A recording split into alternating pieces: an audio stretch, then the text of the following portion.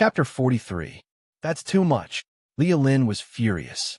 If Han Zhao's business failed, she would lose her 20% discount. This is the decision of the higher-ups. We have no right to interfere, Lin Yao said helplessly. Lambert wiped the dagger and said, "Why don't we just get rid of the R&D department head?" "Uncle, you can't just say things like that," Lin Yao said fearfully. "It's not impossible," Leah Lin said thoughtfully. Lin Yao was about to cry. "Sister, you don't want to live, but I want to live." Han Xiao had only joined the team a few days ago, but after the incident with Black Spider, Leah Lin and the other two had acknowledged Han Xiao as their teammate. They felt that they had to do something. "Why don't we ask Han Xiao what he wants to do?" Lin Yao suggested. "His address is confidential. We don't know where he lives, and his phone has been switched off recently," Leah Lin said in frustration. "Then what should we do? Should we just watch the R&D department make things difficult for Han Xiao?" "Wait," Lambert said simply. Just as they were at a loss for what to do, a discordant voice sounded. "Hey, little Lin Lin, I heard that your new teammate is in trouble." A short-haired beauty was leaning against the door of the meeting room with her arms crossed, looking at the three of them with a gloating expression. Her skin was very white, and her lips were painted a deep red, like a rose that was about to wither. She wore a black rivet collar around her neck and wore a tight purple one-piece uniform. Her short hair should have been delicate and cute, but it matched with her flirtatious temperament. Although she wasn't tall, her aura was more than a little stronger than Leah Lin's. The number of people turning their heads on the street was definitely higher than Leah Lin's. Leah Lin's face immediately darkened. She gritted her teeth and said, "Scheming Sue, are you here to provoke us?" The short-haired beauty Sue was not offended. She giggled and said, "This is the headquarters. Do you dare to do anything?" Sue and Leah Lin were known to not get along well. They had known each other for more than 10 years, and their grudges could be traced back to their childhood. Both of them were apprentices at the same martial arts dojo. Every time they tested or competed, Sue would always be the first, while Leah Lin's performance was very ordinary. Every time they tested, Leah Lin would always be defeated by Sue. Leah Lin would then become the human background to accentuate Sue's talent.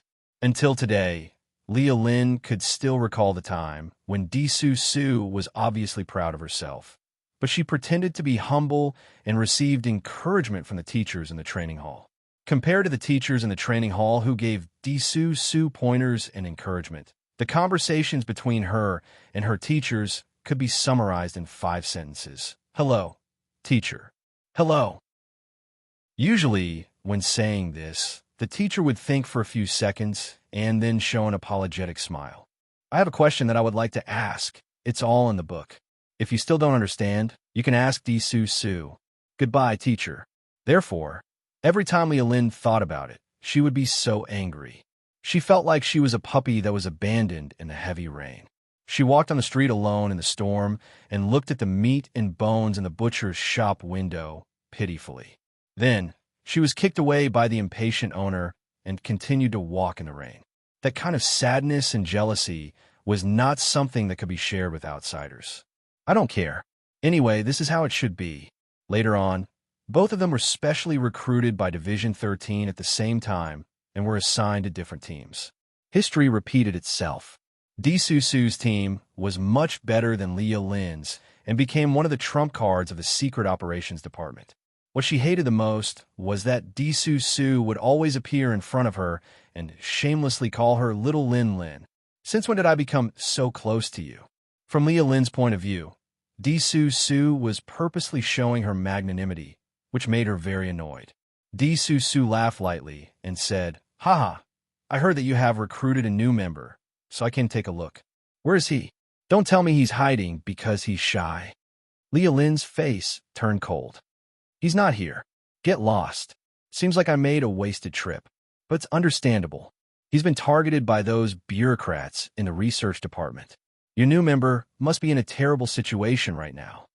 Leah Lin's face turned green. She bared her teeth like a puppy and said, "Get lost. I don't want to see you. You're so heartless. We're childhood sweethearts." Sue curled her lips and gave Lin Yao a charming smile. She then walked away, swaying her hips. What childhood sweetheart! You should at least have some awareness of being an archenemy. Leah Lin was very angry. She turned around and saw Lin Yao staring at Di Su Su's back with a mesmerized expression. She was instantly enraged. She grabbed Lin Yao and yelled in his ear, "I'm such a beauty right beside you. Why don't you look at me? Why are you staring at that scheming girl?" Lin Yao trembled in fear. But she smiled at me. "Answer me properly.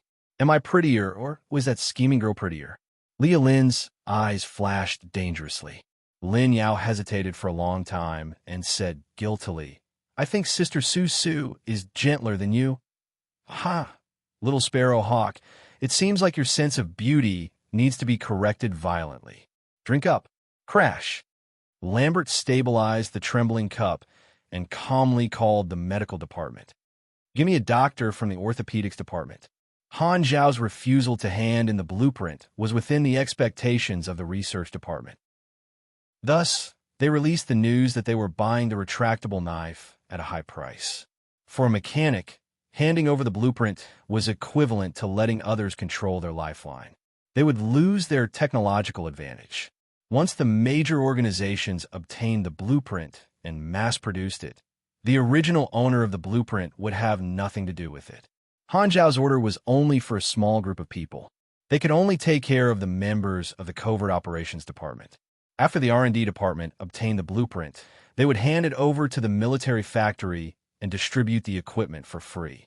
Whether it was the Covert Operations Department, the Field Department, the Police Department, or the military, they would all benefit from this. This was the source of the R&D department confidence. Although the R&D department had not produced any new products for a long time, they did not lack professional insight. In their opinion, the retractable knife would replace the military knife, the dagger, and the baton as the new generation of melee weapons. As for Han Zhao's interests, the R&D department did not consider them. Regardless of the R&D department's interest to the country, the hardliners did not like him and did not care about Han Zhao's opinion at all. It was too soft to cooperate with an informant. In their opinion, they should control him and force him to give up all the information he wanted. The conservatives had a completely different opinion. They did not want to make things difficult for Han Zhao over a blueprint for a normal melee weapon. They firmly believed that Han Zhao was a person worth roping in. At the same time, they sneered at the hardliners' way of doing things. Control him? What if he did not want to give up any information? Torture him? What if he was not afraid? Would he be able to get something out of a heavy punishment? That made sense, but it also depended on the person. In the past, they had captured so many Germinal organization members, but only 1/10 of them had told the truth. This had almost caused Division 13 to fall into their trap several times. After a short period of contact, Han Zhao did not seem like a person who was easy to talk to. You let others see no hope, and you expect them to cooperate with you. If you act so recklessly, it will be easy for you to turn the tables on us. That was why the conservatives were very angry. Both parties were working well together, but the hardliners just had to play along with them. What a bunch of old fogies. Did they still think that it was the same as before? The era of controlling the life and death of one's subordinates was over. There were countless elites who had lost their country. The Six Nations were recruiting talents under the banner of better treatment and more relaxed requirements. It was almost no different from the recruitment of commercial companies. The actions of the hardliners were completely destroying their own future in the eyes of the conservatives. Furthermore, it was not that there were no other mechanics in the department. Such actions of stealing from others had a very bad influence. The problem was that those mechanics were all nurtured by the country, and they were very willing to hand in their blueprints. The department would compensate them, but Han Zhao refused to hand them in. Some of the higher-ups thought that he was not loyal at all, and the hardliners were even more disgusted. However, what era was it now? Emphasizing loyalty would only scare away those talents who had lost their country. They were not from the country in the first place. If you talked about patriotism and loyalty to others, they would have already done you the best they could. Don't forget, the Six Nations were the main culprits behind the destruction of other countries. There was no way to clear that name. However, since Division 13 had divided the scope of authority. Unless the higher-ups directly interfered, no one could interfere with the R&D department's exercise of authority. The attitude of the higher-ups was very vague, as if they were waiting and watching. Those with a discerning eye knew that once the retractable knife was handed in, they would be offending Han Xiao. The Secret Service agents who bought the retractable knife were all thinking about whether it was worth it. Furthermore, the R&D department's actions of stealing from their own people made many people feel disdain. Their table manners were a little too arrogant. These agents were not aware of Han Xiao's special identity, and they all felt that it was too much to force an ordinary mechanic to do so.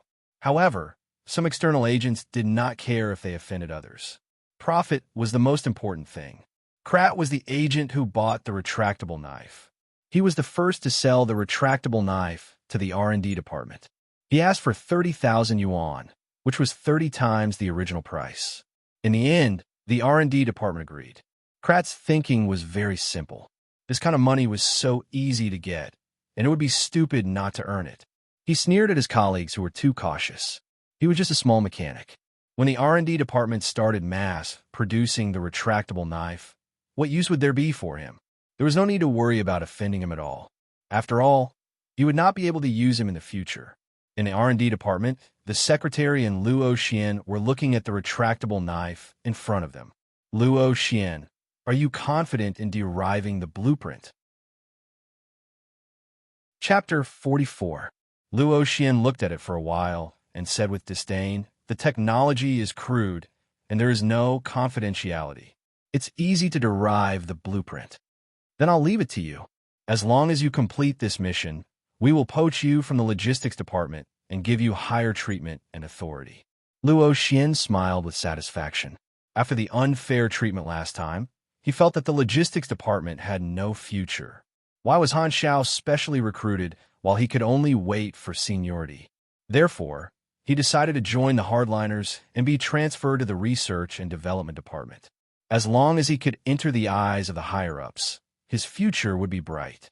Sooner or later, he would be able to receive the same treatment as Han Xiao. Solving the retractable knife was an opportunity to show his ability, and Luo Xian valued this very much. He was still brooding over the fact that he could not solve the lightweight mechanical arm last time. This time, he could not wait to compete with Han Xiao. Ever since he had his own workshop, Han Xiao had moved out of the repair shop and started to live the life of a single dog that he had missed for a long time. Nominally, he was still an employee of the repair shop, helping Lu Qian with the daily orders of the repair shop. Due to the previous misunderstanding, Lu Qian was much more relaxed now that they did not have to meet face to face. Hiss! When the furnace was opened, high-temperature steam gushed out. Han Xiao, who was wearing a high-temperature uniform, used a pair of tongs to pick up pieces of red-hot steel from the furnace. Under the current conditions, Han Xiao had two ways to make the blade. The first was the normal way of smelting, heating the steel, and then hammering it on the anvil many times to gradually shape it. The second way was to use a high-temperature furnace to heat the steel until it was red-hot, then use a machine to press it directly into the shape of a blade. Both methods had their own advantages.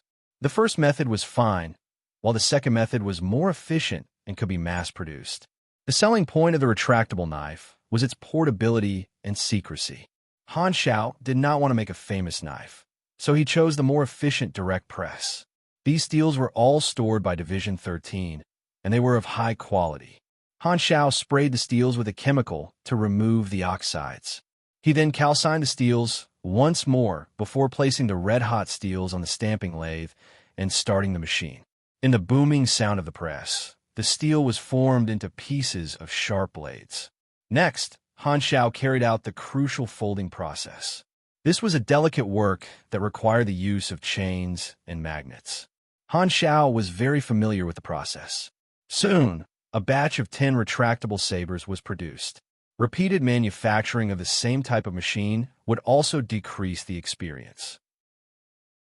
Manufacturing experience would not disappear like assembling, but would fluctuate in a very low value range.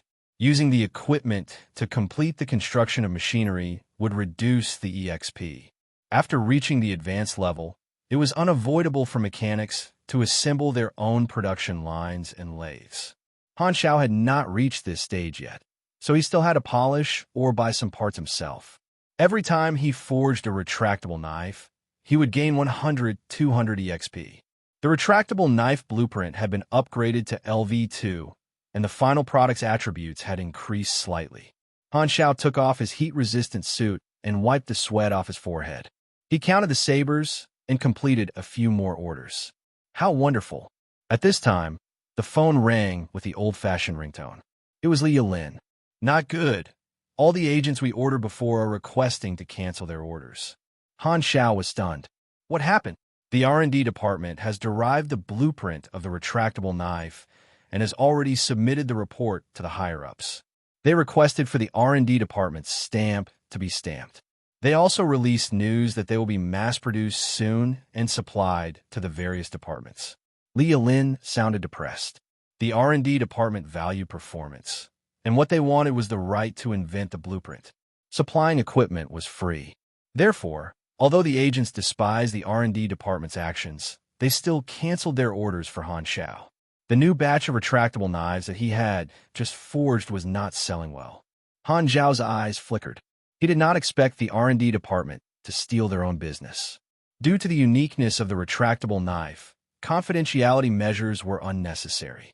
Han Xiao had a premonition that there would be replicas, but he did not expect it to come so quickly. The profits that he had received so far were still far from his expectations. Although the retractable knife would be saturated in the future, it could still bring him a lot of benefits at this stage. However, the R&D department had interfered and cut off his source of income. If he had chosen to submit the blueprint, he might have been able to increase his faction's contribution points, but he would also lose his source of experience. The R&D department obviously did not count toward his contribution points for stealing the blueprint. This was a hindrance to his growth in many ways. Han Xiao narrowed his eyes and dialed Feng Jun's number. Do you know about this? Feng Jun sighed. The R&D department is really daring. Although the higher-ups have not reviewed the R&D department's report, they have already started the assembly line production of the retractable knife. Tell me the details. Feng Jun had no choice but to tell him the details. Han Xiao remembered the names of Krat and Luo Xian. What did the R&D department say? They did not make any announcement. Han Xiao's face was calm. As expected of the hardliners, they did not even bother to explain to him, the original owner of the blueprint. What they were implying was that he had to bear with it. However, he did not know how the old man would react. This time, the R&D department had acted on their own accord, and the higher-ups would not be kept in the dark. The reason why they had not reviewed the R&D department's report was probably because they wanted to test his attitude. If he chose to take a step back, would Division 13's policy towards him become tougher? The hardliners want to pressure me, while the conservatives want to work with me. The higher-ups will not support the R&D department. As long as I make a big deal out of this without crossing the line, the higher-ups will compromise and compensate me to a certain extent. There's a lot of room for maneuvering. Han Xiao's eyes suddenly lit up. Perhaps this was a chance to obtain the advancement knowledge. Advancement knowledge was treated as a secret by Star Dragon and was strictly controlled. Han Xiao had always been worried about how to complete the advancement mission, and this was a good opportunity. A simple plan gradually formed in his mind. Taking my things and not caring about the consequences. If I don't make you suffer, you will really think that I'm easy to bully. R&D department. The secretary said, Haha, it's all thanks to you this time. No wonder you are the ace of the logistics department. Luo Xian smiled faintly to hide his pride. The director values you very much. He has already obtained your resume from the logistics department and recorded it in the database. You will be transferred to our R&D department. I wonder how I will be treated.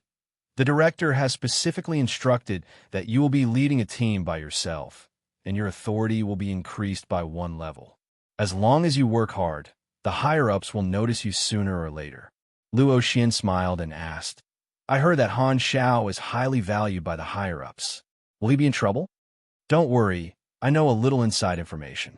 Han Xiao can only swallow his anger. The secretary recalled the fearless words of the R&D department head. Chapter 45.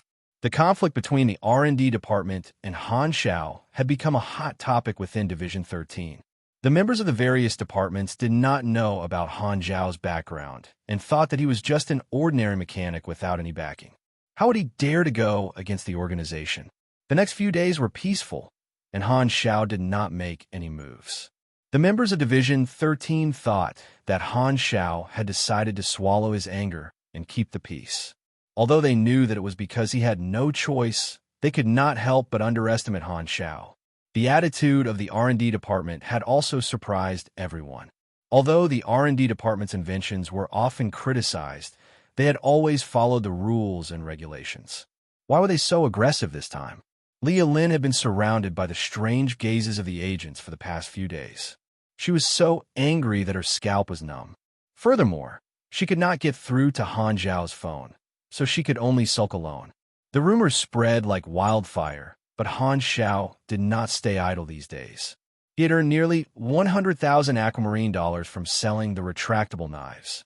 After deducting the cost of the high-explosive bullets, he still had 70,000 aquamarine dollars left. Han Xiao used 30,000 aquamarine dollars to buy a batch of materials for the retractable knives. In the past few days, he had been forging a large batch of retractable knives, a total of 100 of them. This should be enough. Han Xiao found a box and stored all the retractable knives. He put on a mask to cover his face and headed to District 8 to look for an arms dealer. Blue Star Society was turbulent, and war could break out at any time. The Six Nations had implemented gun control and prohibited the sale of guns to civilians. Without a special identity, weapons could not be passed through the city's checkpoints. The same applied to players. The Six Nations had their own factions, and players would often receive missions to cause trouble or assassinate other nations. Most of the time, they would buy weapons from the local arms dealers or ask them to transport them. The location of every arms dealer and intelligence dealer was valuable information gathered by countless players in his previous life. In an important city like the Western capital, Han Xiao knew the ins and outs of the arms dealers very well. He had found Matthews, a veteran arms dealer. His backer was the Fabian Group, which specialized in selling arms. Their business was huge, and they bought and sold to various countries, warlords, and forces. They even had channels to get missiles, tanks, and fighter jets. An arms dealer like the Fabian Corporation was very popular in this chaotic world. Their biggest customers were the wandering warlords, and even the Six Nations would occasionally order from them. Matthews was happy to receive suppliers, and Han Xiao met with Matthews without a hitch. He took out this batch of retractable knives, explained how to operate them in detail, and expressed his intention to sell them. Naturally, Matthew could see the advantages of the retractable knife. Although melee weapons were not very popular, the retractable knife's advantages were its stealth and surprise. It would definitely be favored by the intelligence agencies of various countries. Can you provide a long-term supply? Han Xiao smiled. Are you interested in buying blueprints? Matthews was stunned. Blueprints were a mechanic's livelihood, and controlling the blueprints was equivalent to controlling the supply. Unless it was absolutely necessary, no mechanic would sell their blueprints. Matthews was ecstatic. He thought that he had met an ignorant fool, so he suppressed his excitement and said, "Name a price." "There are 100 retractable knives here, 5,000 each, and 1,000,000 for the blueprints." Matthews gasped. 5,000 for a handful? 1,000,000 for the blueprints? Why don't he go rob a bank? That's the price. Matthews immediately swallowed the thought of bargaining and frowned as he thought about the benefits. Han Xiao was very calm. He was confident that Matthew would agree. The blueprint of the retractable knife was not worth much, but this was a good opportunity. He could sell the blueprint directly without feeling any heartache and resell it to other organizations. There was a sizable profit to be made, and he could also sell a large number of retractable knives as a bundle, just like what Han Xiao was doing now. This business could only be done once, but if he could provide the blueprints to multiple customers at the same time, the other forces would not have time to inquire about the blueprints, and he could make a huge profit. The Fabian Group happened to have such conditions, as they had many customer channels. Matthews thought it through and nodded. Deal. Matthews was rich and generous. He got someone to open a darknet account with $1.5 million in it and personally handed the account slip to Han Xiao. The banks of the Six Nations were not connected, and darknet accounts were designated for transactions in the underground world. They could be used anywhere in the world and were highly confidential. Han Xiao logged into the account on the spot and entered his fingerprint, iris, and password before tearing up the account slip. If you have any more business in the future, remember to look for me. Matthews took out a black and gold card. This is the VIP card of the Fabian Group. We have strongholds in most cities. If you need weapons, they will provide you with the best service. Han Xiao took the card and kept it. Being an arms dealer was also a sales channel, and he would not be limited to Star Dragon's intelligence agencies. When he was fully developed, he would leave Stardragon. It would be helpful to have a good relationship with these arms dealers. Money was only one aspect of Han Xiao's needs. He needed experience in manufacturing machinery more than anything else. If Division 13 had chosen to buy his blueprints from him, Han Xiao would have considered it and might have agreed. However, the Research and Development Department had no intention of doing business with him. It seemed like he was being targeted, but in fact, Han Xiao knew that he was just a bridge between the two factions. He was not interested in those messy interests and political leanings. He only cared about the profits that he could get. Although Han Xiao wanted to make money peacefully, he would not back down if someone came knocking on his door. Han Xiao smiled to himself. Since the research department had taken away the invention rights of the retractable knife, they had to bear the corresponding responsibility. What was that saying again? If you won't wear the crown, you have to bear the weight. Well, it did not seem appropriate to use it here. Anyway, the meaning was more or less the same. The voices of the higher-ups would not be unanimous. Perhaps the conservatives were holding back their anger, and he had only provided the ammunition. If he was an ordinary agent of Division 13, his current actions would have hurt both sides.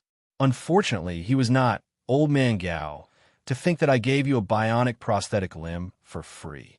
You better work harder. The head of the Research and Development Department was in high spirits these few days. When he met the head of the Intelligence Department in the corridor, he was the first to speak. The person you chose to work with is just a coward. If we were a little more forceful, he would have compromised. If it were up to me, we should seize the opportunity to capture him and interrogate him for all the information he has. The head of the Intelligence Department was not angry. He had a strange look in his eyes as he patted the head of the Research and Development Department on his shoulder. Good luck. The head of the Research and Development Department was puzzled. Good luck? What did he mean? He did not have to wonder for long. He soon understood. The director had called him to the office for a private talk, so the head of the Research and Development Department rushed over. Director, you're looking for me? The Research and Development Department's report was approved yesterday. The retractable knife is now your invention. The head of the Research and Development Department was overjoyed. Thank you for your trust. The director smiled faintly and said, Don't be so happy so early. What's wrong? The head of the Research and Development Department thought that he had guessed the thoughts of the higher-ups. Don't worry about Han Zhao's reaction. He wants to hug the thighs of Division 13. We can do whatever we want to him. He won't dare to cause trouble. Oh, is that what you think? The head of the Research and Development Department nodded. That's good. The director laughed and took out another document. Suddenly, he threw it at the head of the Research and Development Department and said sternly, You are suspected of abusing your authority and selling firearms. You disappoint me. The head of the Research and Development Department was dumbfounded. What the hell? Reselling arms? Chapter 46. The head of the Research and Development Department hurriedly read through the document. Suddenly, his vision turned black, and he almost lost his balance. The report clearly stated that the blueprint of the retractable knife had been leaked. As the inventor of the retractable knife, the Research and Development Department would definitely be the scapegoat. The head of the Research and Development Department said angrily, This is not my doing. It must be that little bastard Han Xiao. He is obviously trying to frame us for revenge. Everyone in the Bureau knows that the blueprint was originally his. He hates us for cracking the blueprint. Director, you must clarify this matter with the higher-ups. The report states that the Research and Development Department owns the invention rights of the retractable knife. This is your responsibility, the director said firmly. The head of the Research and Development Department suddenly felt a chill down his spine. He completely understood. Reviewing the report and reselling firearms happened on the same day. This was too obvious. The higher-ups were supporting Han Xiao. The conservatives were taking action. At first, the higher-ups were not in a hurry to deal with the report. First of all, the higher-ups were divided into hardline and conservative factions. They would not immediately jump out to stand up for Han Xiao. This was also an opportunity to test the waters. They could see what Han Xiao would do when his interests were damaged. If Han Xiao swallowed his anger and took a step back, then the higher-ups would adjust the cooperation plan. They would pressure Han Xiao step back and squeeze all the benefits out of him. If Han Xiao chose to cause trouble, as long as he did not cross the line, for example, he wanted to stop the cooperation, the higher-ups would turn a blind eye and tolerate Han Xiao's actions. Han Xiao purposely used a simple and crude method to frame the higher-ups. He wanted to tell them, I am very unhappy. Are you going to watch me get bullied or help me vent my anger? Here, I've already given you the excuse. The higher-ups did not know whether to laugh or cry. They knew that the Research and Development Department was wrongly accused, but they were happy to cooperate with Han Xiao. They immediately reviewed the report of the Research and Development Department and let them take the blame. This was to appease Han Xiao's emotions. They were now in the honeymoon period of cooperation. Don't be angry because of this small matter. They would help you vent your anger. Most importantly, the higher-ups wanted to take this opportunity to knock some sense into the Research and Development Department. Han Xiao's retractable knife was originally going to be sold to Division 13. Even though the production capacity was a little low, it was still exclusive to Division 13. However, due to the greed of the R&D department, they had cut off Han Xiao's sales halfway. As a result, Han Xiao had sold the blueprint to an arms dealer. Due to Han Xiao's special status, it was not appropriate for the higher-ups to hold Han Xiao accountable. They were in the wrong in this matter. After all, the blueprints belonged to Han Xiao, and he did not say that he would give them to Division 13 for free. The R&D department had encroached on his profits, forcing him to find another way to cut his losses. If it had been a normal agent, they would have sent him to court-martial and expelled him from Division 13. However, they couldn't do that to Han Xiao. He had just joined Division 13, and Division 13 still needed Han Xiao's information. Moreover, Han Xiao had not touched the bottom line of the higher-ups. The higher-ups did not know whether Han Xiao was a blind cat that hit a dead mouse or if he had really grasped their bottom line. If they held Han Xiao accountable, it would have a negative impact. What would the other agents think? Once they formed the impression that they were bullying their customers, the impact would be worse than losing the blueprint of a new weapon. This was something that the higher-ups did not want to see. The R&D department had actually dared to ignore the big picture for their own personal gain and cause such trouble. They had crossed the bottom line of the higher-ups. The R&D department had immediately understood that the higher-ups were determined to take him down. His heart sank.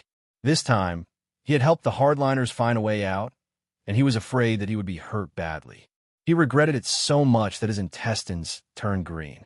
If he had known that this guy was a hedgehog, he would not have provoked Han Xiao for the sake of more funds promised by the hardliners in the 7-seat committee. This was a huge loss. Being suspected of selling arms would only be a warning from the higher-ups, and it would not be serious enough to get him shot. However, there would definitely be a stain on his political career. From now on, his achievements would be halved. Yellow mud fell into his pants. Even if it was not SH*T, it was SH*T. The R&D department head roared in his heart. Han Xiao, you're AF** King Sinkhole. The rumor of the R&D department head being suspected of selling arms spread like wildfire, and it completely stunned everyone in Division 13. The R&D department head was suspected of selling arms, and his punishment was only a suspension of pay. This kind of punishment was extremely strange. Normally, he would be fired from his position, imprisoned, or directly executed. Thus, everyone naturally linked this to Han Xiao. Everyone was shocked. A few days ago, Han Xiao had not said anything, and they all thought that Han Xiao was scared. Now, it seemed like it was the calm before the storm. This is a setup, right? He really dared to do this. The higher-ups are actually backing him up. What surprised them the most was the attitude of the higher-ups. They did not pursue Han Xiao's responsibility, and Han Xiao suddenly became unfathomable in their hearts. He always wore a mask in the headquarters and did not show his face to anyone. Perhaps only the higher-ups knew his identity. The R&D department head had really hit the nail on the head this time. The happiest person was Li Yulin. She only felt that she could hold her head high and proudly show off in front of Disu Su. However, Disu Su was not angry at all. Instead, she was interested in Han Xiao. Xiao Lin's new teammate. Who is he? The R&D department head was extremely sullen. He was warned not to repeat this action, so he could not find trouble with Han Xiao. He could only vent his anger on his subordinates. Luo Xian was the first to bear the brunt. The promised increase in authority did not count, and Luo Xian was casually thrown aside as an ordinary researcher. B** starred. Luo Xian's face contorted. His treatment was even worse than when he was in the logistics department. His colleagues in the R&D department often pointed fingers at him behind his back, and what they said was definitely not good words. This made him very sullen. He wanted to look for the head's secretary, but the secretary refused to see him at all. It was as if he was a completely different person from before. This time, his action of deciphering the retractable knife did not meet his expectations at all. Instead, he got himself into trouble. Now, he could not even go back to the logistics department. Unfair. Why are the higher-ups protecting Han Xiao? How am I worse than him? Luo Xian gritted his teeth in anger. The next day, Han Xiao received a notification from Feng Jun that the higher-ups wanted to mediate for him. Seeing that I am so daring and stubborn, they decided to continue the previous gentle cooperation. The higher-ups came out to mediate and pushed all the blame to the R&D department head. Not only did they let him test my attitude, but they also used mediation to mend their relationship with me. What a good plan. Han Xiao shook his head. Although the R&D department was warned, the retractable knife was already taken away and was being supplied in large quantities. This was also the reason why the higher-ups decided to compensate him. It was a good opportunity to raise conditions. Moreover, this was probably the only chance. In the future, the hardliners would definitely not test him so easily. The advancement mission depended on this one time. Han Xiao came to the headquarters wearing a mask and was led by Feng Jun all the way to the director's office. 3 people were waiting there: the director, the R&D department head, and an old man with his back facing everyone. Gu Hui, Star Dragon Strategic Defense Bureau Executive Director. The director introduced himself. Han Xiao narrowed his eyes. This name, Gu Hui said in a low voice, "Someone wants to see you."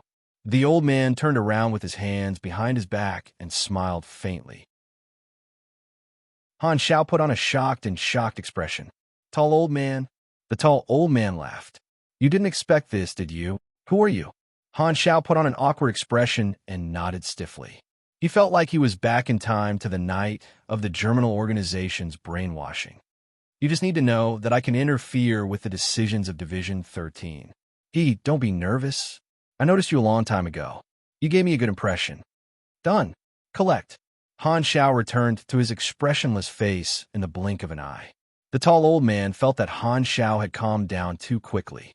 He did not know whether it was an illusion or not, but he looked at him again and said slowly, "Tell me, how do you want to solve this matter? P.S. Thank you to Shui Jingtian, Wu Yi, Feng Xing, manager of the Divine Tribulation for your tips." Chapter 47. "I just want some compensation," Han Xiao said calmly. "You sold the blueprints to an arms dealer. Isn't that enough compensation?" The head of the research department couldn't help but mock. Han Xiao glanced at him and said, "If you didn't steal my blueprints, I would have been able to earn the money normally. This is what I deserve. You call this compensation? If you had bought it from me, I might have sold it to the bureau. But have you discussed this with me? The head of the research department opened his mouth, but no words came out. Gu Hui said in a low voice, "Tell me your conditions." Han Xiao pretended to think for a while before saying, "I hope that this will not happen again." That's reasonable. After all, Han Zhao's order was for the agents of Division 13, and in the end, it was for them to use. The only difference was the quantity, so there was no reason to reject it. Furthermore, if something like this happened again, the blueprints would be leaked to other countries again. The only one who was dissatisfied with this decision was the head of the research department. However, under the gaze of the tall old man and Gu Hui, the head of the research department could only reluctantly agree. Then, Han Xiao stroked his chin and said, "I want to take a look at the advanced knowledge of the mechanic class." The tall old man frowned and stared at Han Xiao without saying a word. He wondered if this was something that Han Xiao had planned all along. The advancement knowledge of the mechanic class was Star Dragon's top secret. Only level 5 clearance and above had the right to access it. For players, the requirement was respect. The Six Nations and the Germinal organization had different advancement knowledge, which was used to nurture loyal and reliable elites. If this information was leaked, the consequences would be unimaginable. Han Zhao's face was calm, but in reality, his heart was about to jump out of his throat. He anxiously waited for the tall, old man's answer. This was related to his advancement mission. Whether he would win or lose depended on this. If he failed, his growth rate would be greatly affected. Why do you want to see the advancement knowledge? Because I'm curious. That was a good reason. The tall old man didn't say anything. The tense silence lasted for 5 minutes before the tall old man finally made his decision. He looked deeply at Han Xiao and slowly said, "Okay, I agree." Han Zhao's entire body relaxed. He suppressed the joy in his heart and nodded lightly. He acted as if he was standing on a high cliff and had no selfish desires. It was as if he was referring to a deer as a horse. Although he needed to rely on Division 13 also needed to rely on his intelligence. The two of them were in a fragile balance, and as long as this foundation did not change, any small conflict could be resolved peacefully. At this moment, the head of the Research and Development Department suddenly spoke. "Wait a minute. Advanced knowledge can only be opened to level 5 personnel. This is against the rules." The corner of Han Zhao's mouth twitched. He was about to succeed, but someone jumped out to stop him. It was as if he was about to open the floodgate and release the water, but someone suddenly stopped him.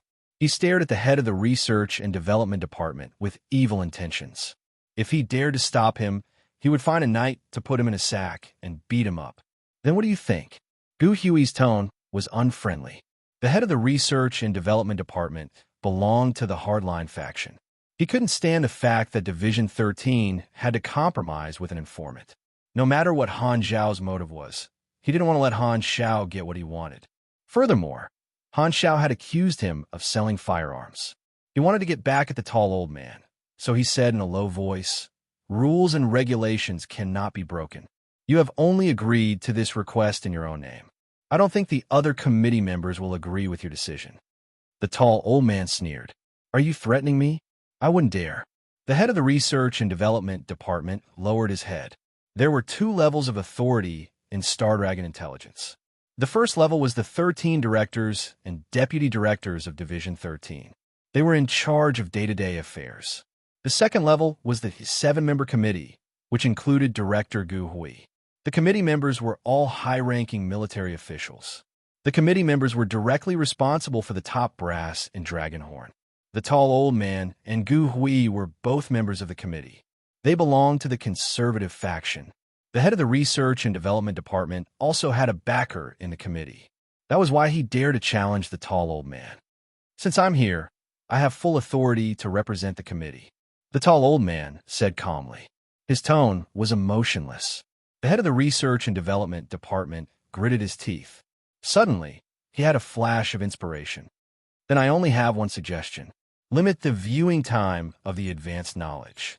Don't let those who are not qualified to view it freely. I suggest that we limit the viewing time to half an hour." The tall old man and Gu Hui looked at each other. This suggestion was reasonable. After all, Han Xiao only said that he wanted to take a look. They just wanted to satisfy his curiosity. Then let's limit it to 1 hour. Gu Hui made the decision. The head of the Research and Development Department felt refreshed. The advanced knowledge was so profound that 1 hour wasn't enough to finish 1/3 of it. Even if Han Xiao wanted to learn it, he wouldn't have enough time.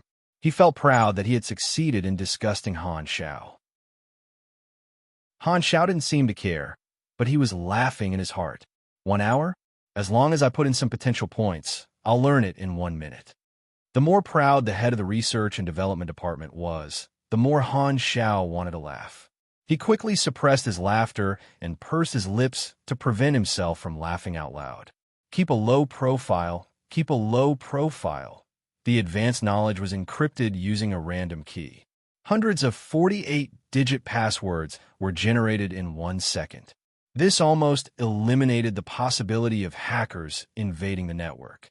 The contents of the advanced knowledge couldn't be changed or moved. Only a few computers could access the advanced knowledge. Following Gu Hui to the ground floor of the headquarters, the elevator door opened. In front of them was a bright metal corridor that led directly to the main computer room. There were surveillance cameras and metal detectors set up every 10 meters. The corridor was monitored 24 hours a day. The infrared network was everywhere. There were no guards here. Behind the metal walls were a large number of remote control machine guns. Once an intruder was detected, they would react in 0.3 seconds. The security was tight. It was almost impossible to sneak in. How much did this corridor cost? A few $100 million. Gu Hui said calmly. Han Xiao curled his lips. I'm not envious at all. The main computer was Stardragon's most advanced computer. The amount of information it could process in 1 second was enough to shut down a home computer. It was Stardragon's fortress in cyber warfare. It kept countless national secrets, and the advanced knowledge was just one of them. Han Xiao estimated that even if he upgraded the control branch, basic virtual electronics technology, to the highest level, he might not be able to break through the main computer's firewall. Oh, the name Basic Virtual Electronics Technology was a bit funny. It was actually a network technology and programming technology. After walking for 5 minutes, they reached the end of the metal corridor. A spacious spherical room came into view. A seemingly suspended passage led to the center of the spherical room. There was a rectangular screen, a keyboard, and a mouse. This was the operating system of the main computer. Looking around, the walls of the spherical room were made of extremely strong and transparent explosion-proof glass. Behind the glass was a network of intertwined wires, hardware modules, and chip arrays. They were flashing at high frequency. The spherical room was a huge computer room. This sci-fi scene did not move Han Xiao. After all, he was someone who had seen the big picture of space warfare. He had also been hit by asteroid-level annihilation cannons hundreds of times. Although he died in glory, he still paid attention to another key issue. The air here is so smelly and stuffy. Don't you guys ventilate this place? Gu Hui's eyelids twitched. Why is your focus so strange? Shouldn't you be surprised that our security measures are so tight? Gu Hui adjusted his mentality and said, That's the main computer. I've already unlocked the advanced knowledge. You don't have the right to read the other secrets. We're monitoring the situation of the main computer in real time. Although this sentence is a bit redundant, according to the rules, I still have to say, don't play tricks. Understood. Let's not play tricks. Let's play dirty. Han Xiao nodded. He stood in front of the main computer and pressed enter. A search bar appeared on the screen. He tapped the key and entered advanced knowledge. Immediately, several options appeared. Esper advancement. Level 2 genetic chain. Energy level strengthening. Esper advancement. Level 2 genetic chain. Control strengthening. Pugilist advancement. Shockwave blast. Pugilist advancement. Flash. Chapter 48. Every main class had a different class tree. The mechanic class had the mechanical knowledge tree. The pugilist class had the air manipulation skill tree. The Esper class had the genetic tree. The mage class had the magical knowledge tree. And the psychic class had the mental training tree. Pugilists focused on energy and combat, as their core, and they cultivated profound chi circulation techniques. Shockwave blast gave pugilists the ability to attack from a distance, making energy waves no longer a dream. Flash ki gave pugilists the ability to instantly explode and dodge. In addition to granting new skills, the Royal Air technique also had passive effects such as increasing physical strength, increasing the power of chi, speed, explosive power, and so on. There were tens of thousands of different martial arts schools in the universe. Sword arts, blade arts, martial arts, and so on. For martial arts, the chi manipulation skill tree was the foundation. These schools were the second creation of martial artists. Each school had different skills, which were divided into various paths such as agility, strength, defense, and so on. Espers relied on their Esper abilities to fight. Everyone's Esper abilities were unique and strange. The genetic chain was the foundation that determined the power of an Esper ability. By upgrading the genetic tree, one could increase the power of an Esper ability, controllability, endurance, and add new uses. Quality was more important than quantity. For example, Magneto could only control coins at first. Later on, he could control the entire stadium. After upgrading it again, he could even control the magnetic field of a planet. If he continued to develop it, he might be able to directly control the magnetic field of a human body and kill a large number of living beings with precision. Esper abilities had different development potentials.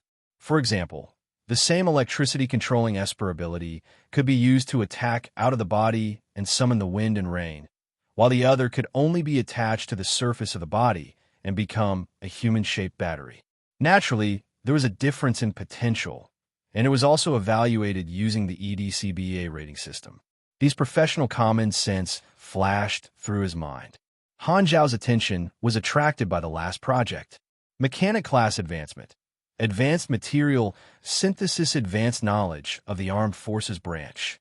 Star Dragon only had one Mechanic Class Advancement knowledge, but that was enough. After obtaining the advanced knowledge, it was much easier to deal with the Star Dragon. It was up to him whether he stayed or left.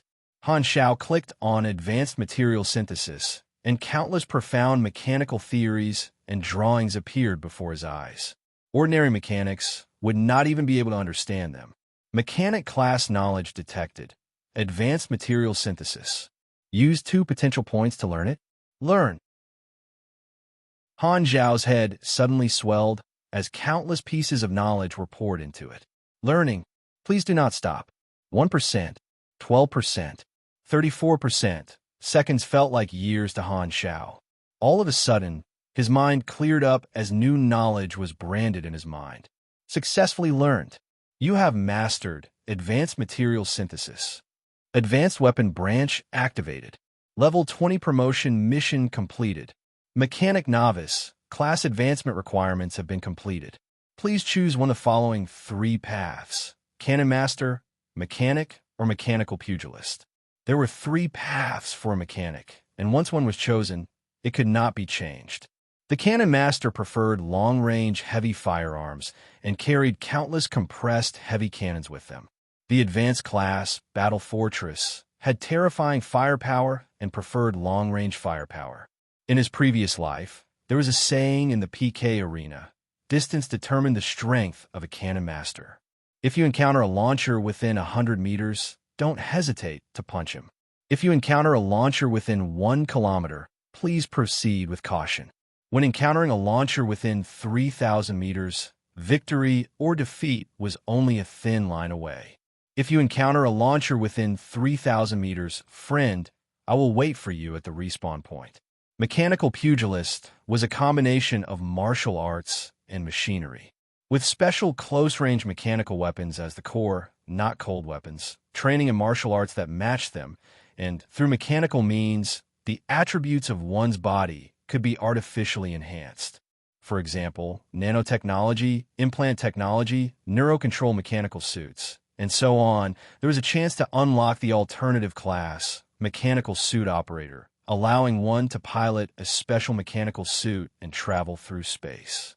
In galactic wars where battleships and giant cannons were the main focus, Mechanical suit warriors would be the elite assault team, or cannon fodder, participating in the mission of landing on the enemy's ship and beheading the enemy. However, these two paths gave up on the essence of the mechanic class, manufacturing. The mechanic path was the prerequisite for 80% of the blueprints. Choosing the cannon master or mechanical pugilist path would result in losing many powerful blueprints. Although it would increase one's combat strength in the short term, it was actually like picking up sesame seeds and throwing away watermelons. Those powerful machines, mechanical suits, battleships, spaceships, and heavy cannons were all built by mechanics. The equipment of the cannon master and mechanical pugilist all came from mechanics. These two paths were to supplement the combat strength of the mechanic class. After all, not all players liked the boring manufacturing work of a mechanic. Most people pursued the thrill of playing the game, so there were very few expert mechanics in the wild. In Han Zhao's previous life, the first time the players saw the strength of a mechanic was in the third season, version 3.0. Han Zhao's previous main character was a mechanic, and he had tried the other two paths before. He knew the pros and cons, so he could make the choice without even thinking. Class advancement successful. You have received a new class, Mechanic Apprentice LV. Plus 30 energy, plus 1 DX, plus 1 END, plus 3 INT. You have received 3 free attribute points. You have received 1 potential point. You have completed the first mechanic class advancement. Your Yendi bonus has increased. 1 Yendi equals 15 health. 1 Yendi equals 18 stamina. A new power was born from nothingness. Han Zhao felt an earth-shattering change inside his body. The energy that was originally quietly stored in his cells rippled and expanded like a tide.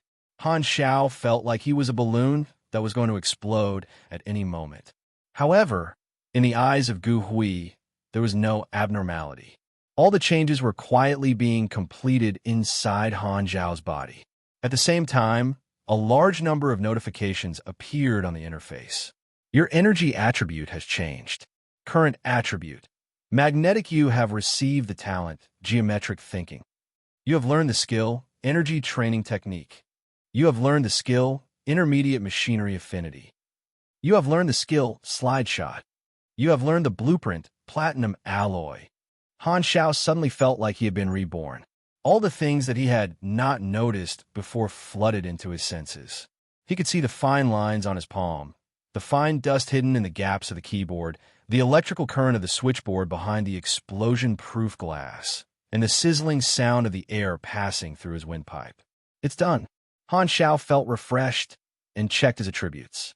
Name, Han Zhao race, carbon human, yellow, model, NPC, countdown to open beta, 138 days, 3 hours, 51 minutes, level, 21 EXP, 181000 subclass, civilian LV, 1, agent LV, 9 main class, novice mechanic LV, 10/apprentice mechanic LV, 1, 0/50,000 health points, 670/670 stamina, 854/854 attributes, 31 STR, 18 DX, 38 END, 32 INT, 1 MYS, 5 CHA, 1 LUK free attribute points, 3 energy, 160/160 LV, 3 new energy attribute, magnetic, increases machinery affinity LV, 110 plus 1 STR plus 1 DX plus 1 END plus 1 INT plus 20 stamina limit plus 1% machinery power plus 1% crafting speed LV. 250 plus 3 STR plus 2 DX plus 3 END plus 1 INT plus 50 stamina limit plus 2% machinery power plus 2% crafting speed LV. 3 100 plus 3 STR plus 3 DX plus 5 END plus 2 INT plus 100 stamina limit plus 3% machinery power plus 3% crafting speed. Energy attribute bonus has a chance to change according to class advancement. Energy rank 98 104 grade. Grady Super, you have already left the category of an ordinary person, but there's still a long way to go before you become a true, extraordinary life form. Talents: high focus, basic mental resilience, well-trained, new. Geometric thinking, +5 INT skills. Mechanic class, basic machinery affinity LV. 5. Basic repair LV. 10. Basic enhancement LV. 10. Basic refinement LV1. Overload LV1. Blueprint. Gliding wings LV1. Blueprint. Bionic prosthetics LV1. Blueprint. Lightweight mechanical arm LV1. Blueprint. Ranger robot LV1. Blueprint. High explosive ammunition LV3. Blueprint. Retractable blade LV2. New. Intermediate machinery affinity LV1. +2% machinery quality, +2% crafting speed, new. Sliding step continuous shooting LVL1. When equipped with a firearm, the user can instantly perform a sliding step movement within 3 meters, and the firing speed is increased by 15% for 2 seconds. It is not limited by the capacity of the magazine, and the default is the next bullet in the magazine. Even if there is only 1 bullet left, it can still trigger the continuous shooting, but if the magazine is empty, the skill cannot be activated. Consumes 3 energy, 15 stamina. New. Blueprint. Platinum alloy LV1. New advanced material, grade. Green good. High ductility, extremely tough, suitable for making armor and skeletons. Crafting requirements. Basic refinement LV5. General usage. Basic combat LV10. +10% unarmed attack. +2 STR. +1 END basic shooting LV8. +8% accuracy grappling LV5. +7% counter parry rate. +10% unarmed attack precision shooting LV1. +3% accuracy. +2% range critical rate special combat LV1. +6% melee critical rate. +4% unarmed attack pickpocketing LV1. Please ignore it. New. Energy refinement technique. Basic energy training technique learned by supers. Total effect, +10 energy. Current number of training, 0/80. Each training consumes 800 EXP and 500 stamina potential points. 16 class knowledge tree. Armament. Basic assembly LV2, 0/1. Basic mechanical engineering LV2, 0/1. Basic bionics LV2, 0/1. Basic weaponry LV1, 0/1. Basic material encyclopedia LV1, 0/1. New. Advanced material synthesis LV1, 0/2. 14 unlearned skills. Energy, 20 unlearned items control. 20 unlearned skills influence. Germinal organization. Hatred, -1000. Defector, Star Dragon Strategic Defense Division. Division 13 neutral. 300/500. Level 1 officer. Legend. 0. Chapter 49. There was a data error in faction favorability in the previous chapter, but it has been corrected. I'm really bad at math. I should write less data in the future. 180,000 experience points, 45,000 from the Black Spider mission, and the rest came from Han Zhao's continuous crafting of the retractable knife and high explosive ammunition. These 2 blueprints have been upgraded to LV2 and LV3 respectively. These blueprints were low cost and easy to craft, so it was easier to level up compared to the lightweight mechanical arm and the first-generation Ranger. After all, there were plenty of opportunities to practice, especially for blueprints like ammunition.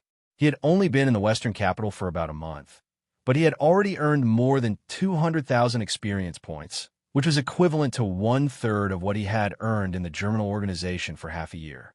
He still had more than 1,500,000 on hand, so he did not have to worry about the cost of materials for the time being.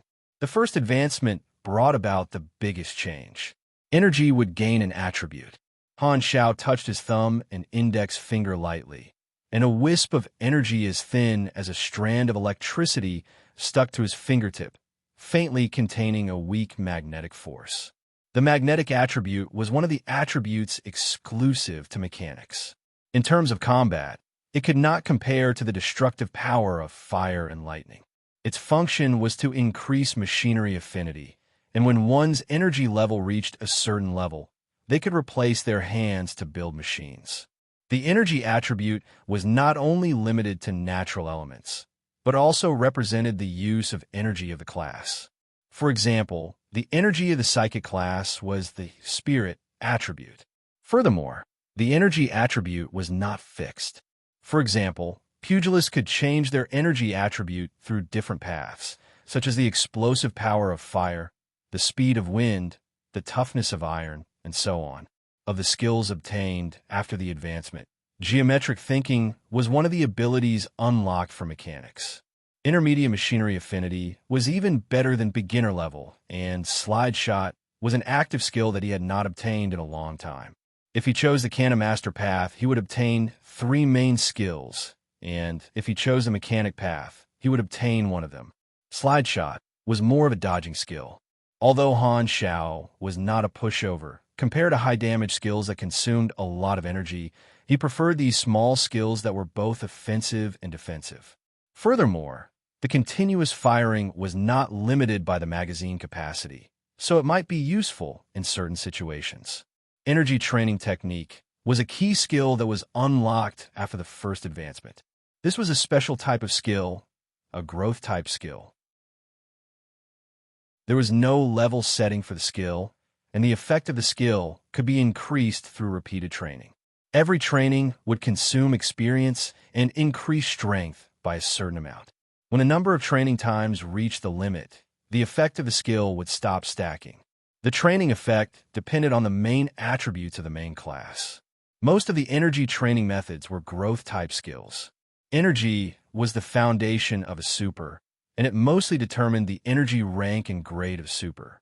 The first few levels of energy were LV1-10, LV2-50, LV3-100, LV4-200, LV5-400, LV6-1000.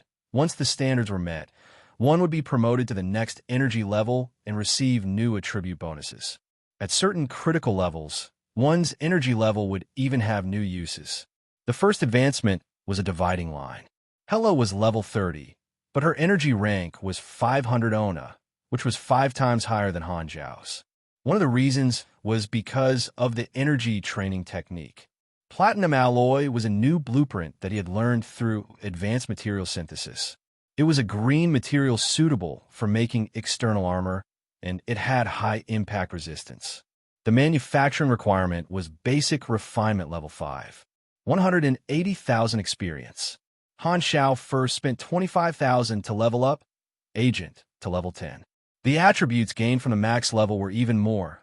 Plus 2 STR, plus 2 DX, plus 3 Indy, plus 1 Siche, plus 1 AP, plus 1 AP, plus 1 AP, plus 1 AP, plus 1 AP, and plus 1 AP. Advancement detected. Do you want to cancel the Commoner class? Commoner was the first class of most humanoid players, and it was equivalent to a beginner's guide. This was to prevent players from being unable to level up without a class. When they advanced for the first time, they could choose to cancel the Commoner class and reduce their attributes and return experience.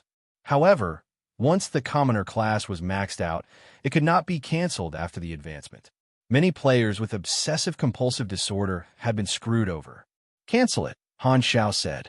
He did not receive any bonuses from this class, so he would not lose anything. On the interface, Commoner disappeared, and only Agent was left. His total level was still at level 21. Han Xiao spent another 45,000 to level up basic shooting to level 10, which changed a plus 10% shooting accuracy, plus 2 DX, and plus 1 AP. That was a total of 70,000 experience. Han Xiao still had to reserve 64,000 experience to put into energy training technique, so he still had... Wait a minute, let me count with my fingers. Oh, I still have 47,000 experience. I'll save it for now. Han Xiao sighed. Experience came and went as quickly as it came. Fortunately, he still had high explosive ammunition. When the time came to sell it, he would have a stable source of experience. When the time came, Gu Hui immediately reminded him, and the two returned upstairs. Feng Jun had been waiting for a long time, and he left with Han Xiao. Han Xiao suddenly thought of something and said, "All right, I heard that a person called Krat handed in a retractable knife. Help me spread the news. I won't sell anything to him." Feng Jun was helpless. "You really think I'm a messenger?" Han Xiao was surprised. "Isn't that so?" Feng Jun choked and said sullenly, "I'll pass the message." "He said he won't sell anything to me?" Krat heard the rumor and sneered. He did not care about Han Xiao's background. What he cared about was the practical benefits. In his opinion, Han Xiao might not have a better machine in the future, and he would not have a chance to do business. This kind of threat was not painful at all. After the R&D matters were settled, Han Xiao returned to the repair shop. His days were peaceful for a few days. Han Xiao had completed his advancement and familiarized himself with his new power at home. Based on his previous experience, he quickly mastered it and started to train. Energy training technique. Every time he trained, he would use up both experience and stamina. Stamina recovery was limited, and he still had to build machines, so he could only train twice a day. You have trained energy training technique once. Perfection, 81%. +3 energy. The training effect depended on the main attribute of the class. The main attribute of the mechanic class was INT. Han Xiao had a total of 4 free attribute points, and he put them all into INT. In the past, in order to escape from the base, he had put in quite a lot of free attribute points in an STR and END. In the future, he would only need to consider INT. The training effect of energy training technique was divided into 3 levels. Perfection, +1 energy under 40%, +2 energy under 40%, +3 energy above 80%. Han Xiao had just reached the 3rd level. As there was no market for the retractable knife, Han Xiao did not open for business for a few days. He felt that it was time to release the new high-explosive ammunition. He had accumulated thousands of bullets of various calibers in the past few days. Just as he was about to ask Li Yaolin to release the news, Li Yaolin called. "The captain has been discharged. Gather everyone." Arriving at the small team meeting room of the Secret Operations Department, his teammates had been waiting for a long time. Han Xiao immediately noticed that there was an extra man. He had a square face, and he looked very serious. He pursed his lips and looked very trustworthy. "You're Han Xiao?" The captain's face was displeased. His eyes were filled with dissatisfaction and wariness as he examined Han Xiao seriously. Han Xiao was slightly stunned. At this time, Lin Yao pulled on his sleeve and whispered, "The Secret Operations Department can only recruit new people with the captain's permission. However, your application was specially approved by the department while the captain was recuperating.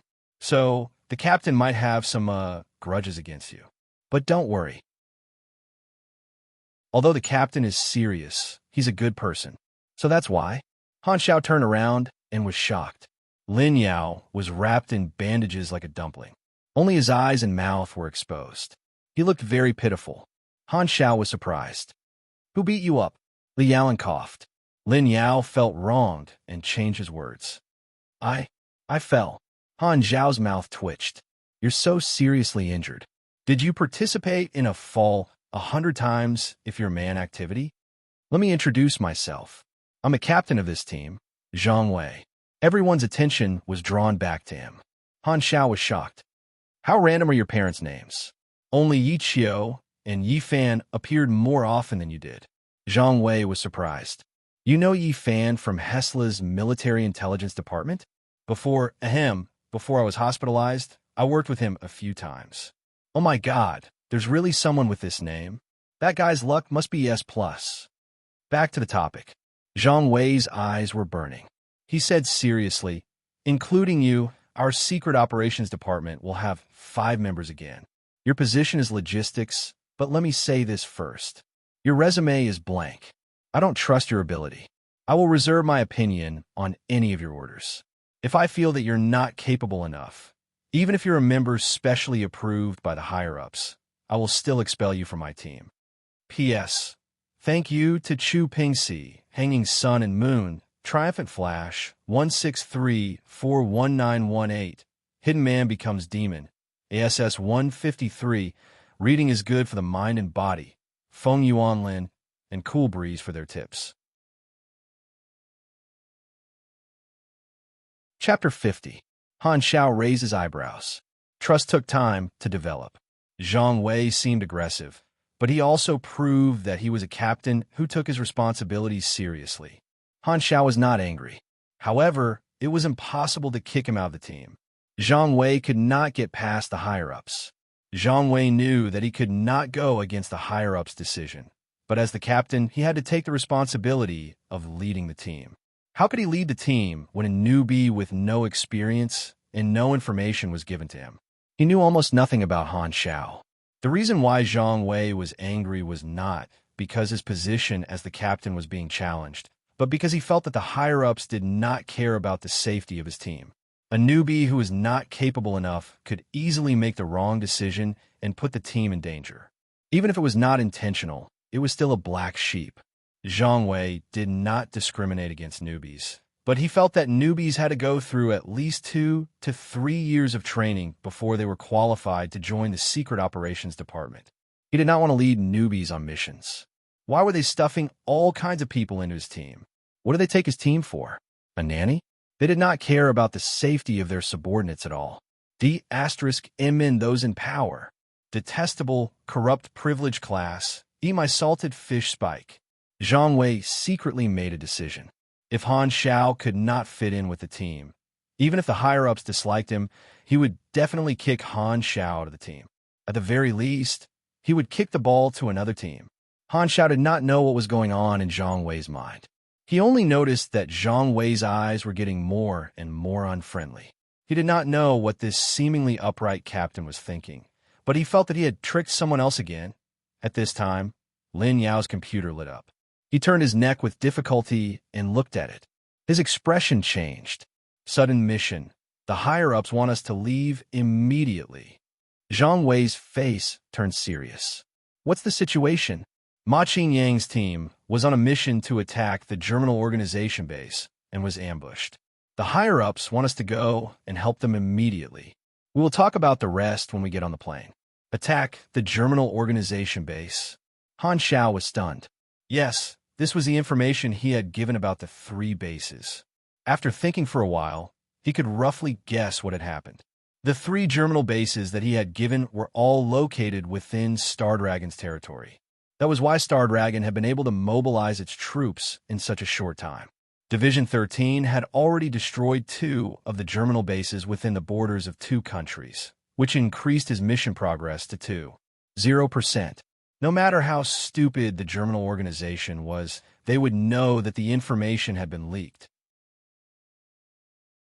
They would be prepared and set up an ambush at the 3rd base. Zhang Wei hurriedly walked out of the room. When he passed by Han Xiao, he paused and frowned. Lin Yao, stay here and take over the logistics position. Han Xiao, you're a newcomer. This is a rare opportunity. You should learn from the side and try to be useful as soon as possible. Lin Yao wanted to say something, but stopped. Han Xiao smiled and said casually, sure. Zhang Wei did not participate in the Black Spider operation. Just based on Liu Lin's description, he did not trust Han Xiao. Han Xiao could understand human nature. He sighed inwardly. Who asked him to be such a considerate man? Han Xiao thought for a while and stopped Liu Lin. He took out 4 magazines filled with high-explosive bullets and said, consider this a gift from me. Liu Lin's eyes lit up. Is this your new invention? Use it sparingly. Han Xiao laughed and said mysteriously, it will catch fire. You have triggered level E mission, rescue. Mission details. Rescue a Secret Service team that is being hunted down. Your duty is to assist your teammates in completing this mission. Mission requirement. Rescue Ma Qingyang's team successfully. Mission reward. 8,000 EXP special reward. None 8,000 EXP was better than nothing. It was another reward for the logistics. Brother Xiao, the captain is not targeting you on purpose. Don't take it to heart, Lin Yao said carefully. I know. Hearing Han Zhao's natural tone, Lin Yao was relieved. He turned on the 3 computers and typed rapidly on the keyboard, adjusting the frequency of the mini cameras and mini headphones. The sound and image appeared at the same time, and the screen showed the 3 people's first-person perspective. The team had already boarded the plane. The headquarters had an exclusive subway that could quickly transport people to the airport in the suburbs. The 3 of them boarded the fighter jet, accompanied by a 12-man field team. Han Xiao, Leah Lin, and Lin Yao chatted with each other. Zhang Wei and Lambert did not join them. They were resting with their eyes closed. An hour later, the plane landed and arrived at the destination. In the picture, there was a Gobi Desert. The barren hills were continuous, like the spine of the earth. The sun was radiating light and heat in the blue sky. The air was distorted and floating under the high temperature. The yellow sand covered the ground was like a hot soldering iron, kissing the boots of the soldiers, emitting a slight burnt smell. "We have arrived at the destination," Zhang Wei reported. The 3 of them were fully armed. Leah Lin was still in her yellow hoodie and black bulletproof bodysuit. She had a retractable knife on her waist and a black backpack with a lightweight mechanical arm in it. Lambert carried a few dozen retractable knives and a long, narrow sniper rifle. However, Zhang Wei's weapon gave Han Xiao a shock. It was a personal power armor. His entire body was covered in thick, grayish-black armor with scratches on it. His head was like the heavy helmets of ancient Western knights, only revealing the eyes. The arm armor was equipped with hanging rails, carrying 2 modified and thick machine guns. The ammunition chain was hidden under the armor, and the replacement position was on the outside of his thigh, covering him tightly. There was also a hexagonal steel shield on its back. It looked like a tortoise's shell. It was very thick and looked very simple. It was obvious that this guy was the main tank. Han Zhao's interest was piqued. This is the prototype of the combatant armor. It's one of the few basic mechanical armors in Blue Star version 1.0. The 6 nations had different advanced knowledge and developed different unique weapons. These are the so-called faction specialties. Theseus focused on the development of power armors, and the combatant power armor was a small, full-cover power armor developed by Theseus after the open beta. It was the first power armor to appear on planet Aquamarine, and it should not have been completed yet. Zhang Wei was only wearing the prototype, and he did not know how he got his hands on Theseus equipment. Something must have happened. Players could only buy this mechanical armor when they reached respected status in the Theseus faction. Moreover, it was very expensive. Just the repair fee after every battle would cost tens of thousands. The players could not earn as fast as Han Xiao. As the support of the team, he was responsible for the equipment supply and maintenance. Zhang Wei's armor would be repaired by him in the future. As long as there were no security measures, mechanics could reverse engineer the blueprint through the actual object. There were 2 situations. First, if one had learned the prerequisite knowledge of the blueprint, the derivation speed would be greatly increased. Furthermore, the EXP required to understand the blueprint would be within an acceptable range. Second, if one did not learn the prerequisite knowledge of the blueprint, they could still derive the blueprint.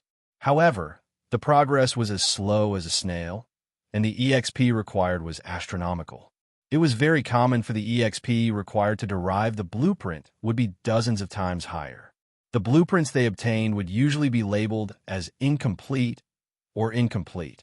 The prerequisite knowledge of the combatant armor was the advanced knowledge of another arm branch, and it was in the hands of Theseus. Han Xiao bit his nails. If he could derive the armor blueprint, even if it was incomplete, he would be able to obtain a new combat method. After all, armor greatly increased his combat ability. However, after thinking about it for a while, he suppressed this thought. With his memory, he could integrate better mechanical blueprints and adapt to various requirements. It was not worth it to spend a huge amount of EXP to derive an incomplete armor blueprint. Lin Yao said, "The rescue team is 13 kilometers away from us. There are 15 armored off-road vehicles and a black harrier in pursuit. The rendezvous point is the hill 3 kilometers away from you. Your mission is to stop the pursuers and rescue your teammates. Don't get caught up in the battle. I've already sent them the rendezvous point, so be prepared. The order was clear. This was the job of the logistics and intelligence personnel. They were responsible for coordinating the overall situation and quickly coming up with suitable strategies for the combatants. The three of them and the field team quickly arrived at the rendezvous point. They lay prone behind the hill and waited for the enemy to appear. Soon, the roar of engines could be heard from afar. In the open desert, more than 10 armored vehicles of the German organization were chasing after a vehicle. The sound of machine guns and grenades could be heard incessantly. The flames of the explosions chased after the fleeing vehicle, creating craters in the ground and filling the air with smoke. The fleeing vehicle was Ma Qingyang's team. "Stand by." Zhang Wei's tone was solemn as he stared at the shrinking distance. When they were within range, he said, "Open fire." The field team hiding behind the hill suddenly fired a rain of steel bullets. Flames erupted from their guns, and the bullets that filled the sky hit the armor plates of the pursuing vehicles. Countless sparks flew, and the clanging sounds did not stop. Faced with the surprise attack, the leading vehicles hurriedly swerved to avoid the attack. They almost flipped over due to the high speed. Chapter 51. The machine gun in Zhang Wei's hands roared. Countless large-caliber bullets leaped out of the muzzle, dragging two distinct flame tails behind them. Like two flaming dragons, they swept and hit the two armored SUVs at the front. 5 seconds later, the two armored SUVs actually burst into a ball of fire, forcibly exploding. Lambert displayed his abilities as a sniper. He was as silent as a rock as he continued to fire. He used steel-core armor-piercing bullets, and every shot was effective. He hit the tires or the glass in front of the driver's seat, greatly slowing down the enemy's pursuit. Reinforcements are here. Ma Qingyang, who was driving away, was overjoyed. His team members were filled with hope. Almost everyone in his team was injured, and they were lying on the ground like corpses. When the car reached the top of the hill, Ma Qingyang stuck his head out from the driver's seat and shouted, "Old Zhang, there are too many enemies. Run."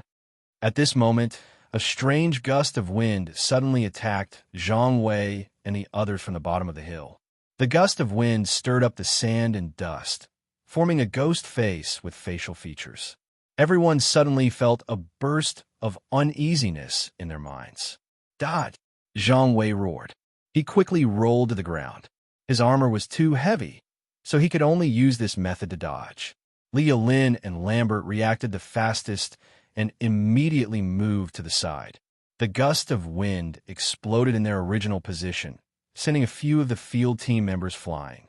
Zhang Wei suddenly felt a sharp pain in his head, and blood flowed down his nose. He was shocked to find that the field team members who could not dodge in time were all bleeding from their orifices and twitching uncontrollably on the ground. Psychic attack. They have an Esper. Zhang Wei was shocked. He took a closer look and saw that the roof of one of the armored vehicles had opened, and a slender figure wearing a black leather jacket jumped out. She rushed toward them at an extremely fast speed. Her long red curly hair fluttered in the wind like red and black lightning. Hela's eyes were cold. She waved her hand, and another ghostly face quickly formed and blew toward Zhang Wei. The wind whistled in the air like a silent cry. No, this was not the sound of wind. This was the howl of a soul. Strength of the dead, Hela's Esper ability. Zhang Wei's mind was in a mess, and he fell to the ground. If not for his strong physique, he would have died. Han Xiao frowned. He pushed away Lin Yao, who was at a loss, and took over the command. She is the Germinal organization's combat executive. Retreat immediately. Zhang Wei was about to reprimand them when he saw that Li Lin and Lambert did not hesitate at all. They turned around and left, completely trusting Han Xiao's judgment. Which newbie was so trustworthy? Zhang Wei was surprised and swallowed his words back into his stomach. He gritted his teeth and stood up, activating the thrusters on his leg armor. With each step, he could move 5 or 6 meters forward. He followed his two teammates and retreated quickly. From time to time, He would turn around and shoot to obstruct Hela's pursuit. Hela quickly rushed to the top of the hill. With a wave of her hand, a gray light swept past. The field team that could not dodge in time all fell to the ground. There were no external injuries, but they stopped breathing. Han Zhao's gaze was solemn. He had long known that Hela was powerful. Thankfully, when he escaped from the laboratory, he did not meet Hela head-on. Her Esper ability was a super rare ability that was evaluated as having S-grade potential, exceeding the Calamity grade.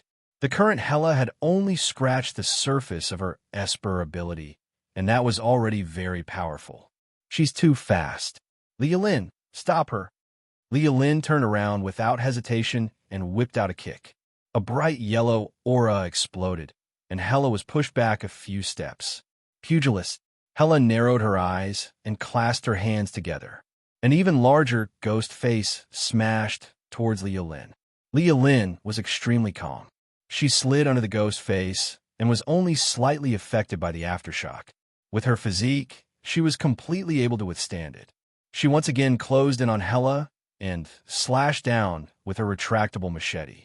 Hela was shocked and had no choice but to roll on the ground to avoid the blade. Lialin used all her means. Every strike was filled with energy. Her long legs lashed out, slashed, kicked, and kicked. Her movements were as smooth as flowing water. She was like a nimble swallow dancing in the air. However, her attacks were like a torrential storm, overflowing with killing intent. Spirit swallow style. Hela's entire body was shrouded in a gray aura. Her arms acted as a shield, blocking every strike. She was unscathed. There is only one explanation for this. Hela's physical strength was far superior to Lialin's. Even in close-quarters combat, where Lialin specialized, she was not at a disadvantage. This series of exchanges had only lasted a few seconds, but it was extremely dangerous. With a mechanical arm, the enemy will reveal a moment of weakness. Lambert will seize the opportunity to snipe. Lialin bit her lip and reached into her backpack with her left hand. When she took it out again, she was already equipped with the lightweight mechanical arm. She threw a punch, and with the added strength of the mechanical arm, Hela's hands were knocked away, and her chest was exposed. The mechanical arm sank into softness. It was a solid hit. A sickly flush appeared on Hela's face, and she groaned. She rubbed her hands together, and the gray air swirled around her palms at high speed, as if sparks were flying. Then, she pressed her hands down, and with her feet as the center, a strong wind blew in all directions, stirring up dust and sand. Lialin hurriedly retreated. Even so, she felt as if her brain had been smashed by a heavy hammer. Her soul felt as if it was being torn apart. Her head was in extreme pain, and 2 streams of blood flowed out of her nose. Her vision tilted, and she almost lost her balance. Hela stared at the familiar lightweight mechanical arm. She was both shocked and angry. "What's your relationship with Zero?" "Zero? Who?" Lialin was confused. Right at this moment, Lambert made his move. Grabbing this fleeting opportunity, he fired a shot. Hela's expression changed, and she quickly dodged to the side, using her gray energy to form a thick fog around her body. The large caliber bullet struck her shoulder, and Hela felt as if she had been hit by a speeding train. Her entire body spun as she was sent flying. Zhang Wei, take Lialin and run. Zhang Wei did not object to being called directly by his name. Under Han Zhao's command, Lialin and Lambert worked together to quickly injure the troublesome enemy. Zhang Wei began to trust Han Zhao's orders. Upon hearing Han Zhao's command, he immediately carried the dizzy Lialin, turned around, and ran toward Ma Qinyang's car. The Germinal organization's armored vehicles rushed up the hill and opened fire. Zhang Wei's shield was hit, and sparks flew everywhere. He did not even dare to look back. At this moment, he was extremely grateful that he was wearing a huge metal suit. He used to complain about it being too heavy, but now he felt very safe. "Get in the car." Ma Qinyang looked back anxiously and quickly slowed down. The 3 of them hurriedly jumped into the car. The car only stopped for 2 seconds before it was almost shot through. Zhang Wei finally had time to observe the situation. The armored vehicles were not as fast as them, and the powerful Esper was treating her injuries. As long as they escaped to the plane, they could safely retreat. No problem. Zhang Wei breathed a sigh of relief. Han Xiao poured cold water on him. Be careful of the sky. Sky? Right, the enemy still has a helicopter. Zhang Wei was shocked. Tut, tut, tut. The Black Harrier finally appeared. The machine gun on the helicopter chased after the car and fired. We have to shoot that thing down from the sky. Zhang Wei made a quick decision. Otherwise, our plane will be in danger. Only Lambert's sniper rifle has such a range. Lambert shook his head expressionlessly. I've already used up all my armor-piercing bullets. I only have normal bullets left. The Black Harrier's armor is very thick. Even with armor-piercing bullets, it will take at least 7 shots to penetrate the helicopter's armor. Are we going to die here? Ma Qingyang's face was filled with despair. They were only 1 kilometer away from the retreating fighter jet, but it was like a chasm between heaven and earth. Han Xiao suddenly interrupted. Did you forget what I gave you? Li Lin was stunned. She took out 4 clips, one of which was a sniper rifle. What's the use of these? She asked. You'll know when you try. Without another word, Lambert reloaded his gun and fired at the helicopter. Everyone looked on anxiously. This bullet was the last hope of the world. The flow of time seemed to slow down. The bolt slid, and an empty brass shell was ejected. Fire and smoke spewed from the muzzle. The crimson bullet was pushed out of the muzzle by the kinetic energy of the primer. It spun, and danced. Under the kinetic energy, the bullet kissed the helicopter's bulletproof glass. The crimson bullet cracked open like a blooming lotus flower. A highly sticky, flammable gas quickly leaked out. Boom! The dazzling flames expanded, and the helicopter exploded into a huge fireball. The flames attached to the helicopter's armor, and it looked as if the armor had been set ablaze. The helicopter flew around like a drunkard. The pilot panicked as his vision was blocked by the flames. He spun around and left the battlefield. Everyone was shocked. They stared at the high-explosive bullets. Even armor was set ablaze. What kind of bullet was that? Ma Qingyang was shocked. Where did you get this good stuff? We found a treasure. Li Lin's eyes lit up. She quickly reloaded the high-explosive bullets of a different caliber. She raised her gun and fired. The high-explosive bullets turned a large number of off-road vehicles into fireballs. Even if they hit the ground, they would still create a sea of flames. The enemy's armor was heated, and the temperature in the enemy's vehicles rose rapidly. The flames burned through the gaps in the vehicles, and the engines, cylinders, and other key components began to overheat. The pursuing vehicles quickly dodged and had no time to attack. Lambert seized the opportunity and fired 2 more shots at the helicopter's rotor. The helicopter spun and left the battlefield. Ma Qingyang stepped on the accelerator and rushed into the back of the helicopter. The nervous pilot immediately took off, and the helicopter disappeared into the horizon. Chapter 52. Rescue completed. You have received 8,000 EXP, plus 100 Star Dragon Strategic Defense Department favorability. Brother Xiao, you're amazing. Lin Yao's eyes shone with admiration. You only realized it today? Han Xiao raised his eyebrows. Zhang Wei was very open-minded. He felt that he had suspected Han Xiao wrongly, so he apologized. I apologize for doubting your ability before.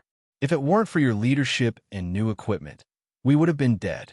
As the captain, I welcome you to our team. Although the captain's welcome was late, it was better than not arriving at all, Zhang Wei thought to himself. Han Xiao smiled faintly. There's no need to apologize for such a small matter. I'm a generous person after all. Zhang Wei suddenly felt a chill down his spine. Why did it feel like he was being sarcastic? Han Xiao thought of something. By the way, who made your armor? Oh, this is the incomplete prototype of the combatant armor. It was a trophy obtained from Theseus a few years ago. Currently, we only have 1 prototype, and we're still working on the blueprints. However, the progress is slow, and even maintenance is troublesome. It's my equipment now.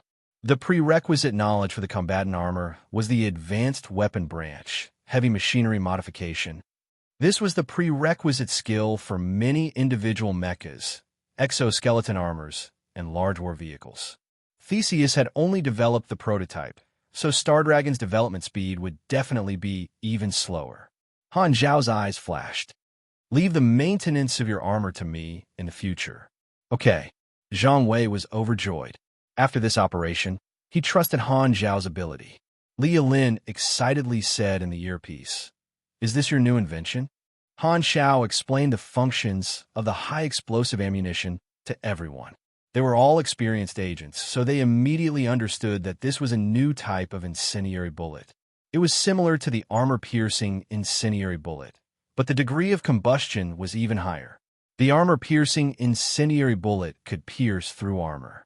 The impact of the incendiary bullet would generate heat, and it would only burn if there was something combustible around it.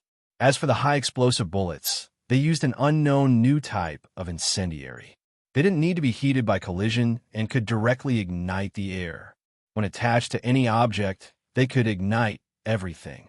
The temperature was very high, and its power was equivalent to that of a highly concentrated Molotov cocktail. Furthermore, it could be fired with a firearm. Its speed and range were many times higher than that of a handheld projectile. It would be an extremely lethal weapon in a jungle environment, and it would bring more tactical options. Zhang Wei and the others witnessed with their own eyes how the Black Harrier helicopter, which was able to withstand armor-piercing bullets, was set ablaze by Lambert's 3 shots. They had no choice but to retreat from the battlefield. Unless they were made of heat-resistant materials, metal could easily be heated to an unbearable degree. Ma Qingyang squeezed into the channel and excitedly asked, "Do you sell these bullets?" "Of course. 50 for 1 bullet." Han Zhao's eyes flickered. This was a good opportunity to introduce the high-explosive bullets. Through actual combat results, he could improve his reputation. Ma Qingyang couldn't wait any longer. "I'll buy 200 rounds in advance. 20 of them are small-caliber handgun rounds, 150 are submachine gun rounds, and 30 are sniper rounds." "Yes, you can get it within a day," Han Xiao said to Li Lin. "Continue to transfer orders for me. I'll give you a 20% discount, as usual." Li Lin's eyes curved into crescents. Okay. News of Ma Qingyang's team being rescued spread like wildfire within the headquarters. The reputation of the high-explosive bullets spread like wildfire. "Han Zhao's new product? I heard that Ma Qingyang's team survived because of the high-explosive bullets."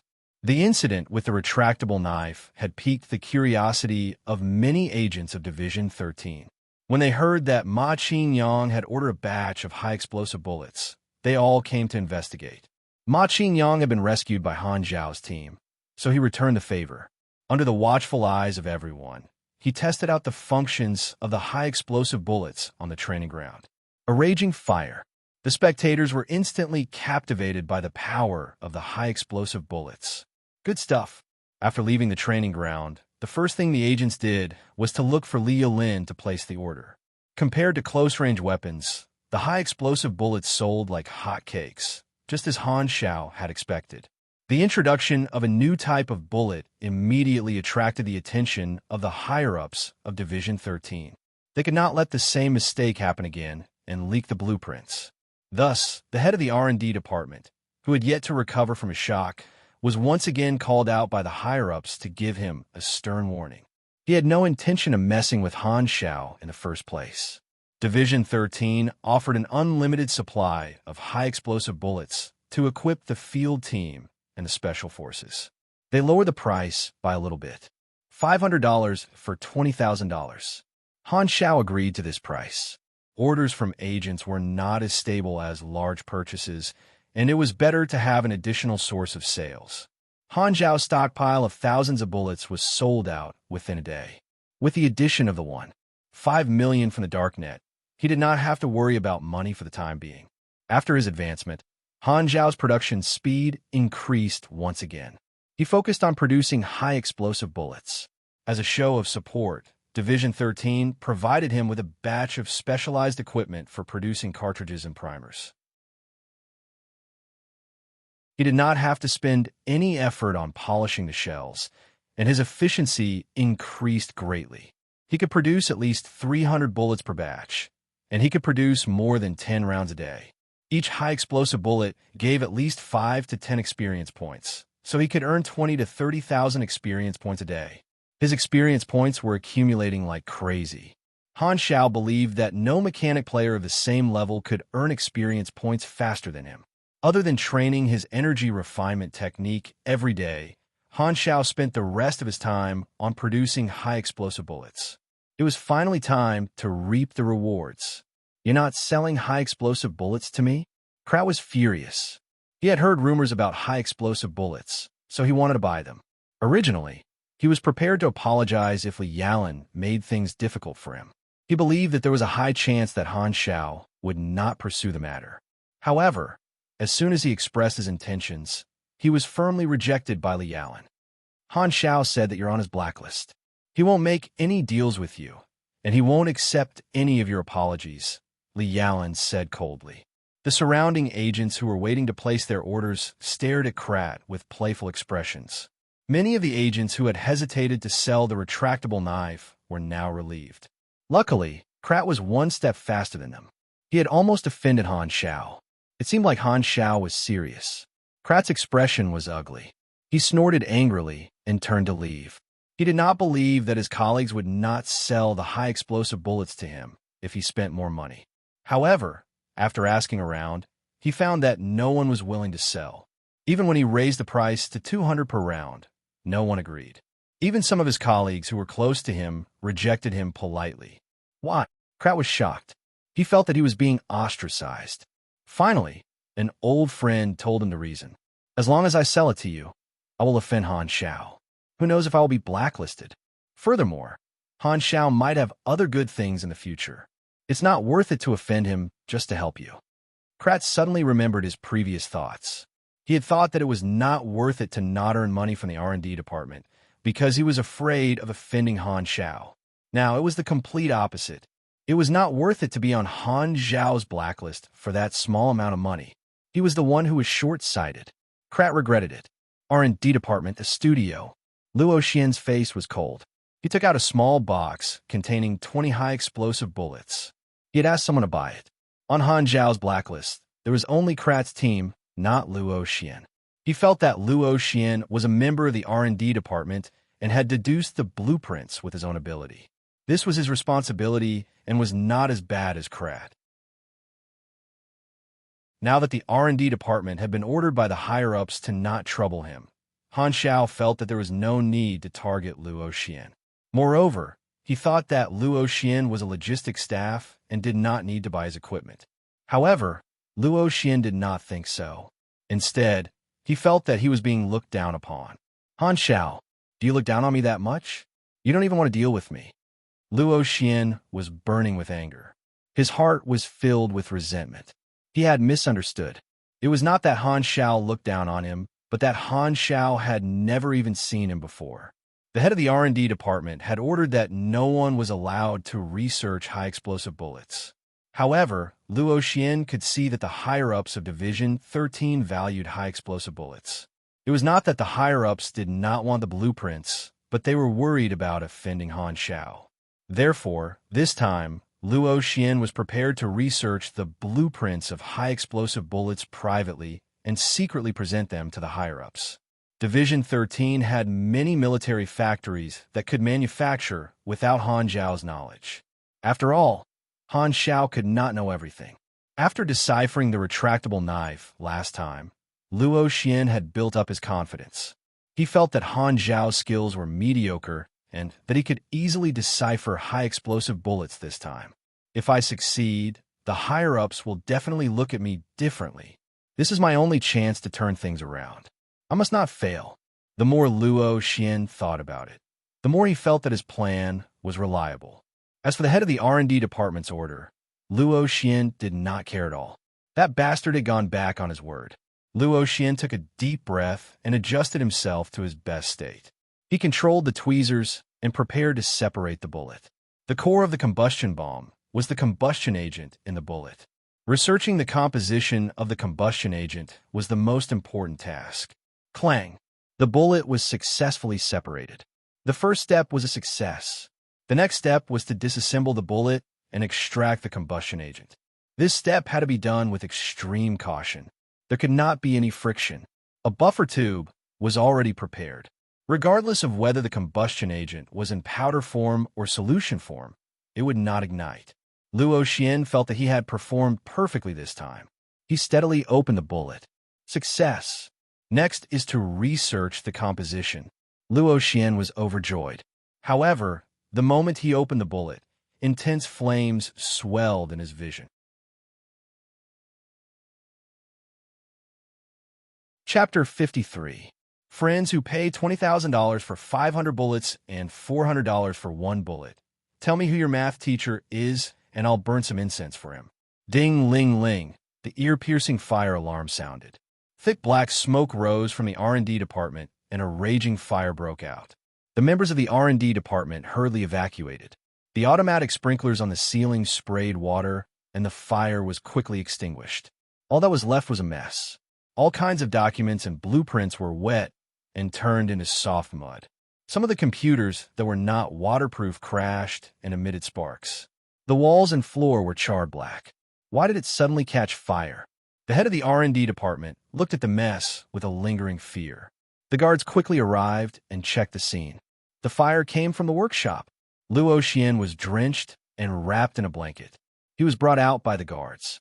His face was charred black and his hair was burned clean. Even his eyebrows were gone. He looked like a bald braised egg. Ah, no, it was a preserved egg. Luo Xian was scared. If he hadn't dodged quickly and had a fire extinguisher next to him, he would have been disfigured. He didn't expect that the combustion agent for the high explosive ammunition was actually gas. Once the bullet was opened, it would leak out and burn immediately when it came into contact with the outside world. It was as if it couldn't be opened after it was made. Even in a vacuum environment, it could still burn temporarily. With his technology, it was impossible to replicate it. I lost. Luo Xian was unwilling. What did you do? The head of the R&D department said angrily. The guard took out a few black bullet shells. He could vaguely make out the red background. These are high-explosive ammunition shells. Your people were researching high-explosive ammunition. The head of the R&D department opened his eyes wide and pointed at Luo Xian speechlessly. Do you think my orders are nonsense? If the higher-ups investigate, I'll be the scapegoat again. You're all sinners. Gu Wei came quickly and said sternly, explain it to me. The head of the R&D department gritted his teeth and dragged Luo Xian in front of him. It's all his own decision. Gu Wei was expressionless. Do you have anything to say? Luo Xian lowered his head. If his secret research was successful, it would be a great achievement. However, he was exposed. He disobeyed orders and even caused a fire in the headquarters. He was just an ordinary member with no background. I remember that you are a member of the logistics department. Transfer back, Gu Wei said and turned to leave. Luo Xian's body trembled. He had jumped ship and left the logistics department, and now he was transferred back. This was a form of suppression. He returned to the logistics department with a black face in various senses. When his former colleagues saw Luo Xian, they all turned their heads and pretended not to see him. It was completely different from how they used to fawn over him. The head of the logistics department, who had once thought highly of him, was not even willing to see him. He only sent a secretary to inform Luo Xian that he would be working in a small team in the future. Luo Xian instantly felt a sense of loss, and he couldn't help but wonder if he had made the wrong choice. If he hadn't been so arrogant and narrow-minded back then, he wouldn't have lost his mind and these things wouldn't have happened. I'm still too young. Luo Xian felt depressed. When Han Xiao heard about Luo Xian from Feng Jun, he was immediately shocked. Even he, the creator, didn't dare to open the high-explosive bullet after it was formed. That guy was really awesome. What a ferocious bunch. I'm impressed. Very soon, Han Xiao threw this matter to the back of his mind. His impression of Luo Xian was still only a name. Zhang Wei's combatant armor was sent to his workshop. The technology of the prototype was very rough.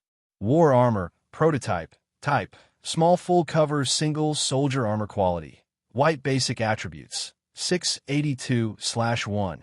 400 armor, 35 defense, 86 power level, 250 energy requirements, 42 STR, 48 ND bonus attribute, minus 10 dex height, 1. 95 M weight, 370 LB control method, human control, no microchip, energy source, electricity battle consumption, 5 energy/min core power output, 125/130 Onoskeleton module, spring piston shock absorber. Reduces weight by 65%. Slightly increases shock resistance.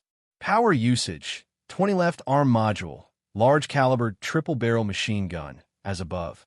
Right arm module, pop-up alloy blade.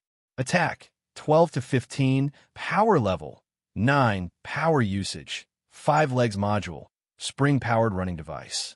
Plus 15 movement speed, 1 energy/min power usage, 30 accessory module, simple thermal imaging device, no power usage, accessory module, hexagonal heavy steel shield, no power usage, accessory ability, thick armor.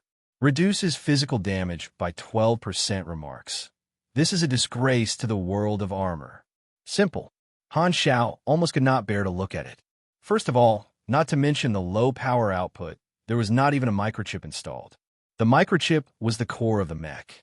It was used to load various battle programs to assist the user in battle. Without a microchip, there was no way to quickly collect and process information on the battlefield. Without a wide area detection method, one could only rely on the naked eye to find the enemy. Furthermore, one's vision was limited by the helmet. How could this be played? No wonder Zhang Wei used strafing instead of point shooting. There was no way to aim. Speaking of power, only the legs were mechanically powered. There was not even an endoskeleton installed. The rest of the body was completely dependent on the user. He finally understood why Zhang Wei did not use the steel shield on his back. F***CK. It could not be used. Furthermore, the outer armor was so crude that he could not bear to look at it directly. A few pieces of metal were simply welded together to form the armor. It showed the crudeness of Theseus everywhere. Even if this thing is a prototype, you still have to treat it seriously, you bastard. Han Zhao's mouth twitched as he sized up the warrior armor. He crossed his arms in front of his chest and tapped his arms rhythmically with his fingers. All sorts of ideas gradually appeared in his mind. However, there was no rush to modify it. Some ideas still needed to be learned and understood. Han Xiao hastily repaired it and asked Feng Jun to return it to Zhang Wei. Now, he had to consider another matter. The 3 German organization bases had been destroyed. What information should he give to Star Dragon next? The 3 bases were just the tip of the iceberg of the German organization. There were no other German organization bases in Star Dragon. Han Xiao then gave the location, and Star Dragon's troops had to leave the country to fight.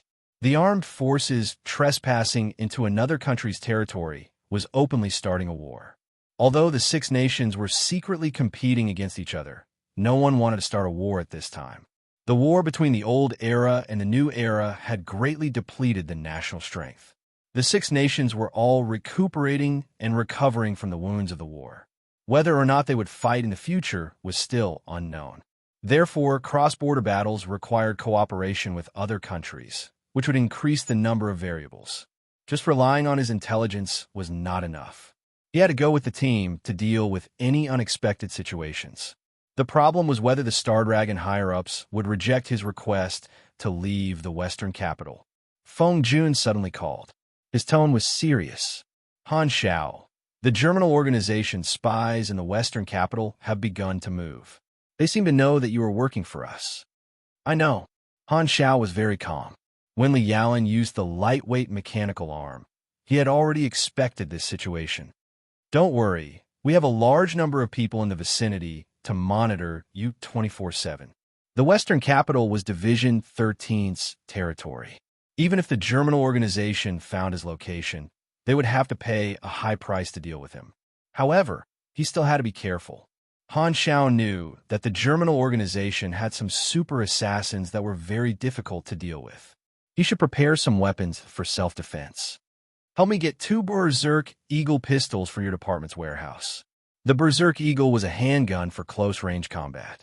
It was known for its large caliber. Within 30 meters, its power was comparable to that of a sniper rifle. Beyond that, however, its power decreased rapidly.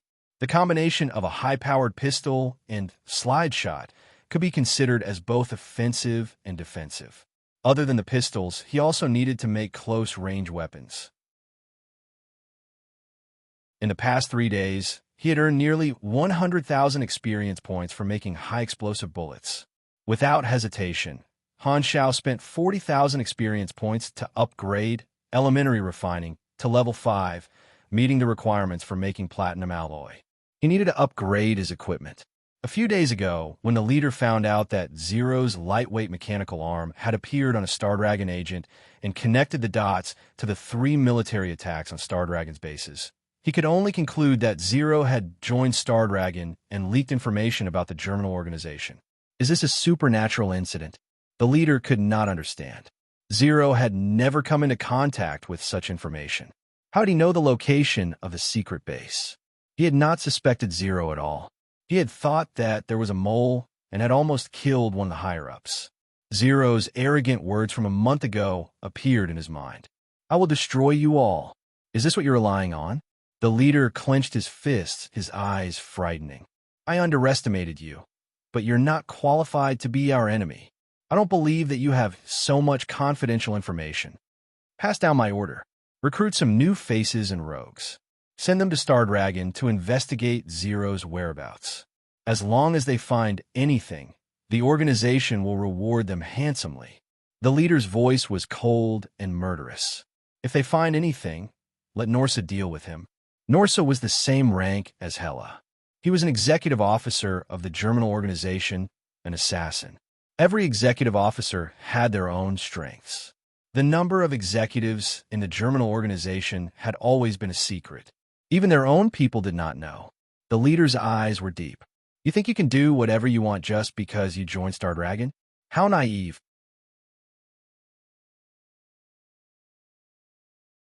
Chapter 54. The raw materials of platinum alloy were a few rare ores, which were more expensive. Han Xiao spent a lot of money to buy enough raw materials. Han Xiao synthesized platinum alloy and made a retractable machete and a lightweight mechanical arm. Its attributes were stronger than before, and the retractable machete even reached green quality. Retractable platinum machete quality, green basic attributes, attack 24 to 28, durability 355 bonus attribute, plus 3 dex length, 0, 77 meters weight, 8, 7 pounds additional effect. Retractable. The blade can be retracted into the hilt additional effect. Impact resistance. Mixed with a small amount of platinum alloy to increase durability. Remark, this is a machete that can be used as a shield. Platinum alloy's characteristics were high durability and impact resistance, which made it very suitable for making armor. The next day, Feng Jun brought over 2 Berserk Eagle pistols. The barrels were longer than normal pistols, and Han Xiao tried firing a few shots. Within 30 meters, the kinetic energy of the bullets was comparable to that of a sniper rifle. A large hole was blasted in the head of the human-shaped target, and the recoil was very strong. If he was not careful, the crosshair would fly up.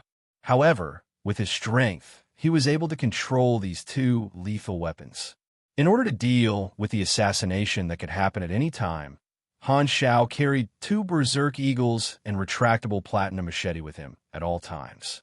The inner lining of his clothes was made into a pocket, and he carried 6 clips at all times. 2 of them were high-explosive bullets, and 4 were normal clips. The Berserk Eagle could only hold 8 bullets, and Han Xiao chose the normal clips. The steel core bullets had better penetrative power at close range, which was very suitable for the Berserk Eagle. Han Xiao looked at the interface. He had about 100,000 EXP left after the advancement, including the high explosive bullets he had made recently, and after deducting the EXP from leveling up, basic refining, and energy training technique, he had about 200,000 EXP left. There was a saying in his previous life that after the first advancement, it was not worthwhile to increase the level of the main class. During that period of time, the players between level 20 and level 30 all chose to suppress their levels and put their experience into their skills to improve their actual combat abilities. No matter which version of Galaxy it was, level 20 to level 30 were the most difficult areas for PK in the wild. Once a character reached level 20, they would have a basic combat ability. Because the combat experience was very good, and the death penalty at this stage was relatively light, countless players would find people to PK in this level range. They would spend all their effort to learn skills and improve their combat ability. Gradually, there was a saying that it was more cost-effective to suppress one's level. It wasn't until the system broadcasted the ID of the first player who had reached the level cap of version 1.0 that everyone was shocked to discover that this bastard was the one who had first suggested the idea of suppressing the level cap. Damn you, shameless old thief. Han Xiao did not want to suppress his level. He was not restricted by the game version's level restriction, and this was a huge advantage. No matter how much experience he had, it would be a waste if he did not convert it into combat power. He might as well directly spend 180,000 experience and level up 3 times. Mechanic Apprentice leveled up. Plus 30 energy, plus 1 DX, plus 1 END, plus 3 INT. You have received 3 free attribute points. You have received 1 potential point. X3 he had trained energy training technique 10 times in the past few days, which gave him an additional 30 energy. Han Zhao's energy had reached 280, reaching level 4. He had received a new attribute bonus. Energy level 4, 200, plus 3 STR, plus 4 DX, plus 5 END, plus 4 INT, plus 150 stamina limit, plus 4% machinery power, plus 4% manufacturing speed energy bonus, plus 10 STR, plus 10 DX, plus 14 END, plus 8 INT, plus 320 stamina limit, plus 10% machinery quality, and plus 10% manufacturing speed, which was almost a third of his basic attributes. Mechanics relied on machines to fight, so it was definitely not wrong to increase intelligence. In order to escape from the laboratory, Han Xiao had added quite a lot of STR and END to increase his HP. Now that he did not need to do so, he put all 9 free attribute points into intelligence, which was as high as 58. The speed and quality of machinery he built, as well as the power of machinery he used, would all be greatly increased. Mechanic Apprentice, level 4, level 24, energy rank of 160 ONA. Based on my current development, when the open beta starts, my strength will be several levels higher than the first batch of players. I'm afraid that the players won't be able to come into contact with me in the near future, Han Xiao thought to himself. The players also needed time to level up, so they would not be able to interact much with him in the near future. Suddenly, the notification of the interface sounded in his mind. After reading the content, he was stunned. Closed beta? Han Xiao was shocked. How could he have forgotten about this? Han Xiao vaguely remembered that there had been a 2-day closed beta in his previous life. The ratio of in-game time to real-life time was 6:1, which was equivalent to 12 days in the game. Galaxy was built and managed by the latest generation of photon computers, completely eliminating manual labor. The closed beta was only a test run, so the time was very short. There were only 30,000 slots, and most of them were taken up by the big guilds and professional clubs. The remaining slots were decided by lottery among the millions of applicants. Han Zhao's luck had been depleted back then, so he did not stand out. According to his memory, the closed beta took place a week before the open beta. In terms of game time, it should only be slightly more than a month, but he still had more than 130 days left before the open beta. Han Xiao had a conjecture that he had not thought about before. Could it be that before the players appear, there is no connection between the in-game time and real-life time? Yes, that should be it. Every time a version is updated, it only takes 2 to 3 days in real life, but the time span in Galaxy is calculated in years. This was undoubtedly good news. Every time a version was updated, he would have more time to develop than the players, but it seemed that he was starting to worry about his lifespan. Han Xiao touched his chin. It felt prickly and stubble. He had been in Galaxy for more than half a year. Han Xiao suddenly recalled one of the most controversial versions back then, the Chosen One.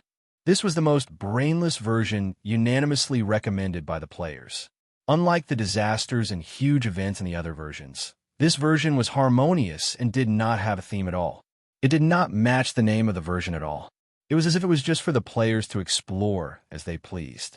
NPC template function unlocked. Player forum unlocked. 2 new notifications appeared, and Han Xiao was shocked. NPC function? There is no introduction at all? After looking at it for a long time, there was only a lonely interface notification floating in front of his eyes. It seemed that he had to figure out himself. Connecting the dots, he should have the functions of an NPC to the players, such as issuing missions, selling goods, teaching skills, and so on. The 30,000 closed beta players were spread over a dozen novice planets, with 1,000 to 2,000 players on each planet. It would not affect the overall situation at all. The closed beta was just an appetizer. The public beta would be the source of the chaos when the players arrived en masse in the future. However, for Han Xiao, the closed beta was a good opportunity to verify his conjecture. As long as he came into contact with the players, he would be able to test the specific functions of the NPC. The other notification, Player Forum, was a function that Han Xiao was very familiar with. This was the built-in official forum. When the players died and were waiting to be revived, they would browse the forum for entertainment. Han Xiao was no exception. I didn't expect the forum to be unlocked for me. It should only be when the players arrive, when the real time and the game time are connected, that I can open the forum. That's why the forum is unlocked now. The entrance to the forum was at the corner of the interface. After clicking in, the familiar forum interface appeared in front of him. At this time, there were no posts, and it was empty. He looked at the account at the top right corner.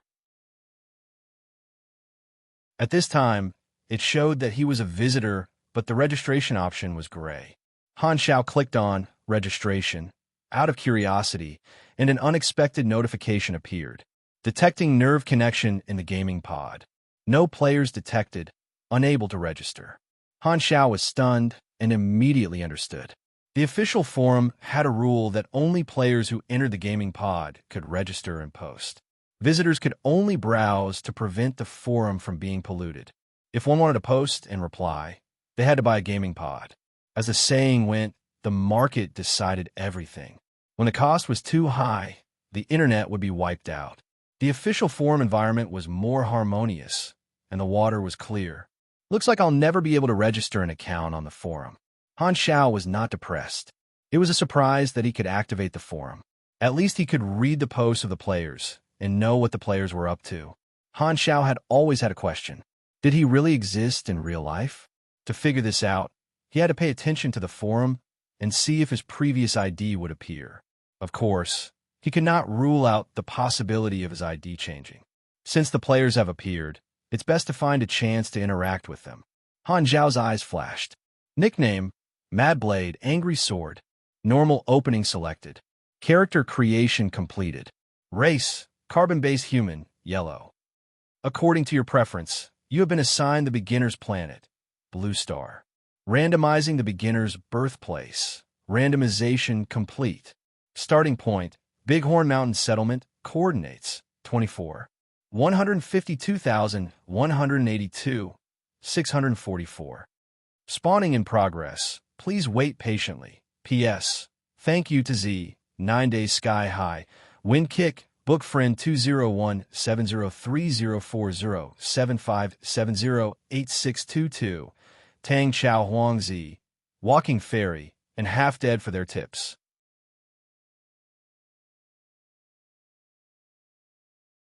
Chapter 55. Bighorn Village Settlement, one of the starting points of Blue Star. Mad Blade angry, Sword's vision blurred, and he found himself in a square. The ground beneath his feet was yellow, and the rough air rushed into his nose. He could even feel the warmth of the sun. He lowered his head and pinched his arms. The texture of his muscles was almost the same as in real life, and he was amazed.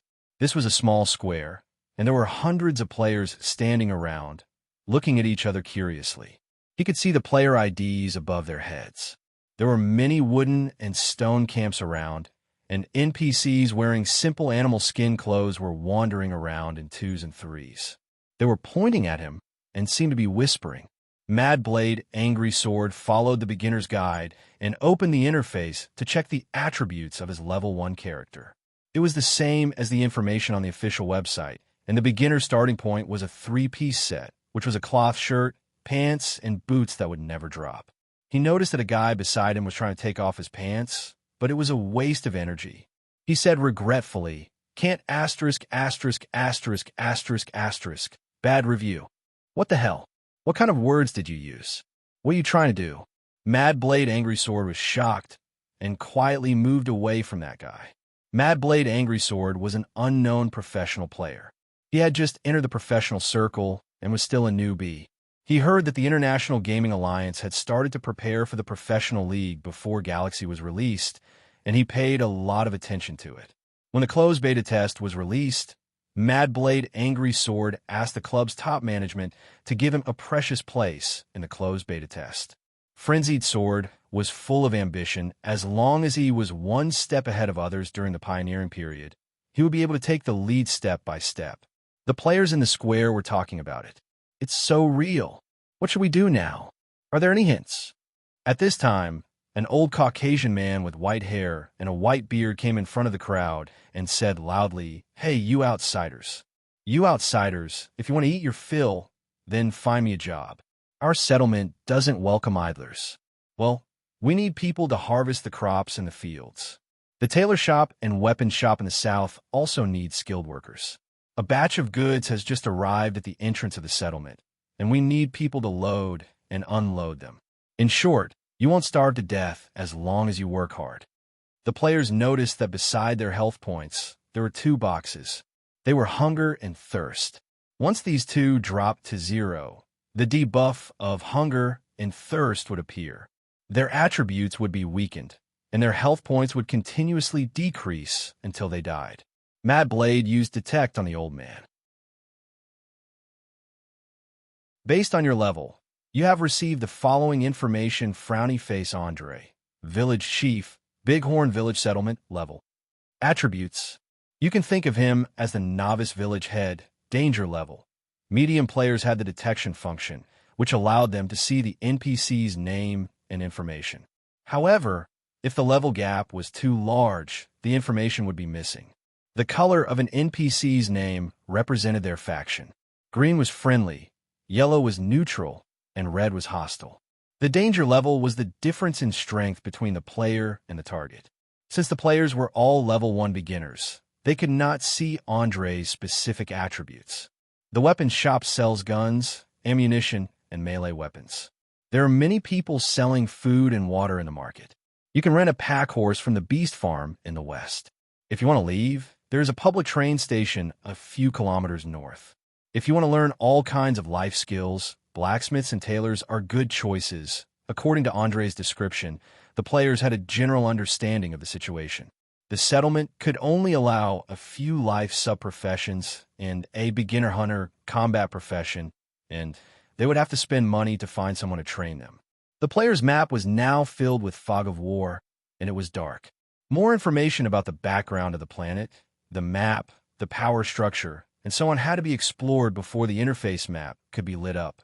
There were many elements to be explored, and Mad Blade felt like he was in Maiden of Scrolls 21. At the end of the day, everything in the beginning required money.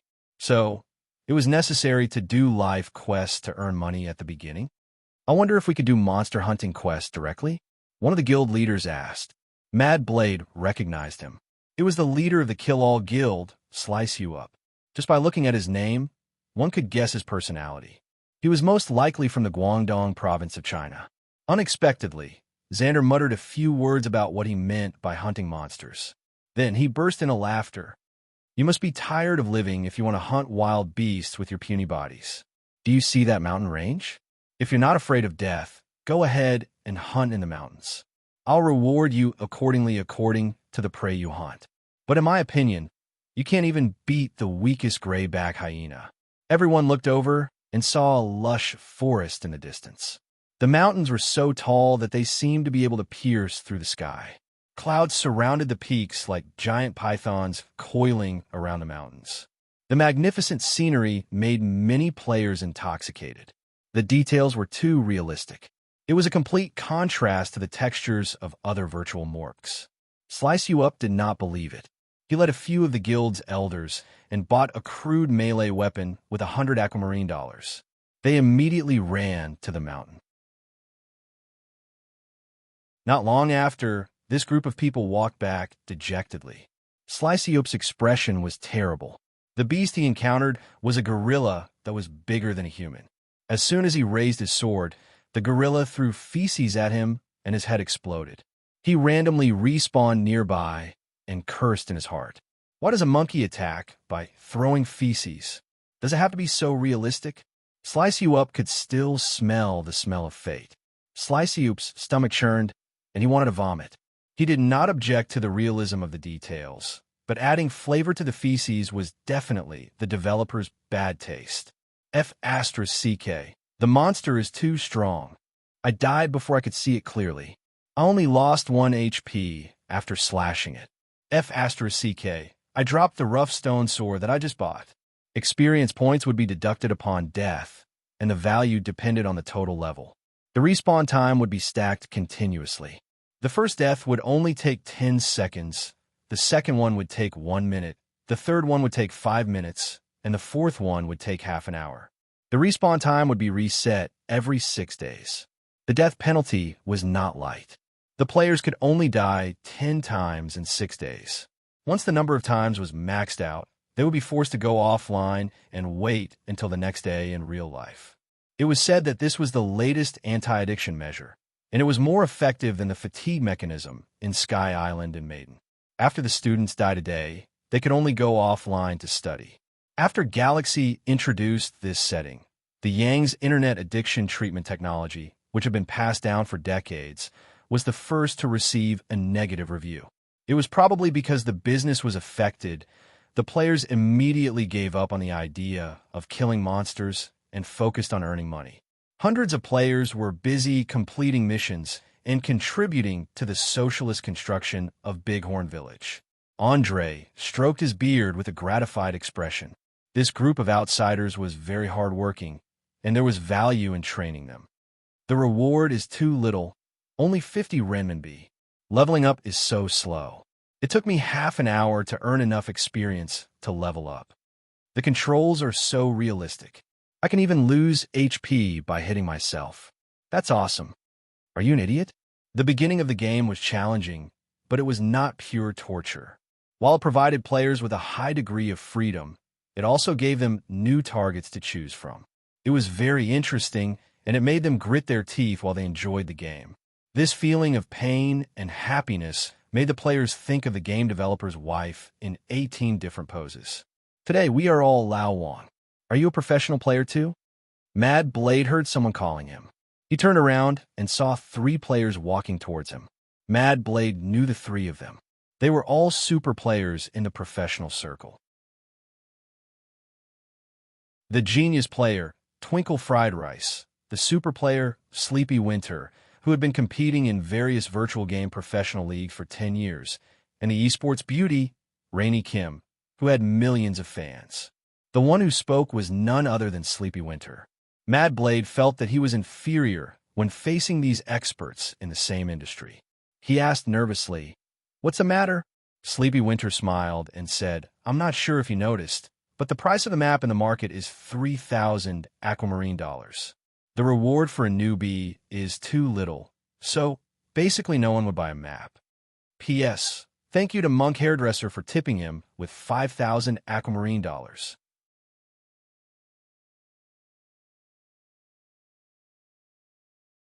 Chapter 56. There were 3 types of beta testers. The first type were the casual players who won the lottery. The second type were the players who worked in the big guilds.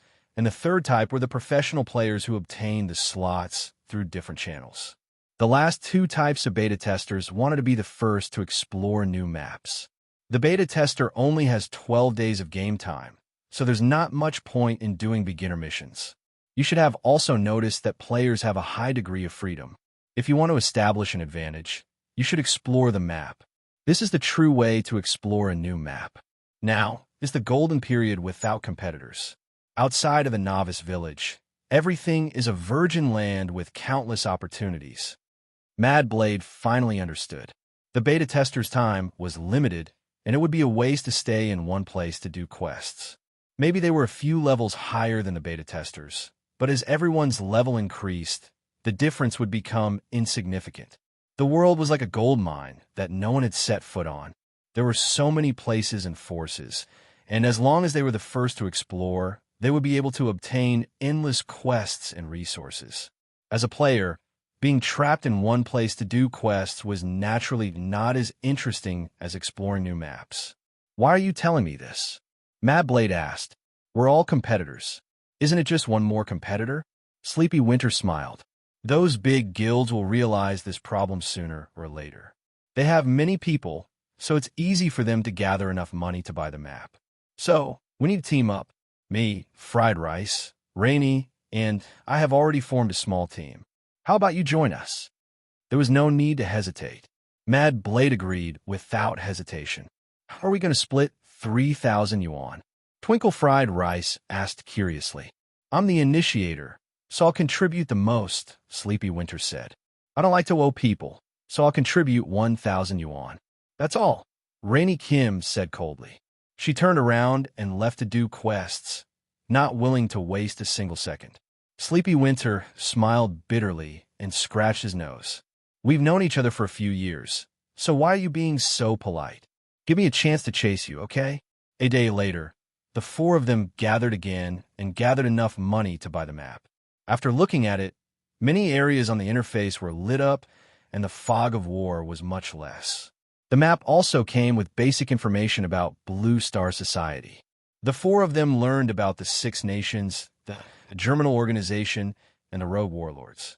After reading it, Sleepy Winter furrowed his brows and said, according to the content, the biggest factions are the Six Nations and the Germinal Organization.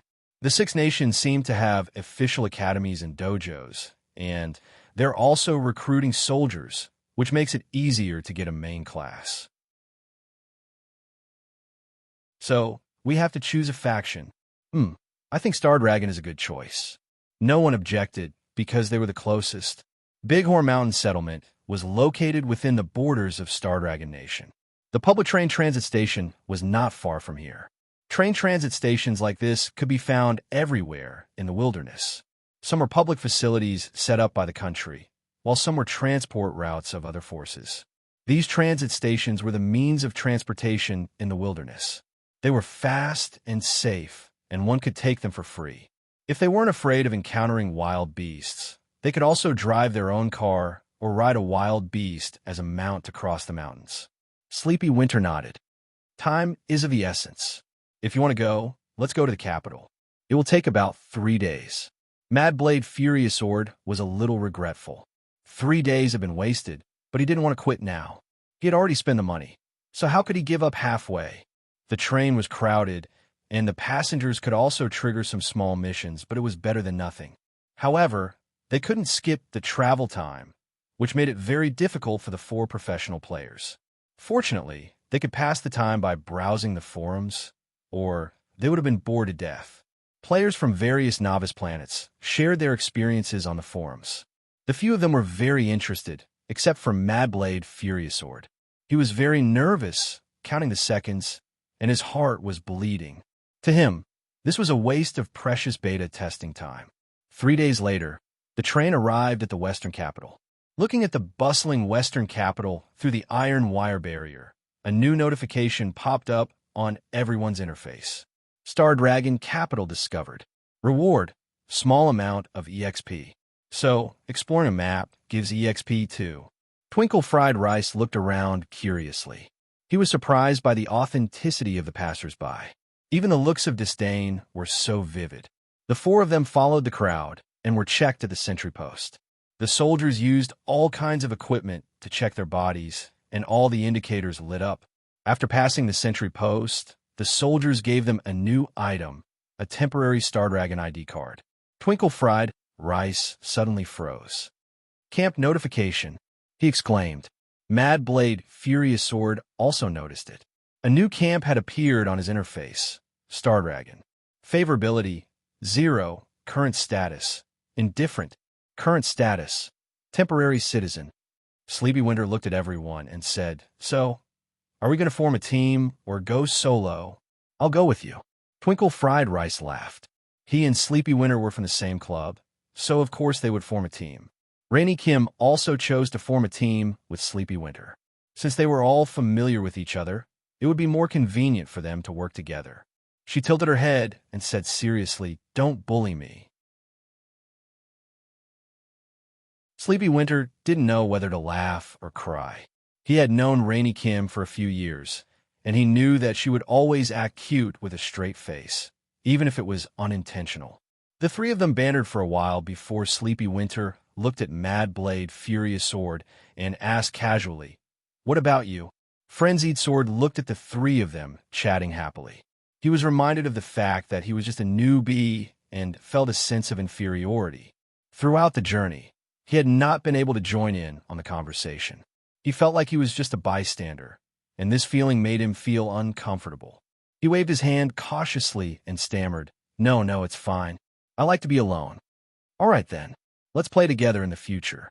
Sleepy Winter didn't mind, and the three of them left together. Mad Blade Furious Sword looked at the backs of the three of them and felt a little indignant. He muttered to himself, I'll squeeze into your circle sooner or later. The closed beta was a great opportunity for him to rise up. Now that he was in the Western capital, it was obviously a high-level area. There were many quests that could be triggered. He was on the same starting point as Bright Moon, Fried Rice, and Rainy Kim.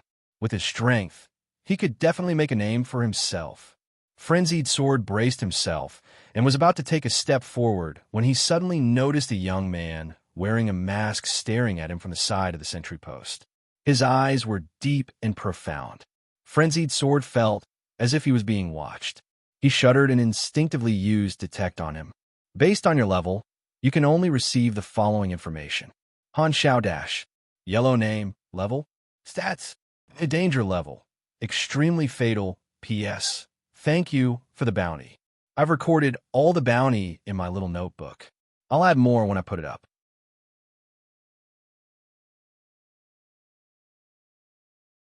Chapter 57. Extremely Deadly? Mad Blade swallowed his saliva nervously. Even the armed guards on the train were only rated as high. This was the most dangerous person he had ever met. Other than the name, all his data were question marks. What kind of person was this? Shouldn't the city be safe? Was he going to sacrifice his virginity today?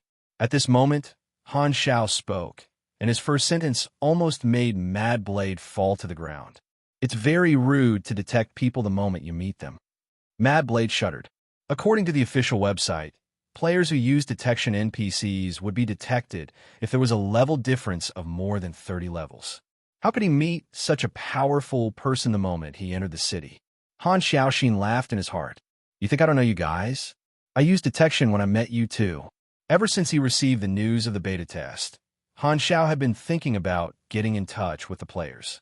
He found the starting point of all the new players on the map. The closest one was Bighorn Village, which was only a 3-day journey away. However, the German organization was looking for him everywhere, and Han Xiao did not want to leave the Western capital so easily. Only beta testers were allowed to make posts. Han Xiao paid attention to the forums and soon found a post that analyzed the advantages of the beta test. The ID of the post was Sleepy Winter, a god-level professional gamer who often made posts about strategies and guidance. He was a good guy, handsome, and had a huge fan base. He was also a strong player who had won many honors. In his previous life, he had always been in the top 30 of the Huaxia region's top players list. Han Zhao's best result was the 47th place, and he had even fallen out of the top 100 in the past few years. Thus, he came to a conclusion: stay away from girls and have a successful career. Han Xiao told this conclusion to the 28-year-old single owner of the small store downstairs. The owner only smiled coldly and said, "Well said, but I choose girls." But girls don't choose you. As a result, Han Xiao lost the right to enjoy 5% discount in the store. There were many types of competitions in Galaxy, such as individual battles, ring battles, team battles, mission battles, limited-time free exploration competitions, hunting and survival competitions, positional attack and defense competitions, racing and pursuit competitions, mixed killing competitions, secret realm competitions, and so on. Small-scale duels only accounted for part of strength. Han Xiao had been helping people seek revenge all year round, so his skill was outstanding, but he was not that good in other aspects. For example, he was not good at trash-talking, which was said to be a divine weapon against enemies, but he had always been practicing it well. After reading the post, Han Xiao guessed that there might be closed beta players in the Western capital. A few days ago, he had been loitering around the sentry post. As soon as the 4 professional players passed through the sentry post, he saw them. It wasn't that Han Xiao's eyesight was good, but he discovered that he could actually see the names above the players' heads.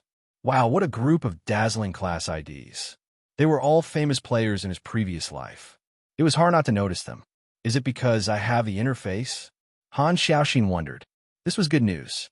Players had the detection function, so they could see the names of all NPCs. He could also recognize players in a sea of people.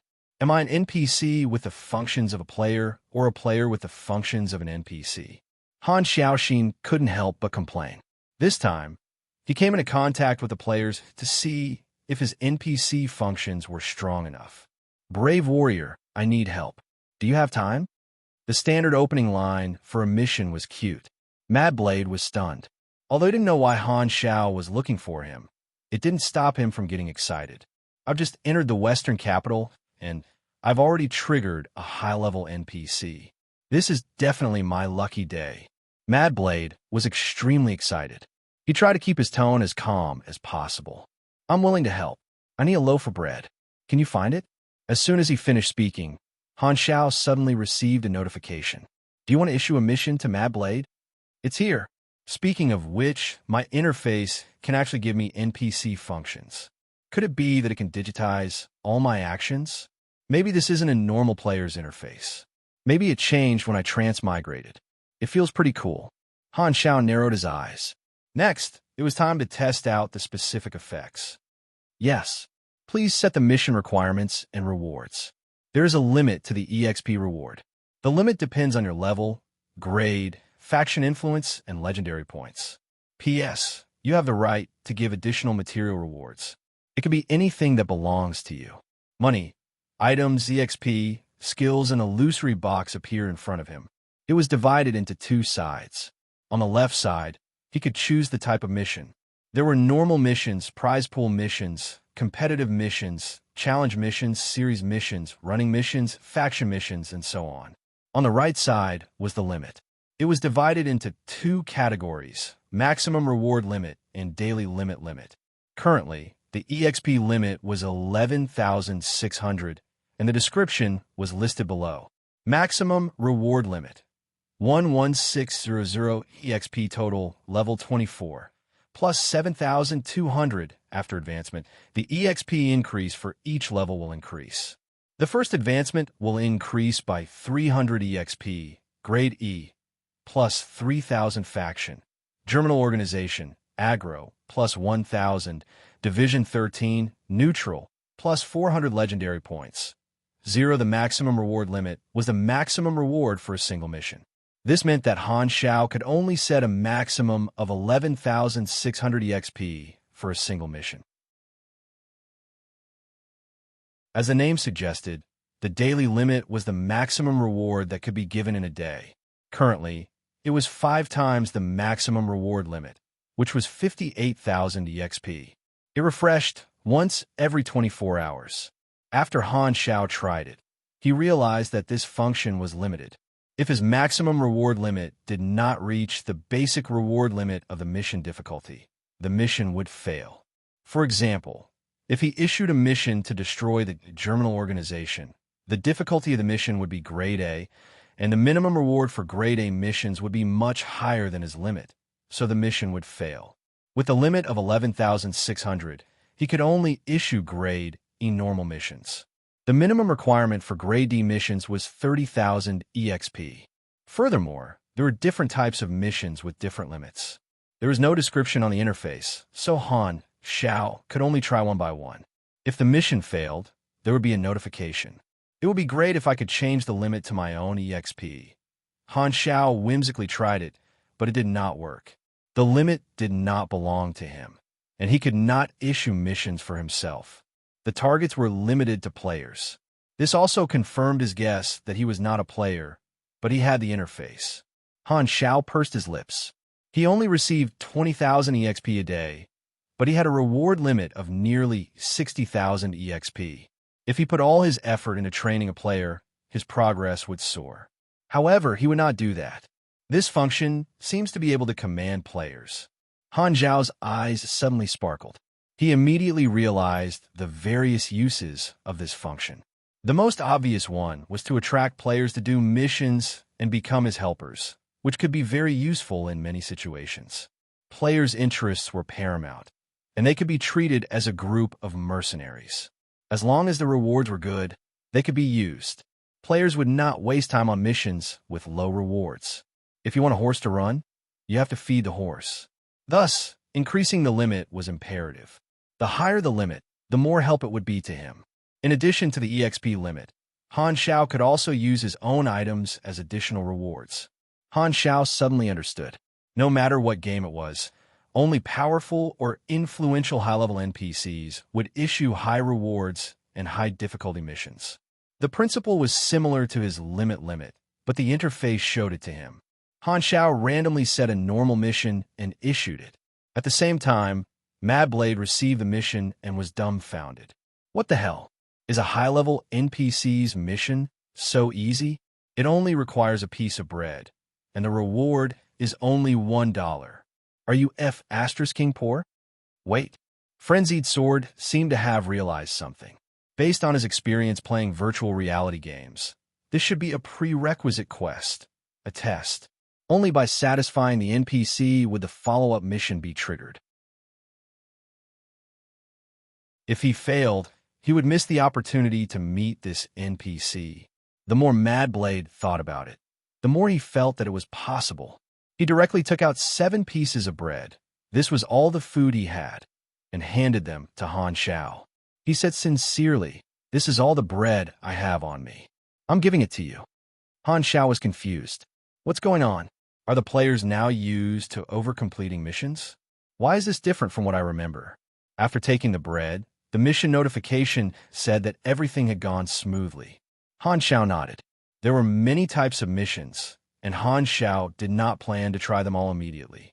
He wanted to test the other NPC functions first. Han Xiao noticed that next to Mad Blade's ID, a small symbol appeared. Han Xiao focused on the symbol, and a new notification appeared on the interface. An illusory thing that looked like a health bar appeared in front of him. Only he could see that a small pointer stopped in the middle. The left was red, and the right was green. Do you want to adjust the favorability of Mad Blades?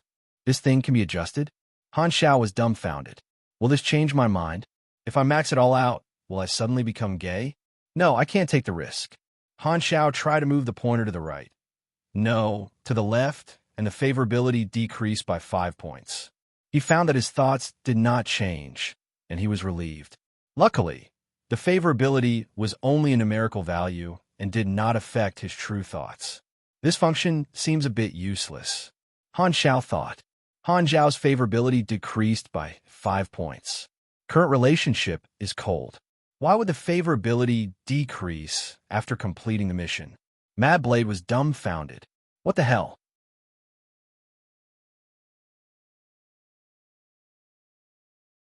Chapter 58. After figuring out the favorability function, Han Xiao thought about it and felt that he had the function of selling things to players, so he let out a creepy laugh. Kid, you're not bad. I have high hopes for you. I will only sell things to the fated ones. Mad Blade was going crazy, but when he heard this, he was dumbfounded again. Yeah, he lowered the favorability and still said that he had high hopes for me? Is the favorability in the game calculated in reverse? Why is this NPC laughing so creepily? So scary. I feel a chill down my spine. So F asterisk King Evil. Do you want to open Mad Blade Angry Blade as personal shop? Han Xiao raised his eyebrows. Yes.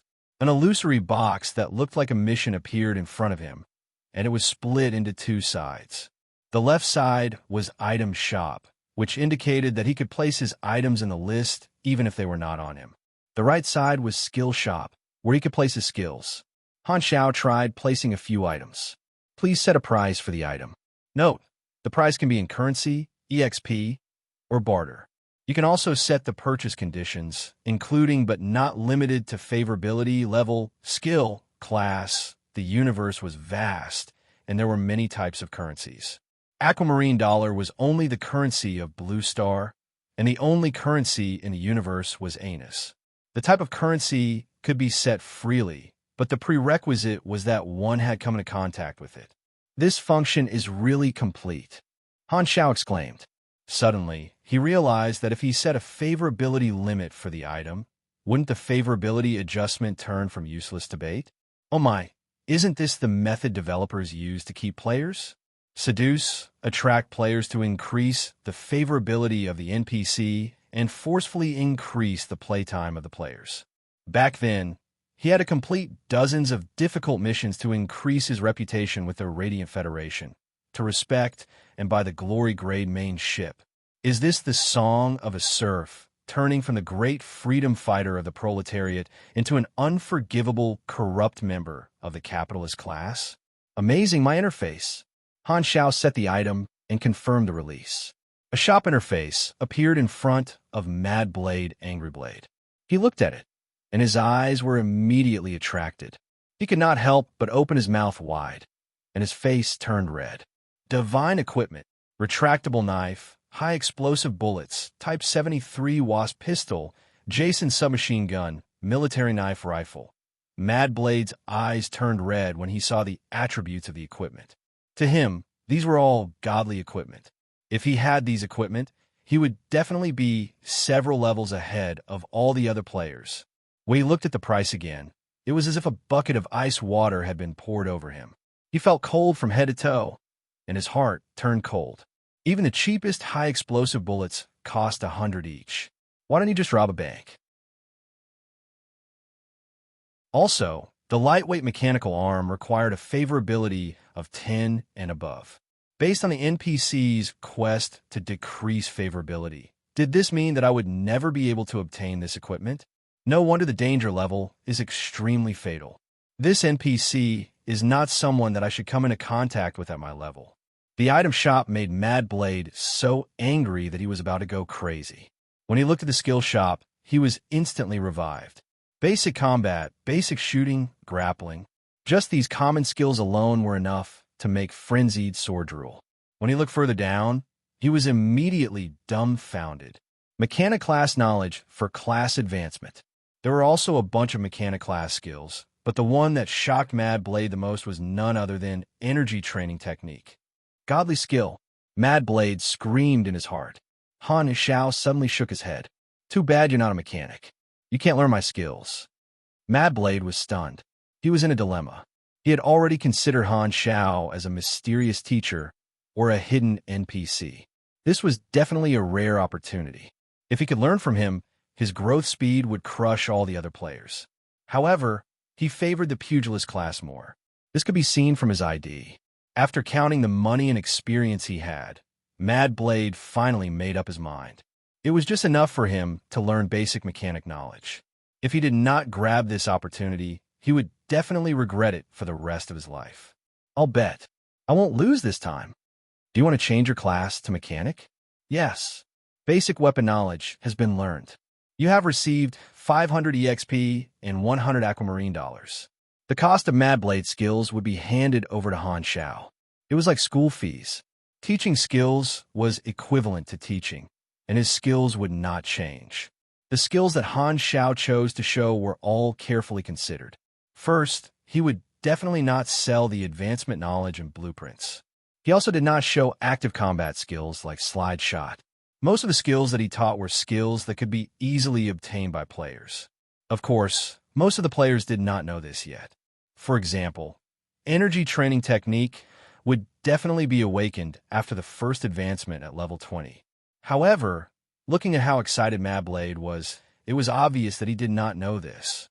Selling a skill that players would definitely learn in the future was like trying to get something for nothing. However, Han Xiao knew the theory of hunger marketing. He set the price of energy training technique at 10,000 EXP and 3,000 aquamarine dollars. This was a huge sum for a newbie. Furthermore, he set the favorability level of Mad Blade to above 10. Thinking of this, Han Xiao quickly changed the favorability level of Mad Blade back to 0. He had to give his customers some confidence and hope. Mad Blade immediately misunderstood. He thought that Han Xiao liked to make deals, and only by buying things could he increase his favorability level. He secretly decided that he would patronize Han Xiao's business more in the future. After testing the basic functions of the NPC, Han Xiao completed his goal and walked away. "What? Don't go. I want to follow you, boss." Frenzied Sword panicked. "Where can I find you in the future?" he asked. Han Xiao paused for a moment and wrote down the address of the repair shop on a piece of paper. He gave it to Mad Blade and walked away. Frenzied Sword carefully put away the note as if he had found a treasure. He was excited. This is my opportunity. Those powerful mechanical equipment and skills were enough for him to be ahead of all the players. With such an advantage, he could definitely stand out. However, the prerequisite was that this opportunity had to be enjoyed by him alone. Mad Blade thought to himself, "I can't let anyone find out about this hidden NPC." The few beta testers were like a drop of water in a big city like the Western capital. They were not eye-catching, and they were all poor people. Han Xiao was not interested in them at the moment. This trip was only to test the functions of the NPC. He was very satisfied with the result and started to think of all sorts of ways to scam the players. Han Xiao narrowed his eyes, and his thoughts drifted away. Scenes from his memories appeared one after another, and they were dyed with hazy colors. In Han Xiao's previous life, Frenzied Sword was one of the first batch of professional players to participate in Galaxy. He was an expert in the pugilist class. In the first season, he was in the limelight and became one of the top 24 players in the Huaxiao region. He went out of the country to fight against foreign enemies. This honor made Frenzied Sword famous and established his position. However, now, a future god-level pugilist player had been tricked into becoming a mechanic. It was hard to say what would happen in the future. At the very least, he would not have a chance to make a name for himself in the first and second season. He had missed out on the achievement that should have been his and walked on another path. The reason Han Xiao dared to choose the mechanic class was because he knew that the mechanic class would be extremely powerful in the later stages of the game. However, the current players obviously did not know this. The mechanic class was relatively weak in the early stages of the game. There were countless mechanic players who changed their accounts because they felt that their future was bleak, and most of them were professional players. Why do I feel like I've scammed him?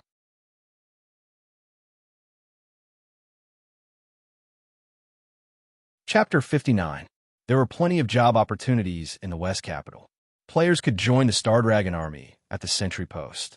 There were also some gangs in the slums of District 8 that were recruiting only men, which fully exposed the discrimination against women in the workplace.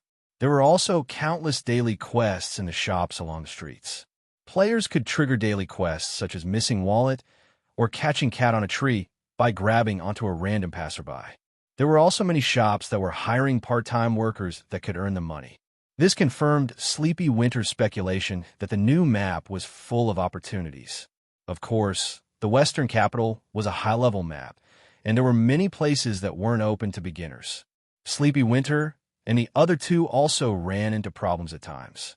Rainy Kim had heard that she was going to the Western Capital Academy, but she was rejected at the entrance.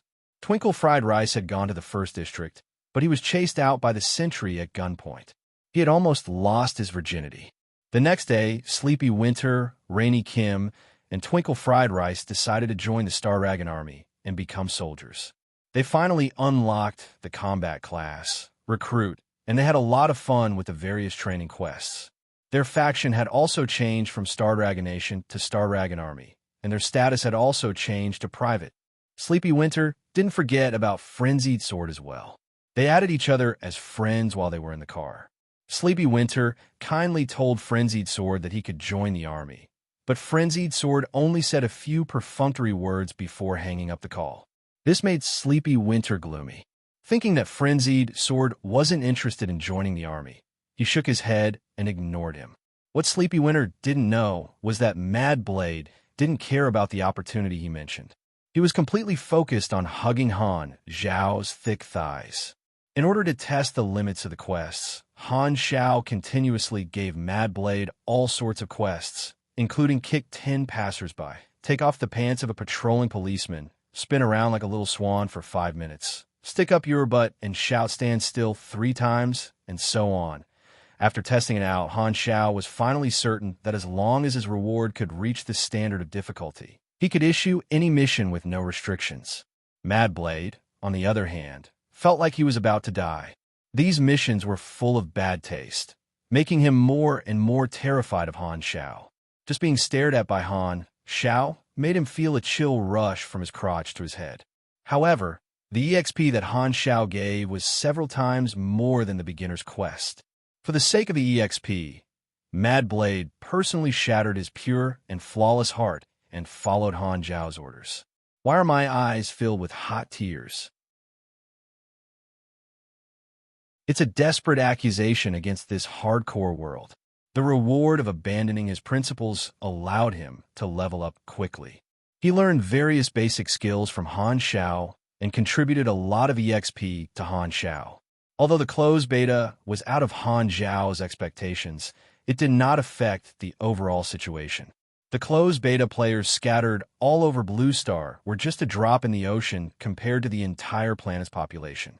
If the players wanted to affect the situation of the novice planet, they would need to grow for a long period of time.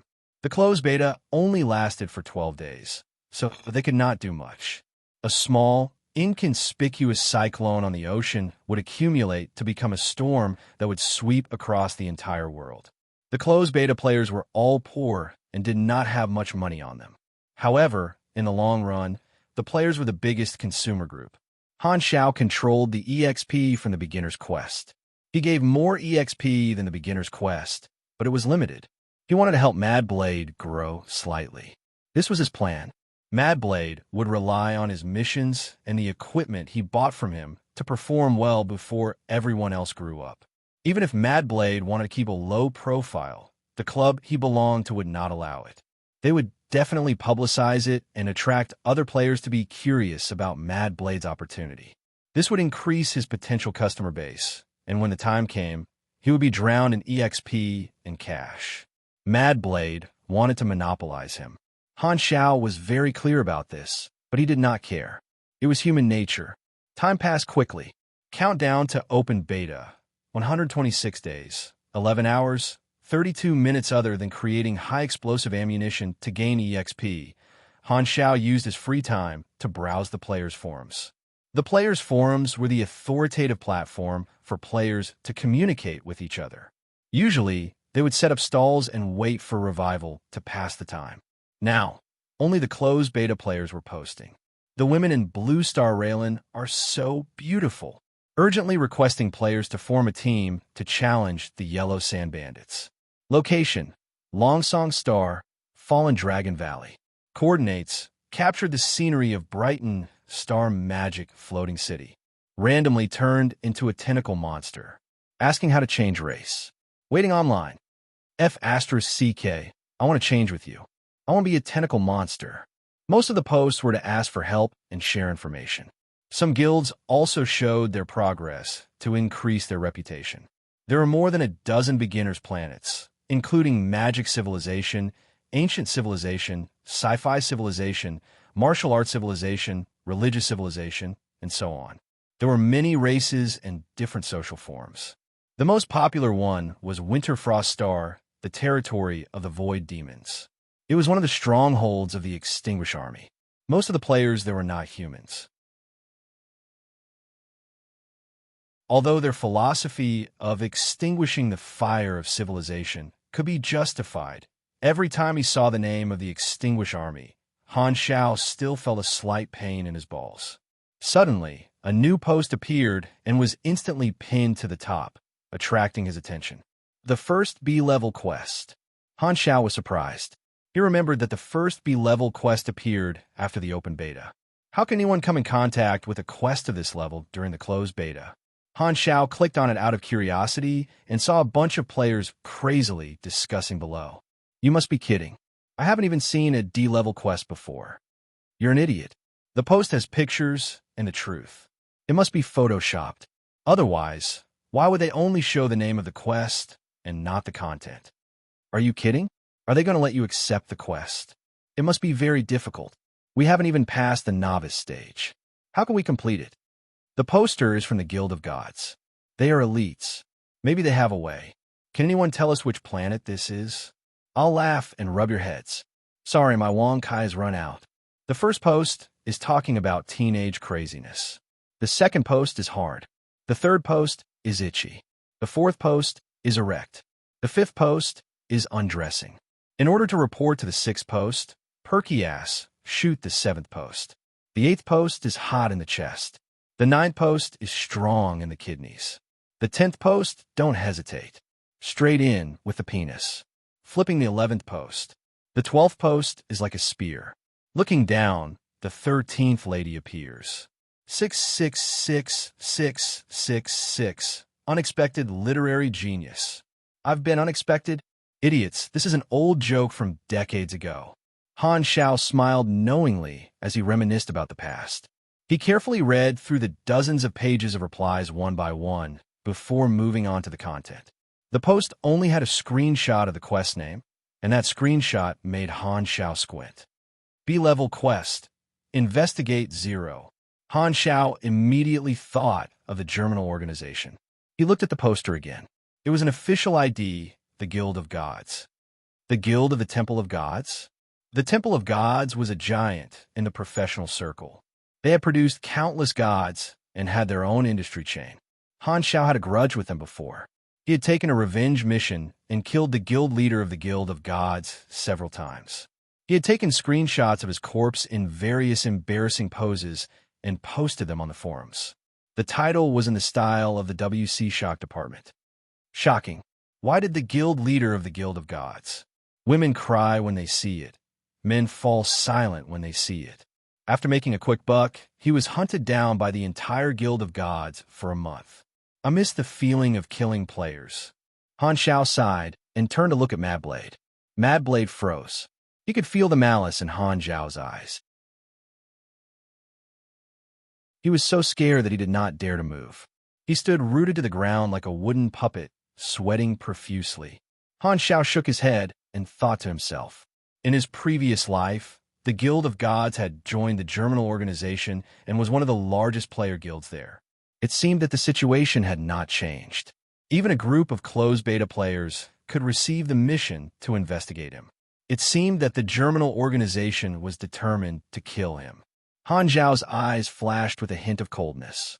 To the current players, it was extremely difficult to avoid the eyes and ears of Division 13 and find Han Xiao, who could beat them up. No wonder it was classified as a B-grade mission. Only by relying on the advantage of numbers would they have a chance. However, the Guild of Gods did not seem to lack people. Suddenly, Han Xiao knew which Germinal organization base he should choose for his next target. The Guild of Gods had 15 closed beta players, which fully demonstrated what it meant to be a privileged class. The president and vice president personally led some of the core experts into the closed beta. After some discussion, they expressed their preference for technology on the system's questionnaire. Their thinking was simple. Since the setting of Galaxy was the stars of the universe, technology had to be the main theme. Due to this choice, the Guild of Gods was assigned to the Blue Star and quickly collected the money to buy the map. After careful consideration, the president, Jupiter, chose the Germinal organization as the initial faction. Coincidentally, there was a Germinal organization base near Crow Forest Town where they were born. Jupiter felt that the germinal organization should be the strongest faction. It was an enemy of all the countries on the planet and could still exist peacefully. As for the NPC faction's ideology, it had nothing to do with them. Only a person with terminal internet addiction would care about the life and death of a group of NPCs. They all needed to be treated by Yang Technologies. The reality did not disappoint the Guild of Gods. After joining the germinal organization, they were brought to a new scene called the Dark Crow Valley Base. They officially became low-level members of the germinal organization and received a large number of training missions. The biggest surprise was the B-grade mission, Investigate Zero. Even the Guild of Gods did not expect to receive such a huge reward. The reward was very tempting. The mission notification was very simple. It only stated that the mission target, Zero, was in the territory of Star Dragon. At this time, the Guild of Gods was in a meeting to discuss how to complete the mission. Jupiter said in a deep voice, "This is the first B-grade mission. It does not seem to require combat. With our current level, it is possible to complete it.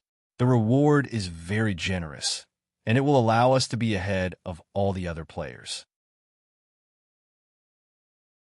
Whether we can suppress the other guilds in the future will depend on whether we can seize this opportunity. We only know that Zero is in Star Dragon. The range is so large that it is like looking for a needle in a haystack.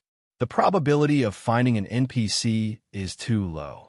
Furthermore, there is not much time left in the closed beta, so to complete this mission, we can only place our hopes on the open beta. Before that, we should do a preliminary investigation," said the core member, Poseidon. Everyone nodded.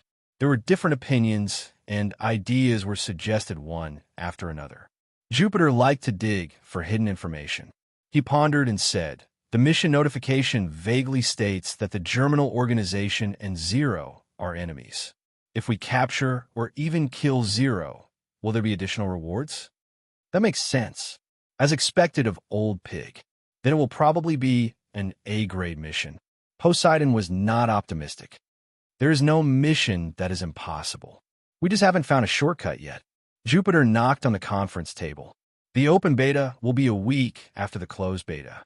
During this time, the other elders will have to discuss a way to continue this mission in the open beta. This will be a breakthrough. Shiva said proudly, "When the open beta comes, we will have the support of the guild's resources. If even we cannot complete this mission, no one can." "That's right." Jupiter nodded. Poseidon suggested, "Using the strength of other players is much faster than us finding it ourselves."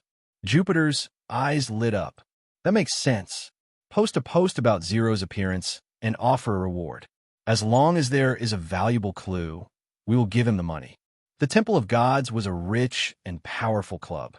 P.S. Thank you for your generous reward 160822152201168.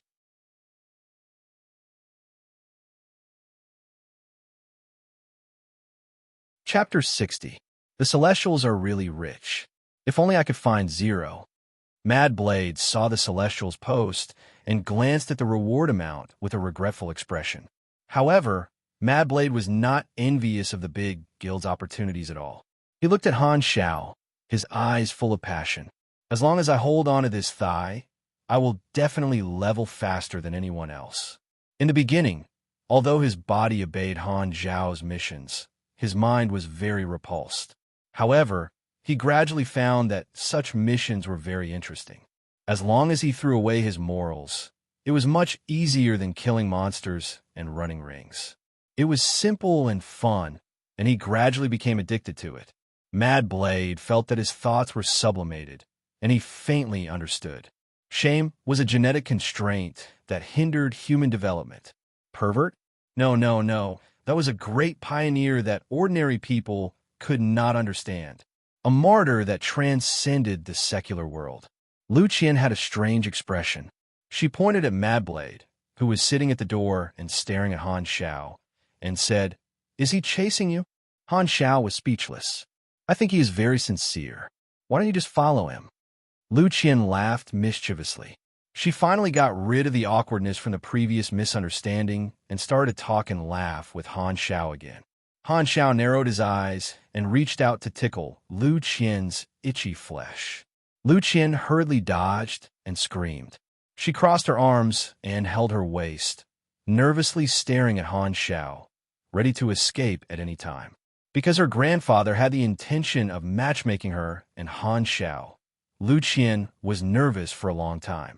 However, she gradually realized that Han Xiao's intimate actions were not because he had feelings for her, but because he did not treat her as a woman at all, or rather, he did not treat women differently. This made Lu Qian sigh in relief, but she could not help but doubt her own charm. A woman's heart is like the bottom of the ocean. If you please her, she will be wary of you. If you don't care, she will be unhappy. Of course, this situation is based on appearance. If you are handsome enough, please her, you could get out of the group. If you don't care, you can still get out of the group. So it's not that I'm pessimistic, but most people are destined to eat dog food or be burned to death when they are born. Lu Qian was wearing skimpy clothes, and the white flesh on her chest was squeezed into a dangerous arc. However, Han Zhao's heart did not waver. He was completely immune. Beauties and whatnot, he was already indifferent to them. Recently, he had been working 15 hours a day, and there seemed to be a trend towards asexuality. Last night, he even dreamt that he had transformed his little go-go into a machine gun. After he woke up and seriously considered the feasibility, he actually felt that it was very practical. He was so scared that he hurriedly recalled Mimi, Barry, and more than a dozen of his ex-girlfriends. Only then did he reset the correct values of a male creature. Humans can die, but birds can't. Glancing at Mad Blade's furious sword, Han Xiao silently calculated the time. There was only one day left in the closed beta, and this guy was finally going to leave. He only tested the NPC function on Mad Blade. He didn't interact with the other professional players who came to the Western capital. There was no need for him to do so. Suddenly, a notification appeared on the interface. You have triggered the emergency mission, assassination. Mission tip. The assassin is about to arrive at the battlefield. Mission requirement. Survive. Mission reward. Unknown Han Zhao's face suddenly turned solemn. Emergency mission. An attack could happen at any time. Damn, old man Lu isn't home at this time. Feng Jun and the others were constantly monitoring the surroundings. Since he could still trigger the mission, it meant that the enemy must have used extraordinary means to approach him. It was very likely that they were supers. Han Xiao did not have time to explain. He rushed back to his room, took all his weapons, and strode out of the repair shop. For the sake of old man Lu's hidden storyline, he did not want to implicate Lu Qian. Mad Blade's furious sword hurriedly followed. Han Xiao glanced at him and did not say a word. He quickly moved, faintly alert, as if someone was watching him in the dark. If the enemy was hiding in the dark, they would be a ticking time bomb. It was better to take the initiative and let them explode. The temperature suddenly dropped. Mad Blade's furious sword touched his arm and suddenly felt a little scared. An invisible, murderous intent gathered. Han Xiao took the initiative to crawl into the dark alley. After walking for a while, his alertness suddenly rose to the highest. His vision suddenly turned dark, as if he had fallen into a misty, dark abyss. He lost all sound and had no reference at all. It was as if he was in a mother's womb. It was so quiet that he just wanted to fall asleep. Illusion. Han Xiao suddenly opened his eyes wide, and his energy rushed to his brain. You have fallen into an illusion. Evaluating. Your INT is higher than 50. You are immune to this illusion. The darkness suddenly broke, and the illusion disappeared. The moment his senses recovered, Han Xiao found that an unfamiliar male killer had appeared 5 meters away from him. He raised a gun and aimed it at his forehead with a cold smile on his face. Kata. The killer pulled the trigger. Han Zhao's expression changed. How could he dodge the bullet at such a close distance? People often said that at the moment of fatal danger, time would be stretched infinitely. Han Xiao felt that the flow of time seemed to have slowed down. The next moment, Han Xiao suppressed all negative emotions with extreme rationality, and his eyes immediately became as cold as ice. I'm not dead yet. The flow of time returned to normal. The moment the bullet left the chamber, Han Xiao activated slide shot, and his whole body moved horizontally for a short distance, as if he had teleported. The effect of slide shot was to move a maximum of 3 meters in an instant. Once the distance was reduced, the time required would also be reduced proportionally. Han Xiao had set the distance to be only 5 centimeters, and he dodged almost instantly, avoiding a fatal blow. The bullet grazed the side of Han Xiao's face, plowing out a scorched wound. The burning pain stimulated his nerves. A sure-kill bullet had been dodged by a hair's breadth. The killer's expression changed. As the German organization's top assassin, Norsa had used his illusion ability to assassinate hundreds of targets. Even if the targets were also mutants, he had never failed. According to the organization's intelligence, Zero's strength was at most at the level of an elite agent, and he only relied on machinery to fight. How could he escape from his illusion so quickly? The intelligence was wrong. As Han Xiao dodged with lightning speed, he pulled out the 2 Berserk Eagles from his waist and activated Overload. The large caliber bullets roared out, and the recoil caused his wrist to tremble slightly. Bang! Bang! Bang! Bang! Bang! Bang! The bullets hit Norsa, who could not dodge in time, and all of them went into Norsa's chest. Han Zhao's use of slide shot was miraculous. It looked simple, but it was in fact a perfect explosion of his rich combat experience. Norsa's body trembled. If not for his energy protecting his body, he would have been shot through the heart. He spat out a mouthful of blood, and his energy exploded as he tried to escape. One wrong move, and he would lose every step. He believed in the assassin's creed of running away immediately if his attack failed. Han Zhao's face was cold. He gathered energy in his legs and caught up to Norsa. He quickly switched to a high-explosive clip, aimed at Norsa's front, and fired. A sea of fire rose up and blocked his path. Norsa quickly stopped, gritted his teeth, and turned to look at the approaching Han Xiao. His eyes lit up with swirling, colorful fog. Detecting illusion intrusion. Assessing. Your INT is higher than 50. Assessment successful. You are immune to this illusion. Bang! Han Zhao's movement paused. Without saying a word, he accurately shot Norsa's neck, creating a bloody hole. Norsa's eyes widened in horror. He covered his neck, but he could not stop the blood from splashing out. He wanted to say something, but his windpipe had been cut off. He could only make gurgling sounds. Why was the tried and tested illusion arcana unable to affect Zero? Han Xiao closed in with large strides, and his 2 guns were like spears.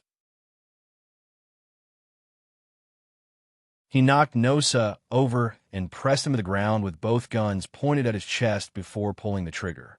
Boom! The gunshot was dull. You have killed Germinal Organization Executive Officer Norsa Kino, LV 25 Esper. You have received 7,500 EXP. You have completed the emergency mission assassination. You have received a character summon card. Han Xiao panted slightly. Blood wet his mask and flowed down his cheeks to his chin. Drops of blood fell to the ground, forming red plum blossoms. The surroundings finally quieted down, leaving only the crackling flames. With Norsa's death, Madblade's wrath sword broke free from the illusion. Only a moment had passed in his perception. When he saw the battle in front of him, he was shocked.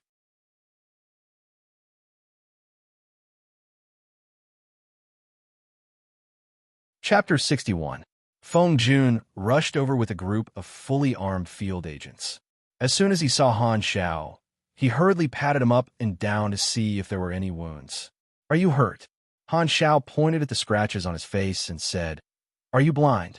That's good. Feng Jun heaved a sigh of relief. He felt his face burn as the person he had been protecting for 24 hours was injured. It's not your fault. Han Xiao did not blame him.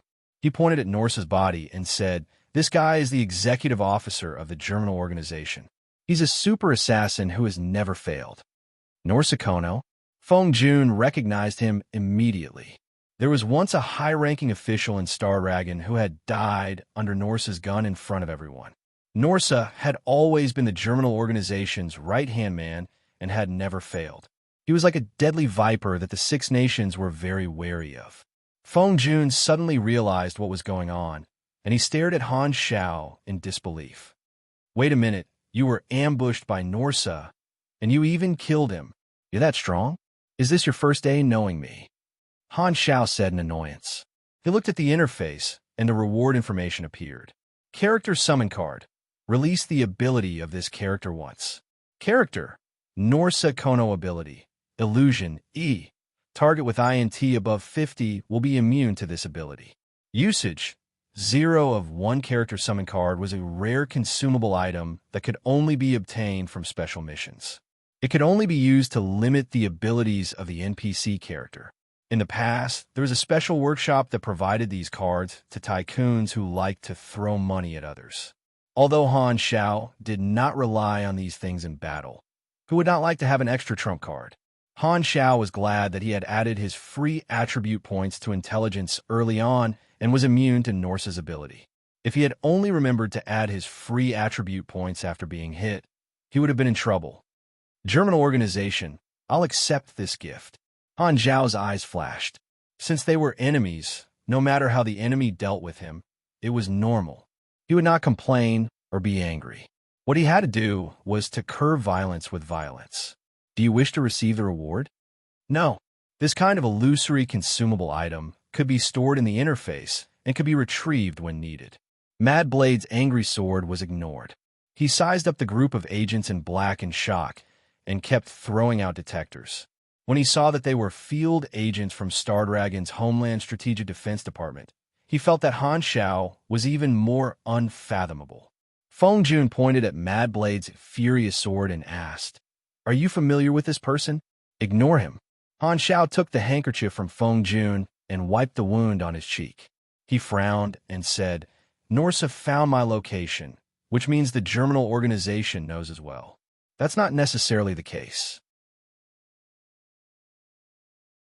The hackers of the intelligence department have blocked the network and conducted a program of screening and manual identification. Any news that mentions you are not allowed to leave the Western capital. Han Zhao's expression turned serious. Are you sure? Feng Jun nodded and said hesitantly. Norsa wouldn't act on his own accord. He must have given the information to the spies in the Western capital. Sooner or later, the information will be leaked out. Han Xiao heard this and turned to leave without another word. Hey, where are you going? I still have to take you to the headquarters to report. Feng Jun hurriedly shouted. There's no time to explain. Go and ask the higher-ups to block the entire city. However, Norsa had never failed before. He would not be too cautious and would probably act as soon as he found him. Norsa's information came from the Germinal organization's spies in the Western capital. Since the network was blocked, the spies could only leave the city. Han Xiao knew the identity of the Germinal organization's contact person in the Western capital. He had not dealt with the contact person because there was no need to.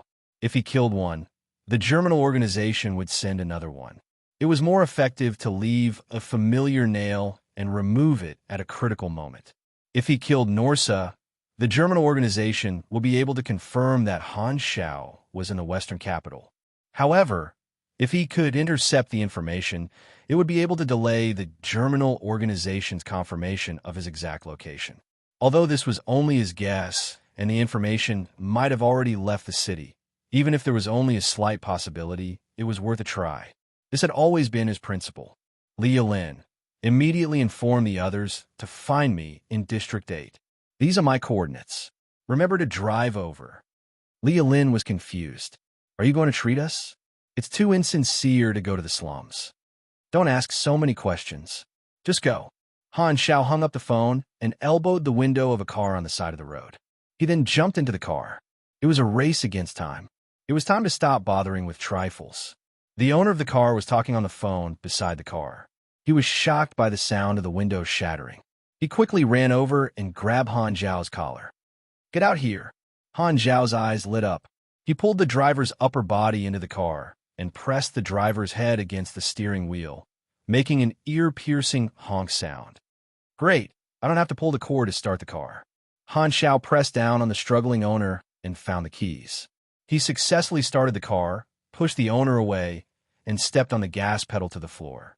The owner of the car sat on the ground. His face was printed with the lines of the steering wheel. He looked confused.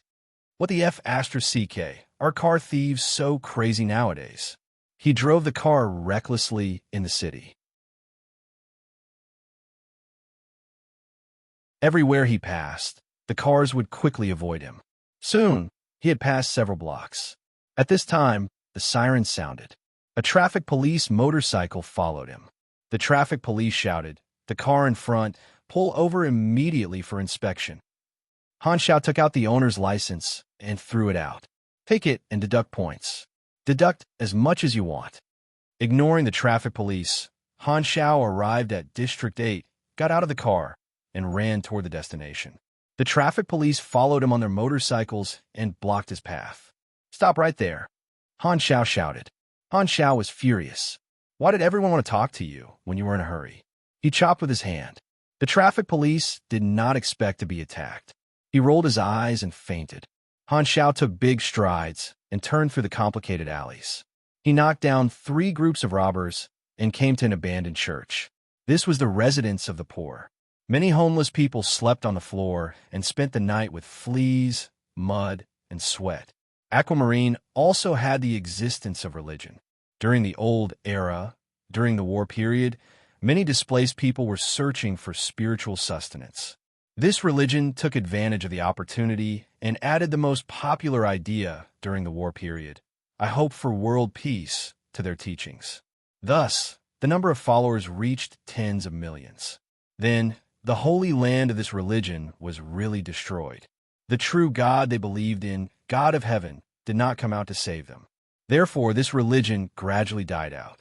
Rushing into the church, the homeless people looked at him with sleepy eyes. Han Xiao looked around and did not find his target. He narrowed his eyes and grabbed a homeless man beside him. "Let me ask you, where did the man who lived here for a long time go? He has a red wolf tattoo on the back of his hand, and he's about 1.8 meters tall. He's about 40 years old. Where did he go?" Seeing Han Xiao covered in blood, the homeless man trembled and said carefully, "Are you talking about Lu Gaoan? We call him tongueless. He almost never speaks. He disappeared this afternoon." Ordinary citizens had to go through a series of checkpoints to leave the West capital. It was now 2 in the afternoon, so there might be a chance to stop him. There were 3 checkpoints in the West capital. Which one would Lu Gaoan go to? Han Xiao frowned. He did not expect Division 13 to seal off the West capital in time. Regardless of whether the higher-ups agreed to it or not, even if they did, who knew how long it would take? Lu Gaoan might have escaped long ago. P.S. Thank you, Shi Yan, for the reward.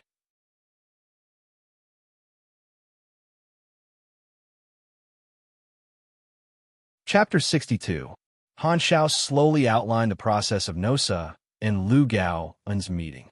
First of all, Lu Gaoan had only left an hour ago, which meant that he had only just received the information. The two of them split up. Nosa came to assassinate him, and Lu Gaoan chose to upload the information. Then he found that all information about Zero was blocked, so he decided to leave the city. Lu Gaoan did not know that Han Xiao knew his identity, so he was not in a hurry to leave the city. Under such circumstances, he would choose the most natural direction to leave the city. The Northwest Sentry Post was the closest to the slums, so it was most likely. However, if Lu Gaoan deliberately went the opposite way and chose the other 2 sentry posts that were further away, it was not impossible. There were not enough clues. "Hey, Han Xiao, we're here. Why are you looking for us?" Lia Lin, Zhang Wei, and Lambert walked over. There was a yellow convertible sports car parked outside. This was Lia Lin's car. It was very fast, which was why they could arrive in time. Han Xiao had already put on a mask when he killed Nosa. An emergency mission. The contact of the Germinal organization has received important information and might have escaped from the 3 sentry posts. He might not have left the city yet.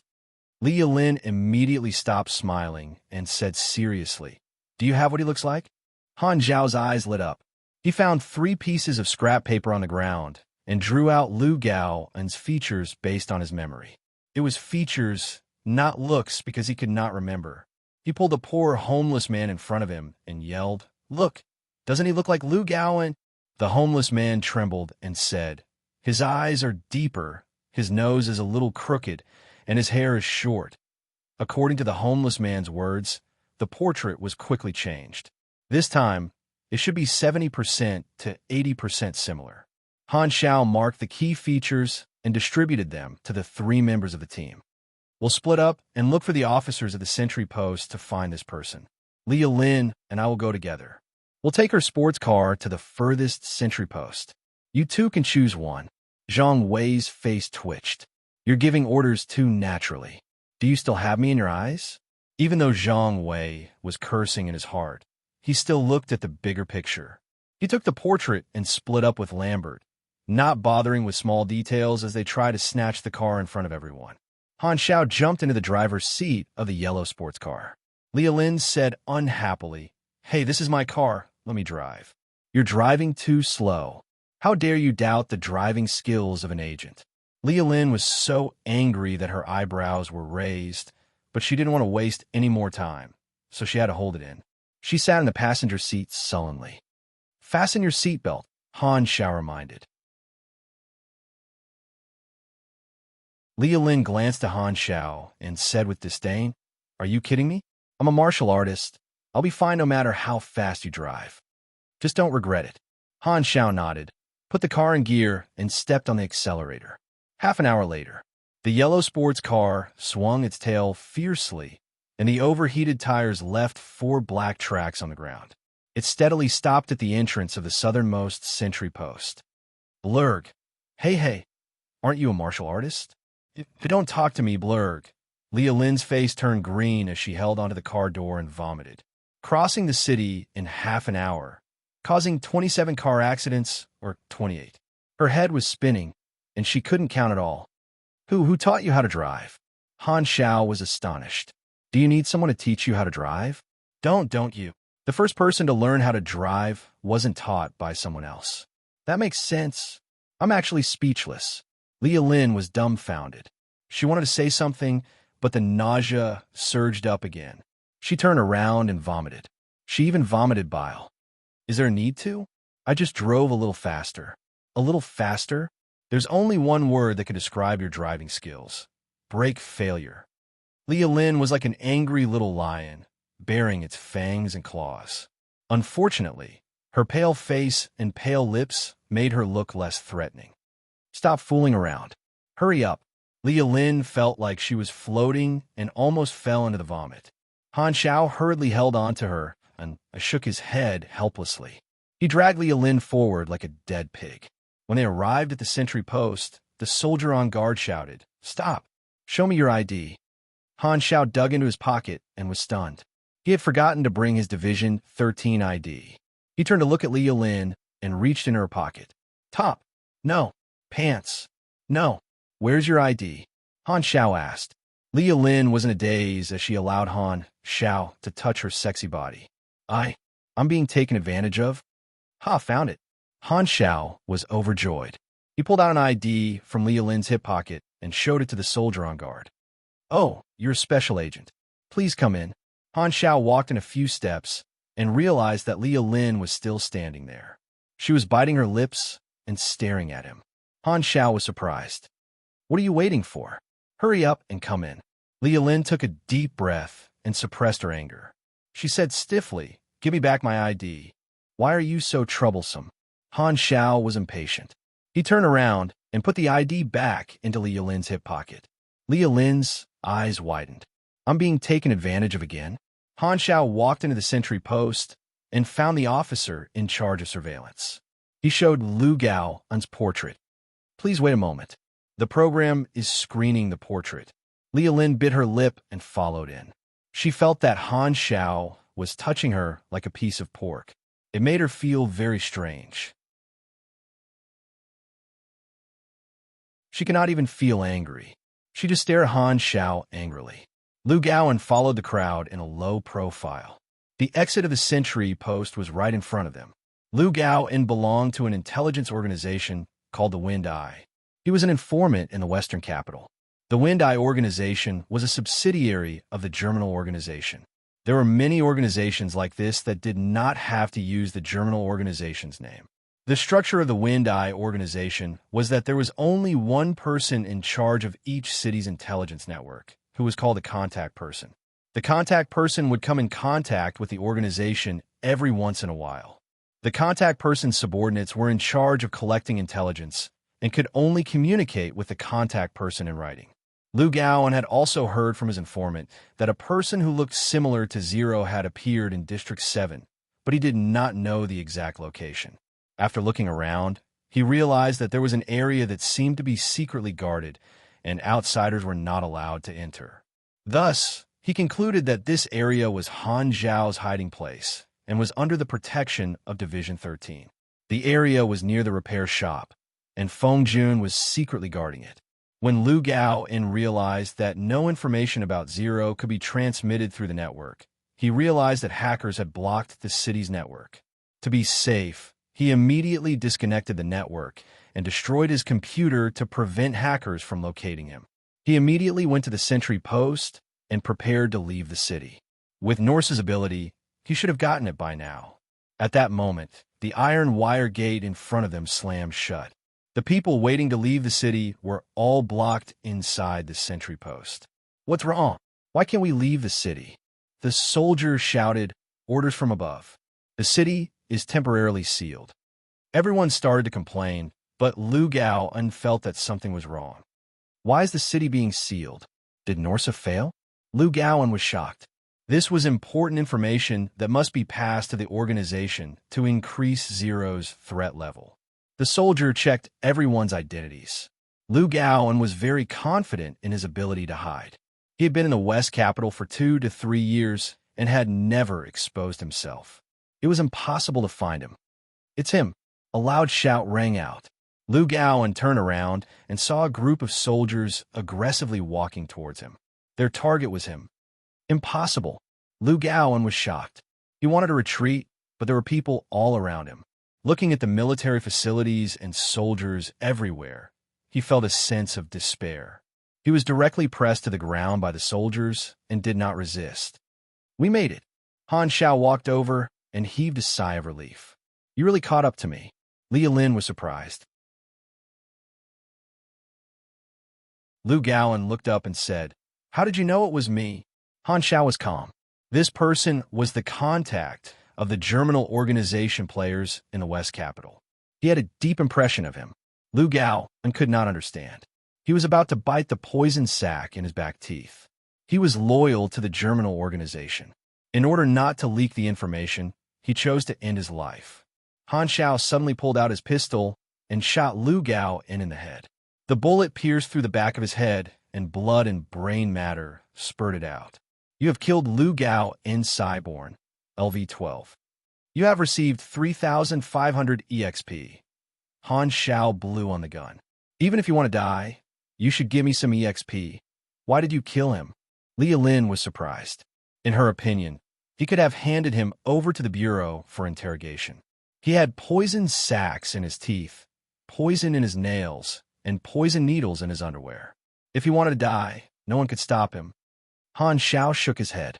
It was not important to him whether Lu Gaoan was dead or alive. He knew what he needed to know. "Looks like the plan needs to be carried out quickly." Han Zhao's eyes darkened.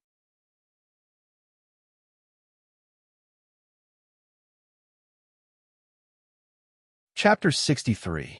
In the base of the Dark Crow Valley, the members of the Guild of Gods gathered. Jupiter rubbed his brows in frustration. The beta testers were all busy leveling up and experiencing the game. No one was paying attention to their bounty. "President, the mission notification has changed," the members exclaimed. Jupiter was stunned. He quickly checked and found that the location of the mission notification had changed. It meant that Zero was in the Western Capital. The mission is suddenly updated? Jupiter was astonished and puzzled. However, the scope was reduced from a country to a city, which was more advantageous for them. Today was the last day of the 12 days of beta testing. Since the location is confirmed, send the guild members to the Western Capital after the open beta. We have to find a target no matter what. As long as the open beta started, The guild would definitely complete the mission with their advantage in numbers. Let's wait for the open beta. Jupiter looked confident. This B-level mission was already in his bag, and he could reach out and get it. This time, they would definitely be able to suppress those old rivals of theirs. The members were all excited. The leader put his hands behind his back and listened to his assistant's report. Executive Officer Norsa went missing in the western capital. Lu Gaoin and Cyborn disappeared together with him. The person in charge of the Wind Eye, Ji Nua, said that a new contact will be sent to replace Lu Gaoin as soon as possible. It's Zero, the leader suddenly said. He killed Norsa and Lu Gaoin. In order to not expose his exact location, he hid in the western capital. Star Dragon's Division 13 must be protecting him. Norsa was the organization's top assassin. It was a huge loss for them to lose to Zero. The leader also had an impression of Lu Gaoin. He seemed to be a talent who was very good at managing intelligence. Zero again. The leader was furious. Zero, do you think that I can't do anything to you just because you found a backer? He did not care about a little rat who had defected from the organization. However, after this period of events, the leader realized that Zero was a threat to the organization. According to the surveillance in the laboratory, Zero had not done anything out of line in the past 6 months. Where did his intelligence come from? This was a mystery. The leader did not know how many secrets Zero had, so he could only prepare for the worst. It was time to deal with this hidden danger with thunderous means. Tell the Wind Eye to find out Han Zhao's exact location. Even if he is hiding in the headquarters of Division 13, find him, no matter the cost. 200 night owls and 5 executive officers are on standby. Once you find his exact location, kill him. I allow you to use short-range missiles. The leader gave a series of orders, his tone full of killing intent. If you dare to show your face, I will kill you. It's time for the closed beta. Mad Blade looked at the 30-second countdown on his interface and felt a little regretful. He hoped that the time would be extended so that he could train a little more. Of course, he was already very satisfied with the current progress. Although Han Zhao's mission was heavy, the EXP was really high. Furthermore, he had also bought a lot of Han Zhao's equipment, forcefully increasing his combat strength. Although most of the mechanic class skills were related to manufacturing, which did not suit Mad Blade's taste, Mad Blade regained his confidence when he thought of Han Zhao's strength. As long as he leveled up, he would definitely be able to become as strong. There will definitely be a place for me in the pro scene. As the closed beta ended, the excited Mad Blade disappeared from the spot. Closed beta ended. Open beta countdown, 122 days, 1 hour, 23 minutes. Han Zhao raised his eyebrows and looked at the forum entrance. It was indeed grayed out, and he could not enter. I guessed right. The version update will not happen at the same time as here. Han Zhao shook his head. Why are you shaking your head? How much more information are you hiding? Gu Hui said in a low voice. At this time, Han Zhao was in the conference room of the headquarters. Director Gu Hui, the head of the intelligence department, and the head of the secret operations department sat opposite each other. Division 13 knew that Han Zhao had a certain level of combat strength, but they did not expect him to be able to kill a real Esper, and a famous one at that. Of course, this was not the main problem. Division 13 was more concerned about Han Zhao's ability to easily find Lu Gaoin, the informant of the German organization. Lu Gaoin had been hiding in the western capital for more than 2 years without giving himself away. Division 13 had failed many times to track him down, but Han Zhao had so easily found the target. This proved that Han Zhao had far more information than they thought. That was why today's meeting was held. Gu Hui wanted to know more. Han Zhao came back to his senses. He rubbed his chin and avoided the question. I exposed my location. Although the German organization does not know where I live, they are certain that I am in the western capital. In the future, they will definitely send more assassins to infiltrate. Gu Hui frowned. He was not happy with Han Zhao's avoidance, but he followed his words and asked, Then what do you plan to do? No more hiding. I want to openly go against the German organization. I want to participate in the next operation personally. Gu Hui frowned. This is too dangerous. If you reveal yourself, the Germinal organization will have many opportunities to make their move. Han Xiao coughed. Can we talk in private? Gu Hui hesitated for a moment, then stood up and walked to the side with Han Xiao. The head of the intelligence department and the head of the secret operations department looked at each other helplessly. Did he have to distrust them so much? Han Xiao looked around and whispered, I can change my appearance. Gu Hui was shocked. You have a superpower? Han Xiao shook his head. I can create a small gadget. It can change my appearance, so I will not reveal my real face. The Germinal organization will not be able to find me no matter what. A human skin mask? This was not a bad idea. Division 13 knew how to create it, but from Han Xiao's tone, it seemed that he was going to create something more advanced than a human skin mask. Gu Hui sighed. Even if it is a human skin mask, you'll have to take it off eventually. It is still too dangerous. Han Xiao's eyes flashed. The mask I made will be very convenient to wear. Okay, when you make it, I promise to participate in the operation personally. Han Xiao insisted on participating in the operation personally for 2 reasons. Firstly, he wanted to gain more experience. The open beta was coming, and the pressure was pressing. Secondly, he did not want to stay in the Western capital. Only by going out would he have the opportunity to participate in the outside world. After the assassination attempt, Han Xiao already had a target in mind. The Dark Crow Valley base, located at the border of Hesla, was a large base of the Germinal organization. It was much larger than the previous 3 bases. There were armed guards, a large number of vehicles, weapons, and defensive facilities to protect the base. The person in charge of the base was Sword Soul Pan Kuang, a pugilist who was only 1 step away from reaching Grade D. He was very powerful.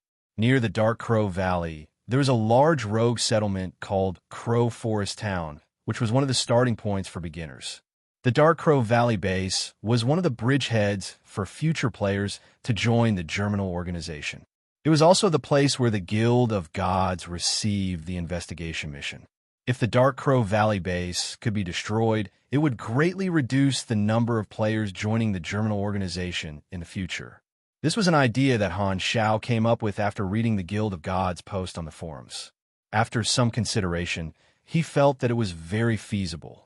The Germinal organization's leader would not even realize how big of a loss it would be to cut off one of the Germinal organization's future powerhouses. There was no better target for revenge.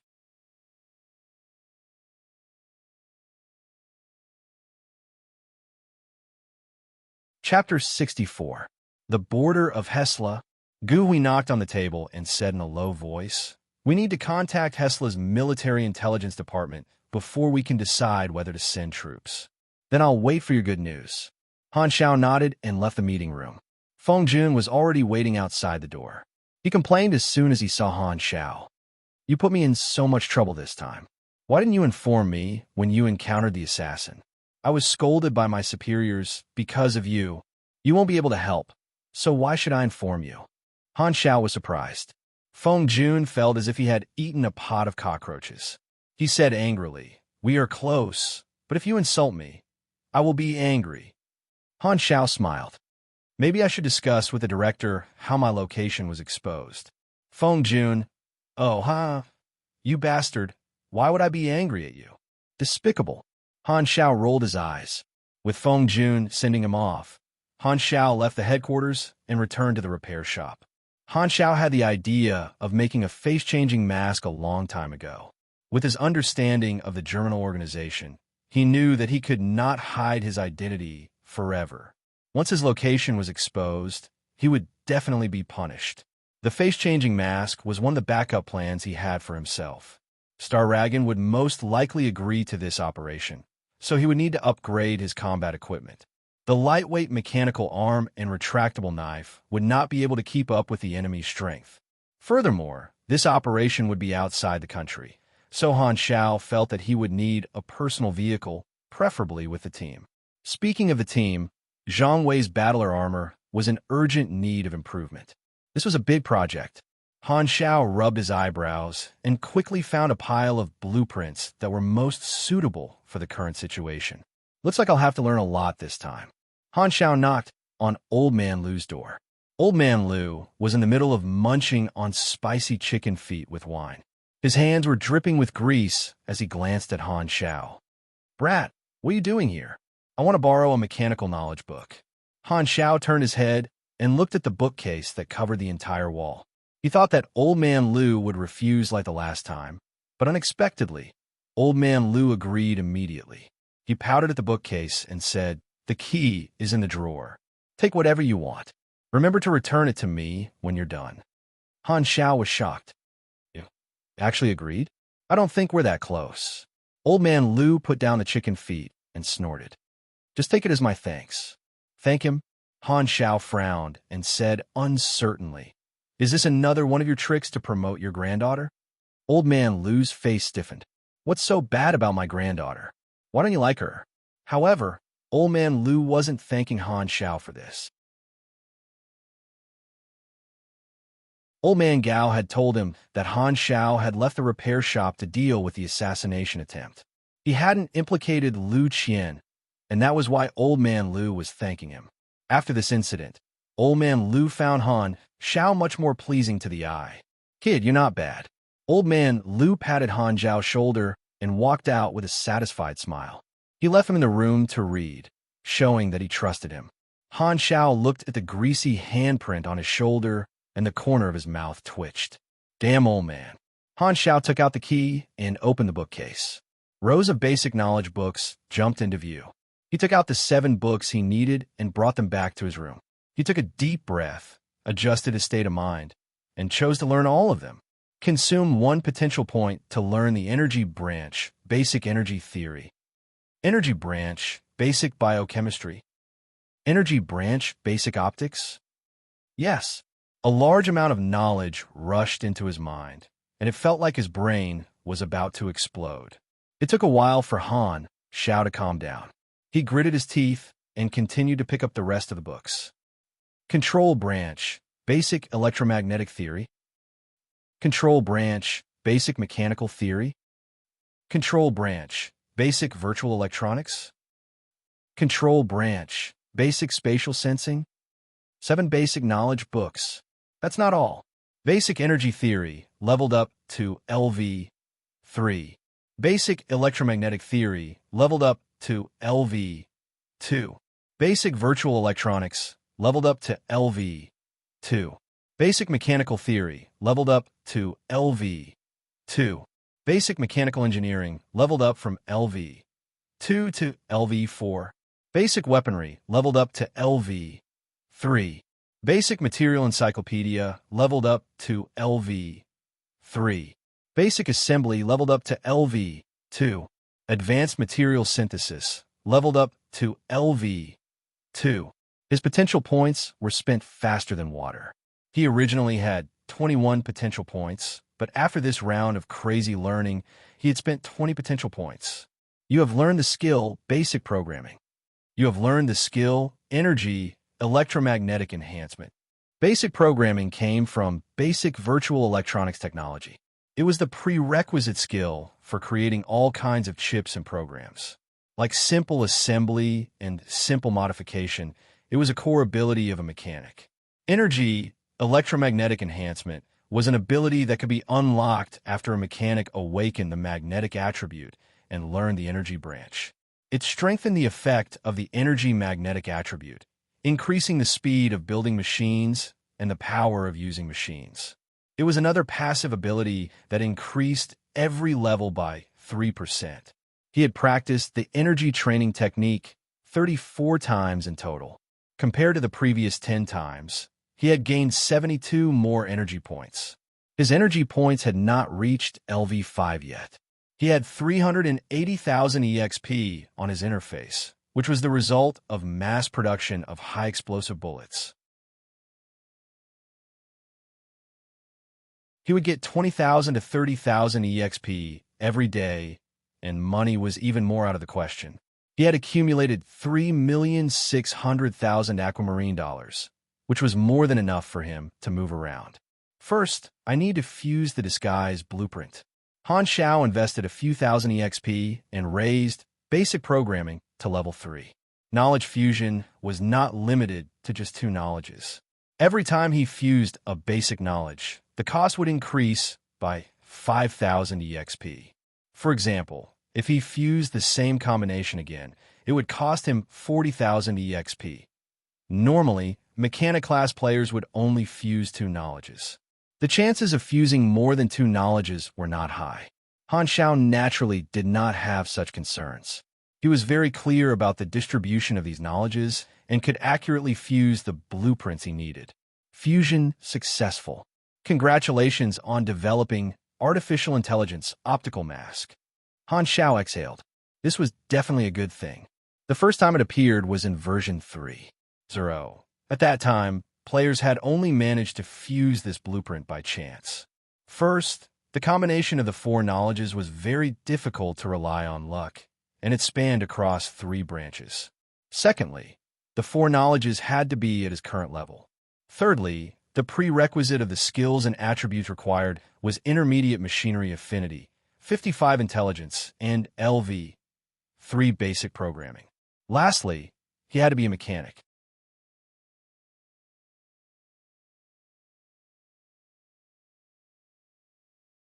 Chapter 65.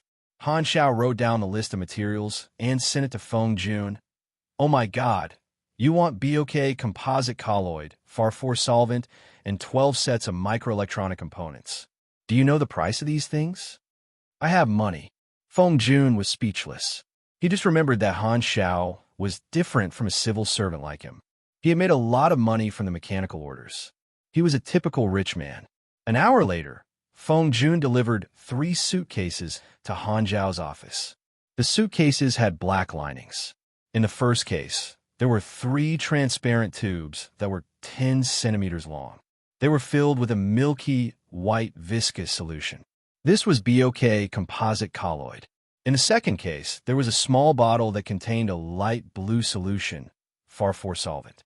These 2 materials were new materials that could only be synthesized in a laboratory. They were very precious.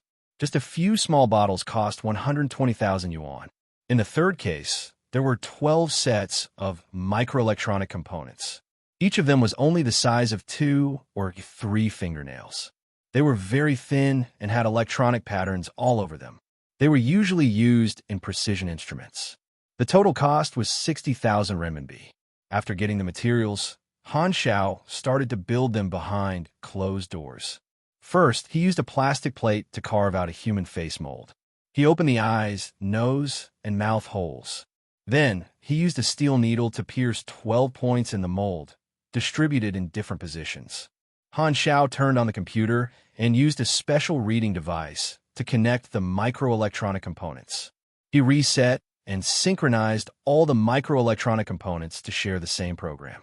He used the scanner to record his facial features. Then, he collected thousands of facial features and recorded them into the database. After collecting the differences between the facial features, he started to program. This work lasted for 2 to 3 hours. A simple simulation program was created. He took out the BOK colloid and FAR4 solvent. He took out the unopened chemical instruments, test tubes, conduits, and various instruments from a warehouse. After a while, through the complicated chemical process, he mixed the 2 immiscible materials. Then, through the process mainly for the ionization reaction, a new composite material was formed. It was not milky white or light blue, but flesh-colored. This new material combined the characteristics of BOK colloid and FAR4 solvent, as well as good electrical conductivity. This was the basic material for the artificial optical mask, using the knowledge of basic biochemistry.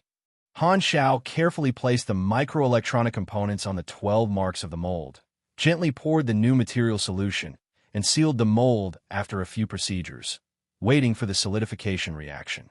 Counting the time, Han Xiao immediately opened the mold. A thin mask as thin as a cicada's wing was lying quietly in the mold. At this step, the manufacturing process was almost over. Han Xiao finished the last few steps and was soon done. He reached out and pressed on it. The position of the electronic components felt slightly hard, but overall, it felt very smooth.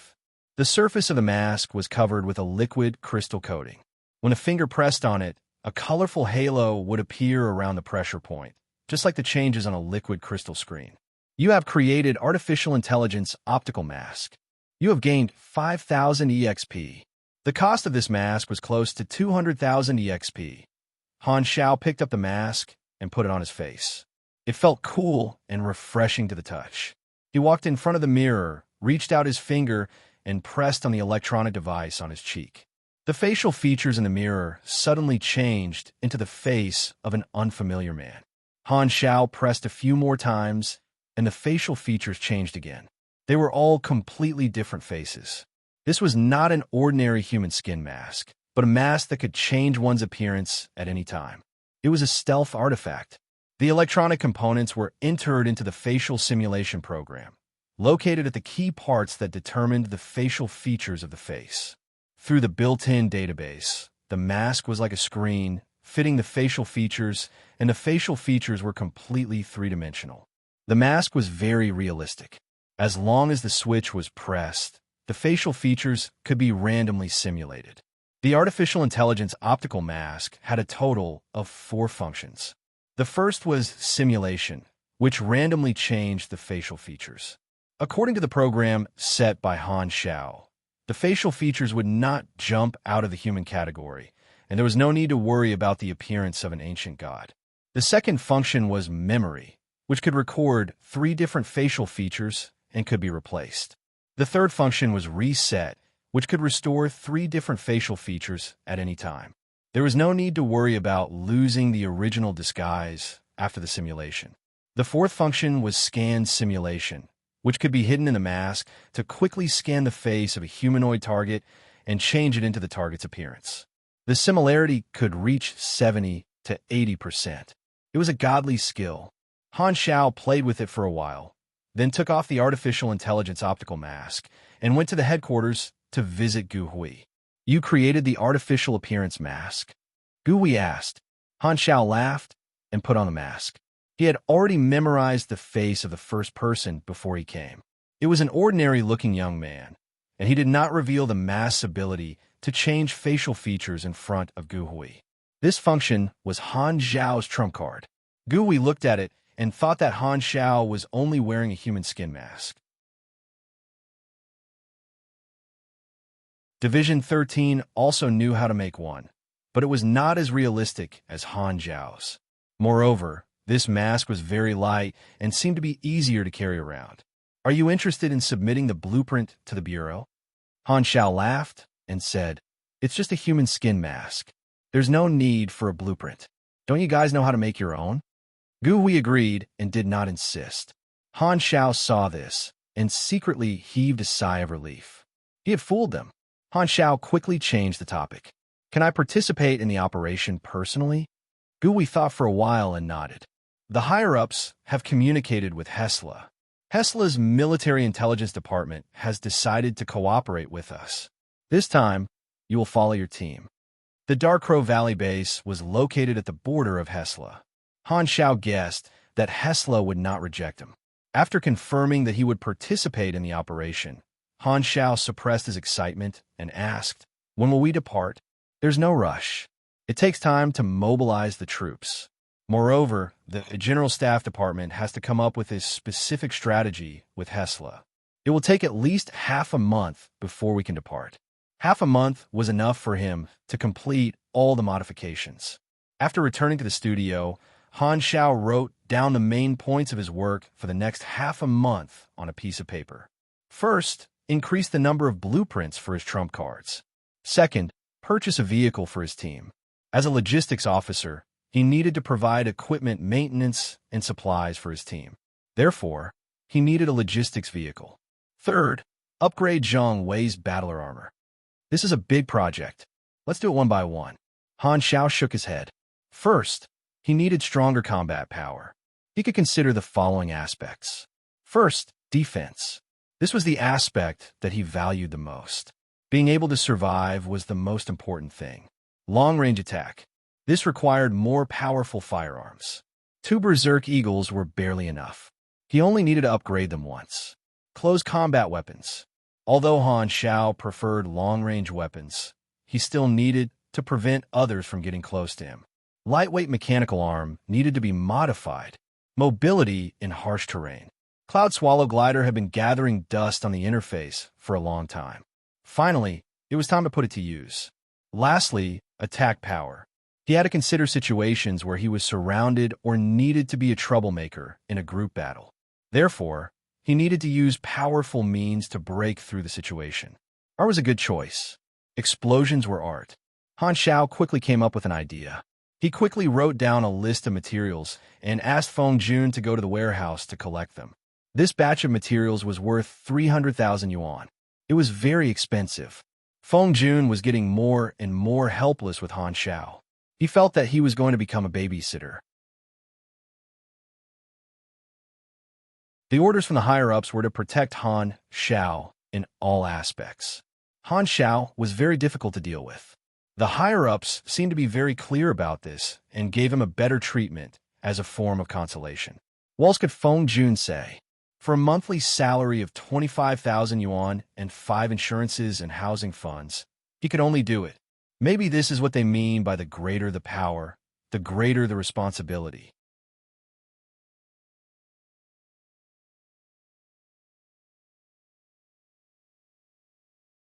Chapter 66. After the materials and parts were in place, Han Xiao praised Feng Jun as usual, saying things like, "Little comrade Feng Jun is very good at his job, and the party is very proud of him." After receiving more than 10 eye rolls, Han Xiaoxin was satisfied and went into seclusion. He took out the 2 Berserk Eagles and started to modify them. Basic weaponry and basic mechanical engineering both increased by a few levels, and the effect was better than before. He also changed some parts and replaced them with better materials. Now that we're rich, the days of being poor are gone, and we can't go back. Let's just forget about the hard times and think about the sweet times. Han Xiao was very familiar with the modification of basic firearms, and it did not take long for him to complete the modification. Berserk Eagle, enhanced, quality, green basic stats, attack 74 to 87, fire rate 1. 5/S, magazine capacity 8, effective range 50 meters, accuracy will be lost after exceeding 50 meters, energy output level 45 prerequisite, LV. 3 precision shooting bonus stats, plus 2 dex length, 0, 21 m weight. 4. 2 LB bonus ability, recoil, strong recoil. Accuracy will be lost if STR is lower than 30. Bonus ability, powerful kinetic energy. Within the range, there is a 10% chance of dealing 15 additional damage. Bonus ability, dual shot. This firearm has been modified to be able to fire 2 bullets simultaneously. When using this effect, STR will be reduced by 20%. Remark, do you think I won't recognize you if you change Sha to Berserk? With Han Zhao's current ability, he had a 30% to 40% chance of upgrading normal equipment to green grade. Both guns were green grade, but following that came the equipment requirements. Han Xiao realized that his precision shooting was only at level 1. Although it did not hinder him from using 2 guns, the power of the 2 guns would be greatly reduced, and he would not be able to enjoy the buffs of various skills. Shaking his head helplessly, Han Xiao used his experience to upgrade precision shooting to LV 3 and added 3% to shooting correction and 4% to critical hit rate. Basic shooting has exceeded LV 8. Precision shooting has reached LV 3. Please choose one of the following 3 advanced skills: snipe, close-range gunfighting, or strafing. Han Xiao raised his eyebrows and fell into a dilemma. This was the first time he had hesitated to choose a skill. Shooting was the core skill of a cannon gunner, and it was also very important for a mechanic. These 3 paths clearly indicated different combat styles: sniper, melee gunner, and firepower. The Berserk Eagle was a close-range gun. Logically speaking, choosing close-range gunfighting would be the most cost-effective. However, Han Xiao still had to consider his future potential. In the future, long-range combat would be the strength of a mechanic. On the other hand, the thrilling gunfighting technique was the least useful.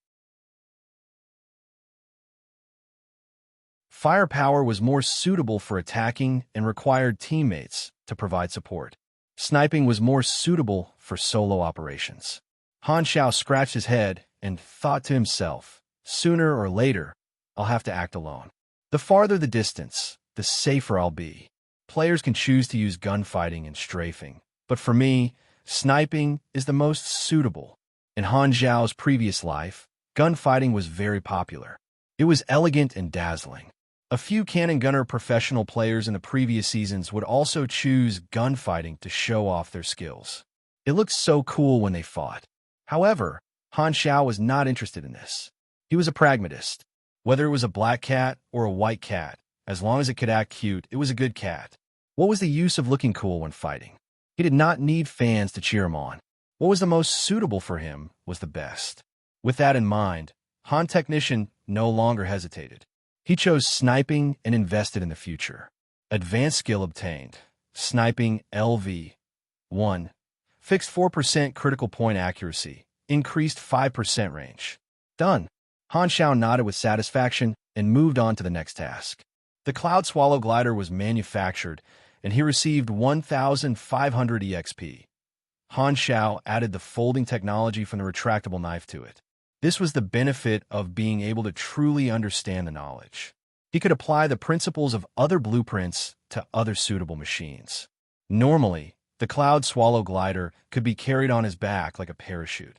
Once it was activated, the 2-meter-long glider wings would extend and allow him to glide in the air.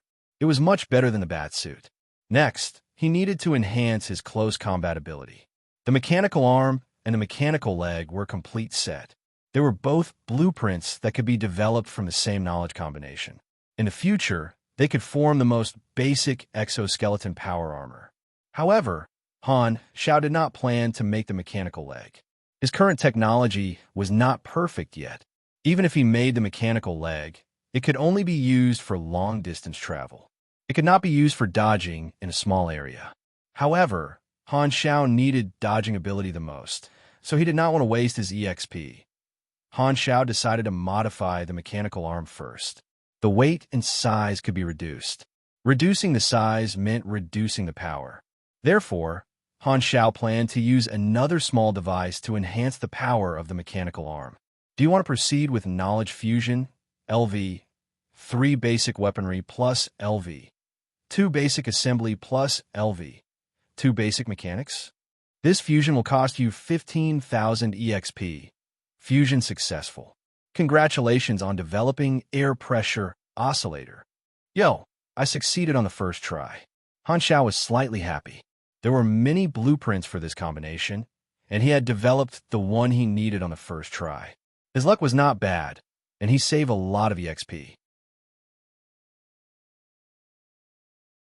The air pressure oscillator's core principle was somewhat similar to an air gun, but it compressed air into vibrational force and released a direct hit to the inside of the object.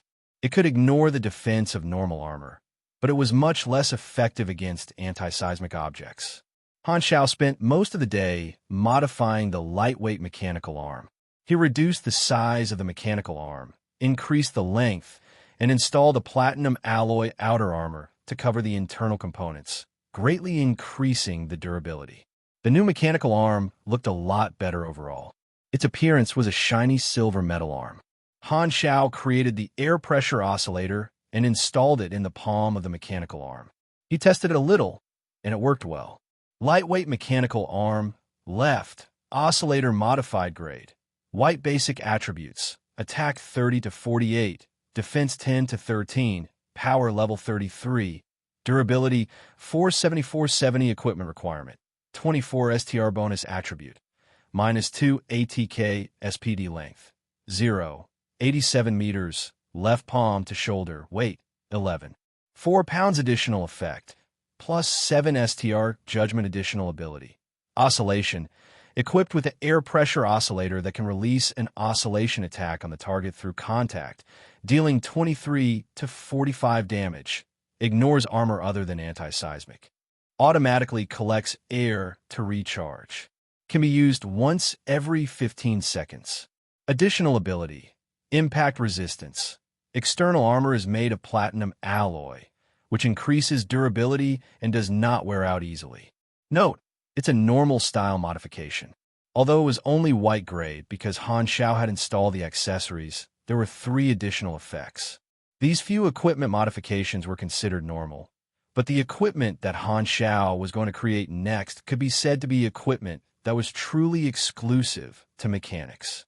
Han Xiao took a deep breath and thought to himself, Ba, Lord Taishang has given the order. God bless me, I have to fuse that blueprint in one go. I don't want to do it a second time. It's really a waste of experience. Do you want to proceed with knowledge fusion, LV, 2 advanced material synthesis, plus LV, 2 basic electromagnetic theory, plus LV, 2 basic assembly? This fusion will cost 70,000 EXP.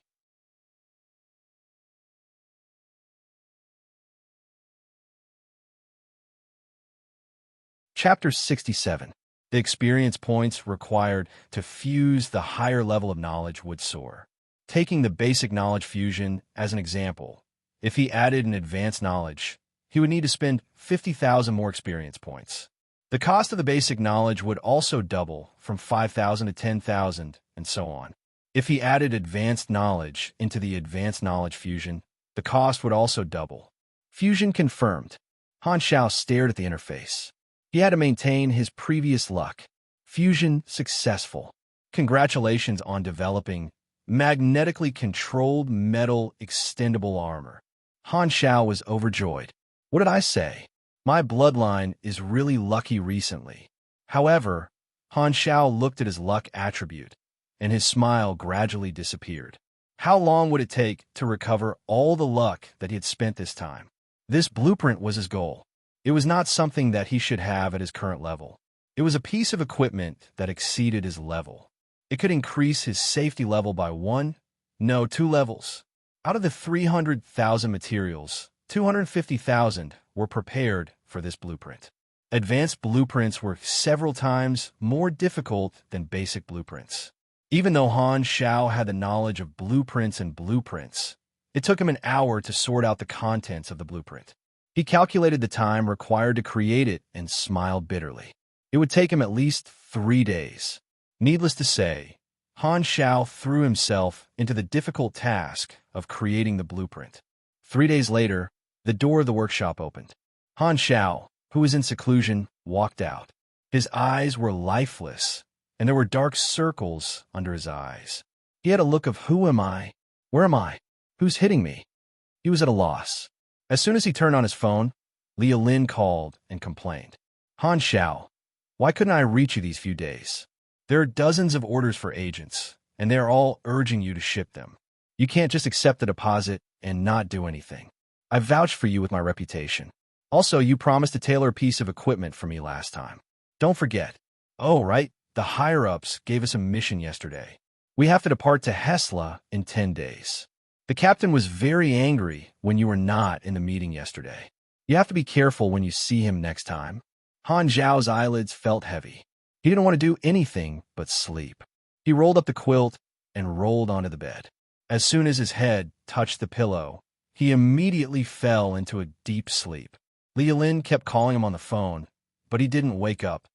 Hey, why aren't you saying anything? Damn it, I haven't settled the score with you for touching me last time. What's the first thing you do when you wake up? Open my eyes? No. She was in the toilet. Early the next morning, Han Xiao drifted to the toilet as if he was sleepwalking. In a daze, he peed a mouthful of water before he completely woke up. He shivered and felt comfortable all over. Han Xiao yawned and mechanically brushed her teeth and washed her face. Her eyes were drooping as she slowly opened the door of the repair shop. She went straight to the kitchen and pushed Lu Qian aside. Under Lu Qian's little fists, she calmly finished her breakfast. Under Lu Qian's resentful gaze, Han Xiao slowly walked back to his own studio. Old man Lu rubbed his bald head and sighed. He's just like me when I was young. How carefree. I want to change my keys. Old man Lu pondered. Maybe this is the love of young people. Of course not. Lu Qian roared like a lioness. Han Xiao returned to his studio and took out the result of 3 days of seclusion. It was a small box of thin metal pieces that looked like fish scales. It was pitch black with a hint of dark blue. No matter how one looked at it, this box of metal pieces had nothing to do with the word armor. However, this thing was indeed a magnetically controlled metal extended armor. It was not complete. Han Xiao took a deep breath and placed his palm on top of the metal pieces. It was only 3 centimeters away. He activated the energy in his body, and a numbing magnetic energy covered his palm. A magical change happened. The silent metal pieces suddenly trembled and gathered on their own. They were attracted to Han Zhao's palm. Like lively fish, they swam on Han Zhao's arm. Form. Han Xiao let out a low roar, and his energy flowed through his entire arm. These thin metal pieces spread out in the blink of an eye, turning into a thin, fish scale-like armor that fit perfectly without any gaps or overlaps.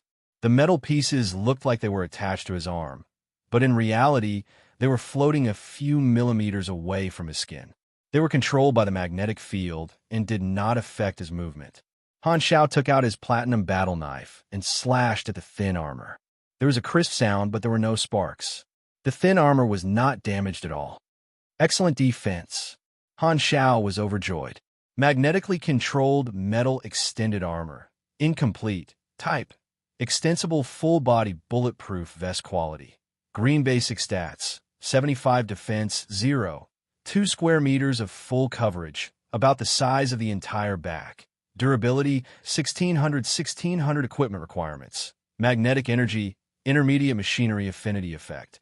Through energy, magnetic induction. The metal pieces of the armor can move around the entire body through the magnetic field. It can form armor on any part of the body. It takes 10 energy/minute to maintain the shape of the armor. Additional ability, super tough, high temperature, radiation, and penetration resistance. It can protect the human body effectively and is not easily damaged. Additional ability, repulsive bond.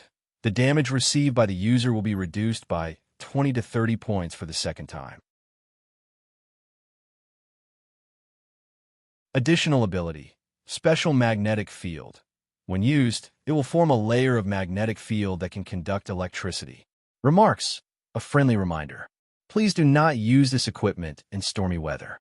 Equipment that required energy was called super equipment, and this magnetically controlled retractable armor was exclusive equipment for mechanics. Super equipment was a big category. Its main feature was that it was powered by energy. Generally speaking, its effect was much stronger than normal machinery of the same level. The original material of these metal pieces was a very conductive and magnetic metal. Furthermore, it was not an alloy but a very rare metal ore. It was very expensive, and even Division 13 did not have many in stock. Han Xiao had spent 250,000 to make these metal pieces that could cover his entire back. The core of this equipment was advanced material synthesis. It was relatively simple to use electromagnetism, so basic electromagnetism only required level 2 to fulfill the requirement. The principle was to fuse the magnetic fields of these metal pieces into a magnetic chain.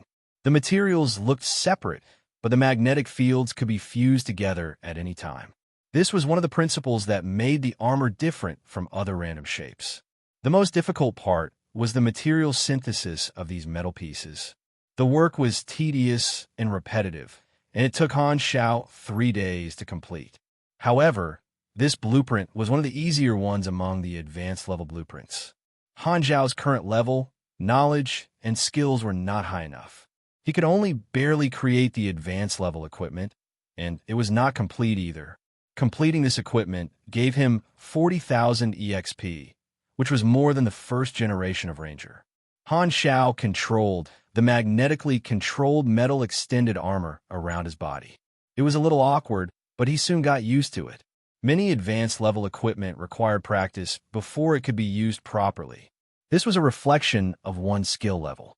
Han Xiao was experienced enough, so he could use it at expert level. With the magnetically controlled metal extended armor, Han Xiao's safety was guaranteed. Furthermore, the magnetically controlled metal extended armor was very well hidden. When not in use, It was kept in a small box with holes and hung behind his back. With the cover of his clothes, it would not be discovered. It was secretive, easy to use, and portable. Han Xiao would not reveal his trump card so easily, even if he told his own people. Who knew if his own people would become his enemies one day? He had always thought that mild paranoia and paranoia was caution. Ranged, close combat, movement, and defense were all settled. All that was left was art. You're tuning in to the Warrior Lore YouTube channel. Don't forget to subscribe and join us on this journey to catch the most captivating stories.